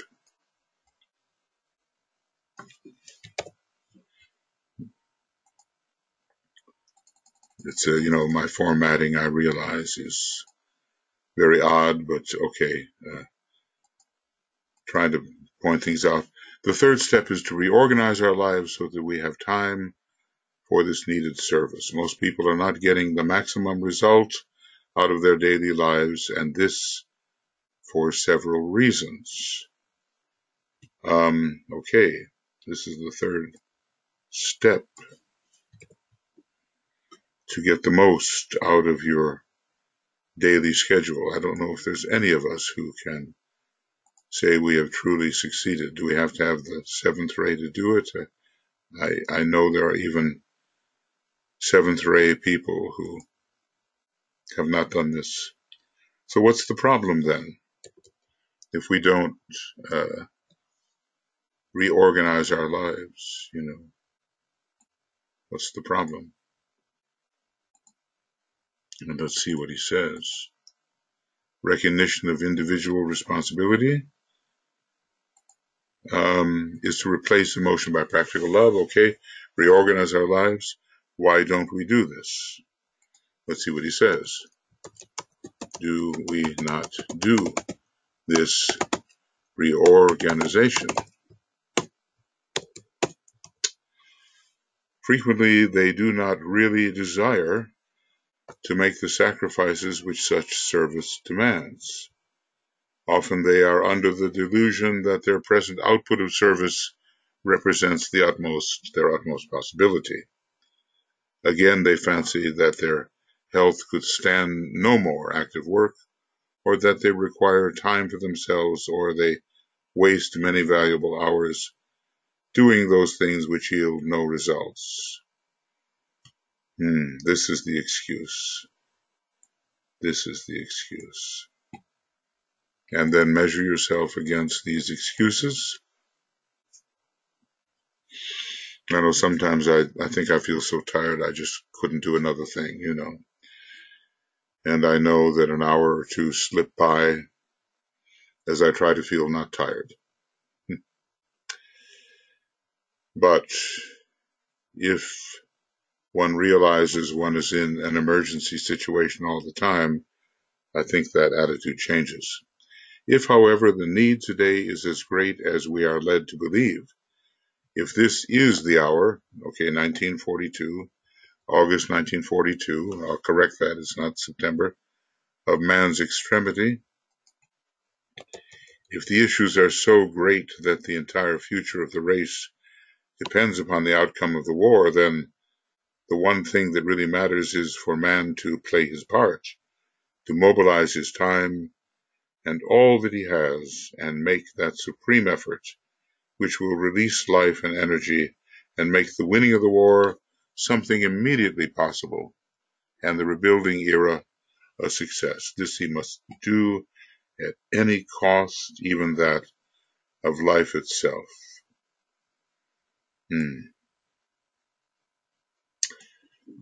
Very interesting. And very demanding, wouldn't you say? Very demanding. And should it be applied now? There is no world war. Shall it be applied? And obviously, my view is that it must be applied. Is this the hour of man's extremity? Well, it may not be Armageddon, but as I say, something terminal could result due to the kinds of weapons that we have and their speed and the fact that there can be a submarine nuclearly armed off the coast of any nation, cutting down in half or less the time it takes to reach a center of population.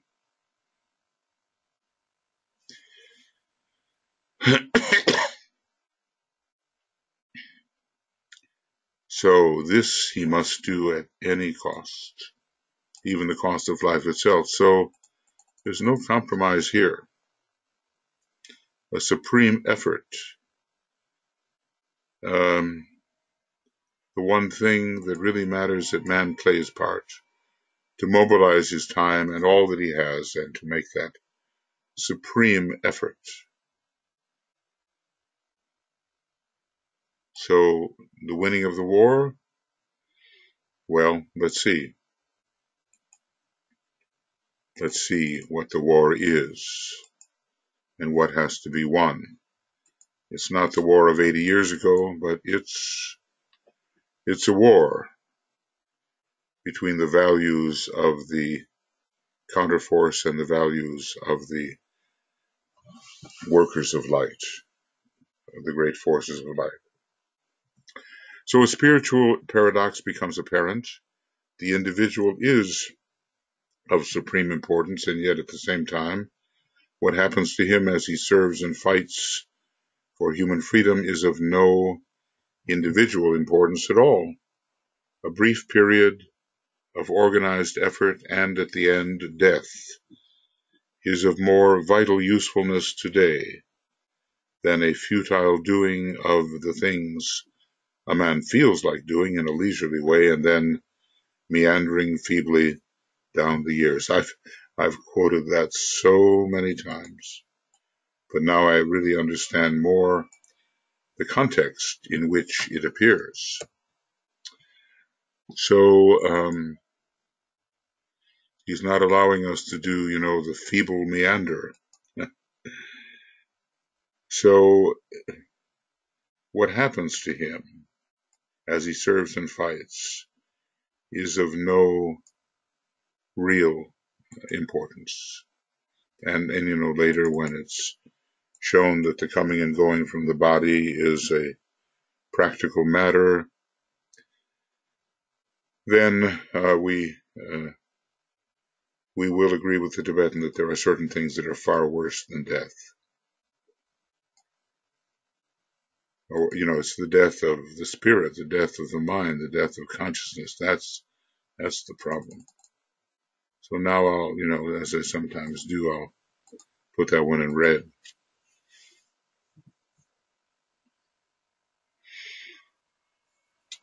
Well, this is being, the second point is being, it's the third step, reorganize our time.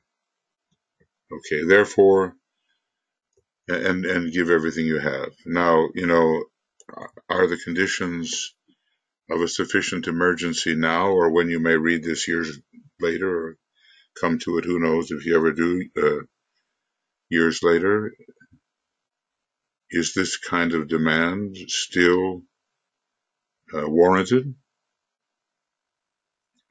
My prediction is if it's in the 21st century, it will be warranted, and even in the 22nd, and as helpers of the Christ all the way through, really, we cannot think that the forces of opposition will stand idly by as the hierarchy externalizes and as the Christ makes his reappearance. There will be an onslaught, I suspect, and especially in the countries where he will be tending to do a lot of work, or a country where he may set up his headquarters. Therefore, the development of the sense of individual responsibility, the expression of real love in service, and the reorganizing of the life. Okay, so let's just call this 3 great points, activities. Therefore, the development of a sense of individual responsibility, expression of real love in service, and the reorganizing of life so as to get the utmost out of every day constitutes the preparatory stage for the man who seeks to participate in the reconstruction period. I think some of us we hadn't been born yet, or if we were born, we were very small, and that had to go on around us. I'm wondering, did any of the people related to me consciously participate in this? I can't say in the affirmative, really, but then I don't know entirely. So the sense of individual responsibility, that's one, and the expression of real love in service, that's another, and the reorganizing of the life so as to get the most out of each day. Sometimes I feel quite guilty about that. I find that day after day, going to bed late, not sleeping well, waking up, having to nap, I think there must be a better way. And I'm hoping that there is. So that's number one. And this is number two. And this is number three. We've been given so many directives, so much advice about how to do this correctly, Having then done this to the best of his ability, and many have already made a good beginning, he must develop in himself and evoke in others the spirit of goodwill. So this is kind of a four.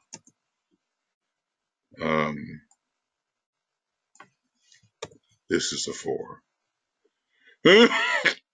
Sorry.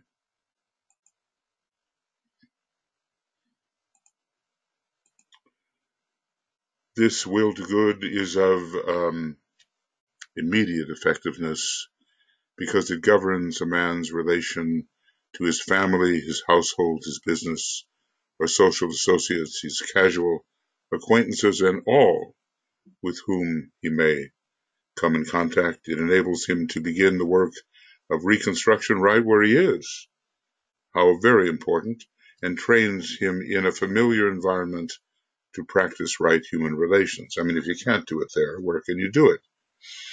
It's this old story of from Bethlehem to Calvary. Well, first you have to make a success of it in Bethlehem, which is your immediate home.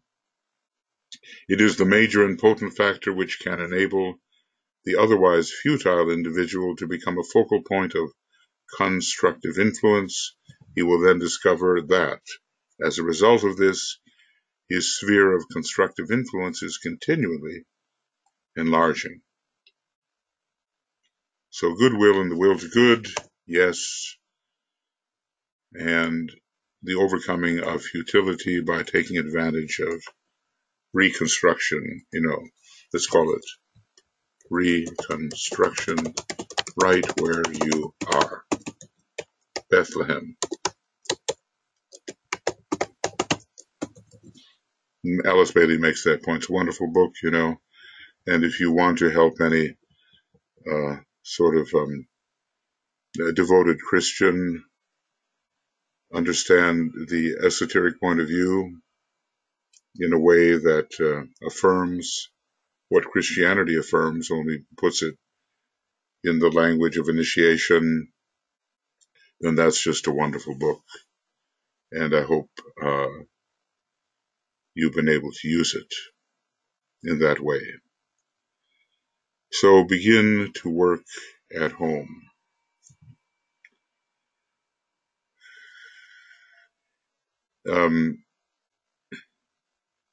And overcome futility, right? I mean, I'm sure there are times when all of us feel futile. It can have to do with the degree of energy we have, or in many circumstances. But we cannot allow it to persist. These are the first four steps, and they are perhaps the most difficult, for they are non-spectacular and almost constitute spiritual platitudes. So this is the one I want to enlarge. And we have seen the sense of individual responsibility, the expression of real love in service, real love, not sentimental, emotional love, if we can call it love, reorganizing the life and expressing goodwill, and helping others to do so. Well, okay, they are non-spectacular and therefore they look like spiritual platitudes, but they're really important. And sometimes to do the non-spectacular thing is the more difficult thing. Often if you do something really unusual, you'll receive commendation from someone. It'll be a boost, but it's these unseen things that count. But they are essential and unavoidable preliminaries for the man who wants to work wisely, usefully, and intuitively in the future. And so we can add to that. And this is adding to these four. Well, I think I'll have to see, what page we're on, page 383. And we have something called August 1942. Okay, and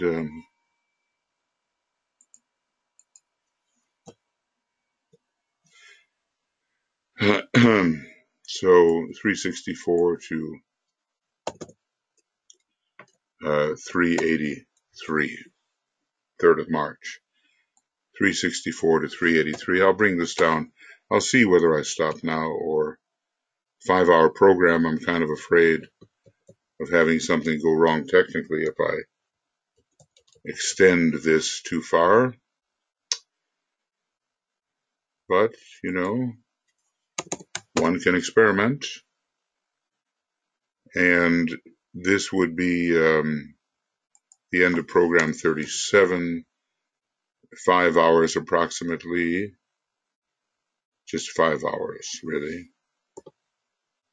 And page 364 to 383, and this is the 3rd of March. And let's just see if I go any farther. This would be program 38. I've been on a bit of a roll here. 383 to whatever, we don't know. And March XX. There we are. Okay. So I'll just put this on suspension, and we'll see whether one could or should go any farther. I'm enjoying this. I feel, the master teacher is giving advice which cannot be rejected. It has to be assimilated and applied. And I just hope for myself and for all of you that we have enough willingness, let me call it willingness, to understand, to assimilate, and to apply. I hope so.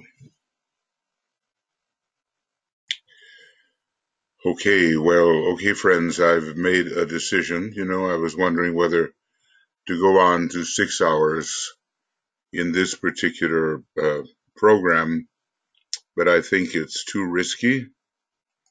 And if I'm able to do a little more tonight, I'll just do it in a shorter program. So meanwhile, we're closing out at the end of program 37.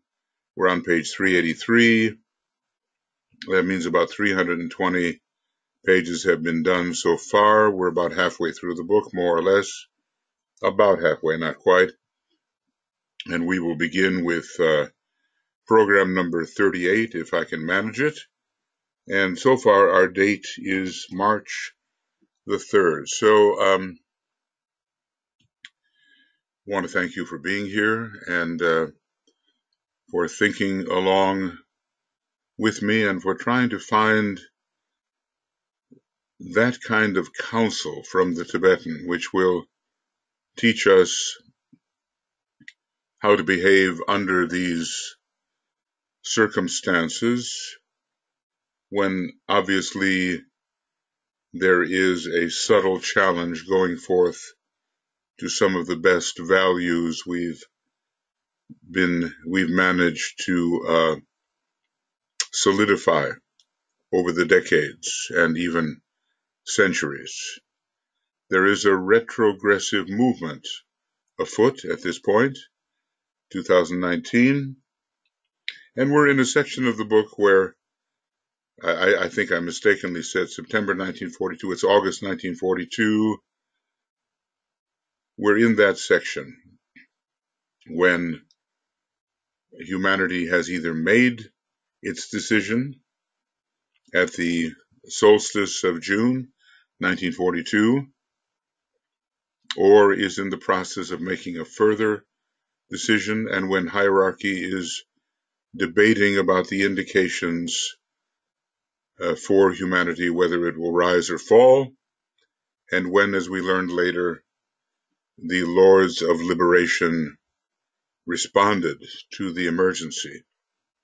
And we'll try to put all that together, and above all, to see the kind of advice that Master DK was offering to to his students and to those he was relying upon to help him. So I'll get this under the conversion process and send it out tomorrow. It's going to take quite a number of hours, 10 hours or more, I guess, to convert it, and then I'll send it to you, and it will be on Makara very soon, and then later on the YouTube page. So lots of love, many blessings, study hard, meditate with depth, and apply apply all the wisdom that you can. And we'll be back, hopefully. Bye-bye.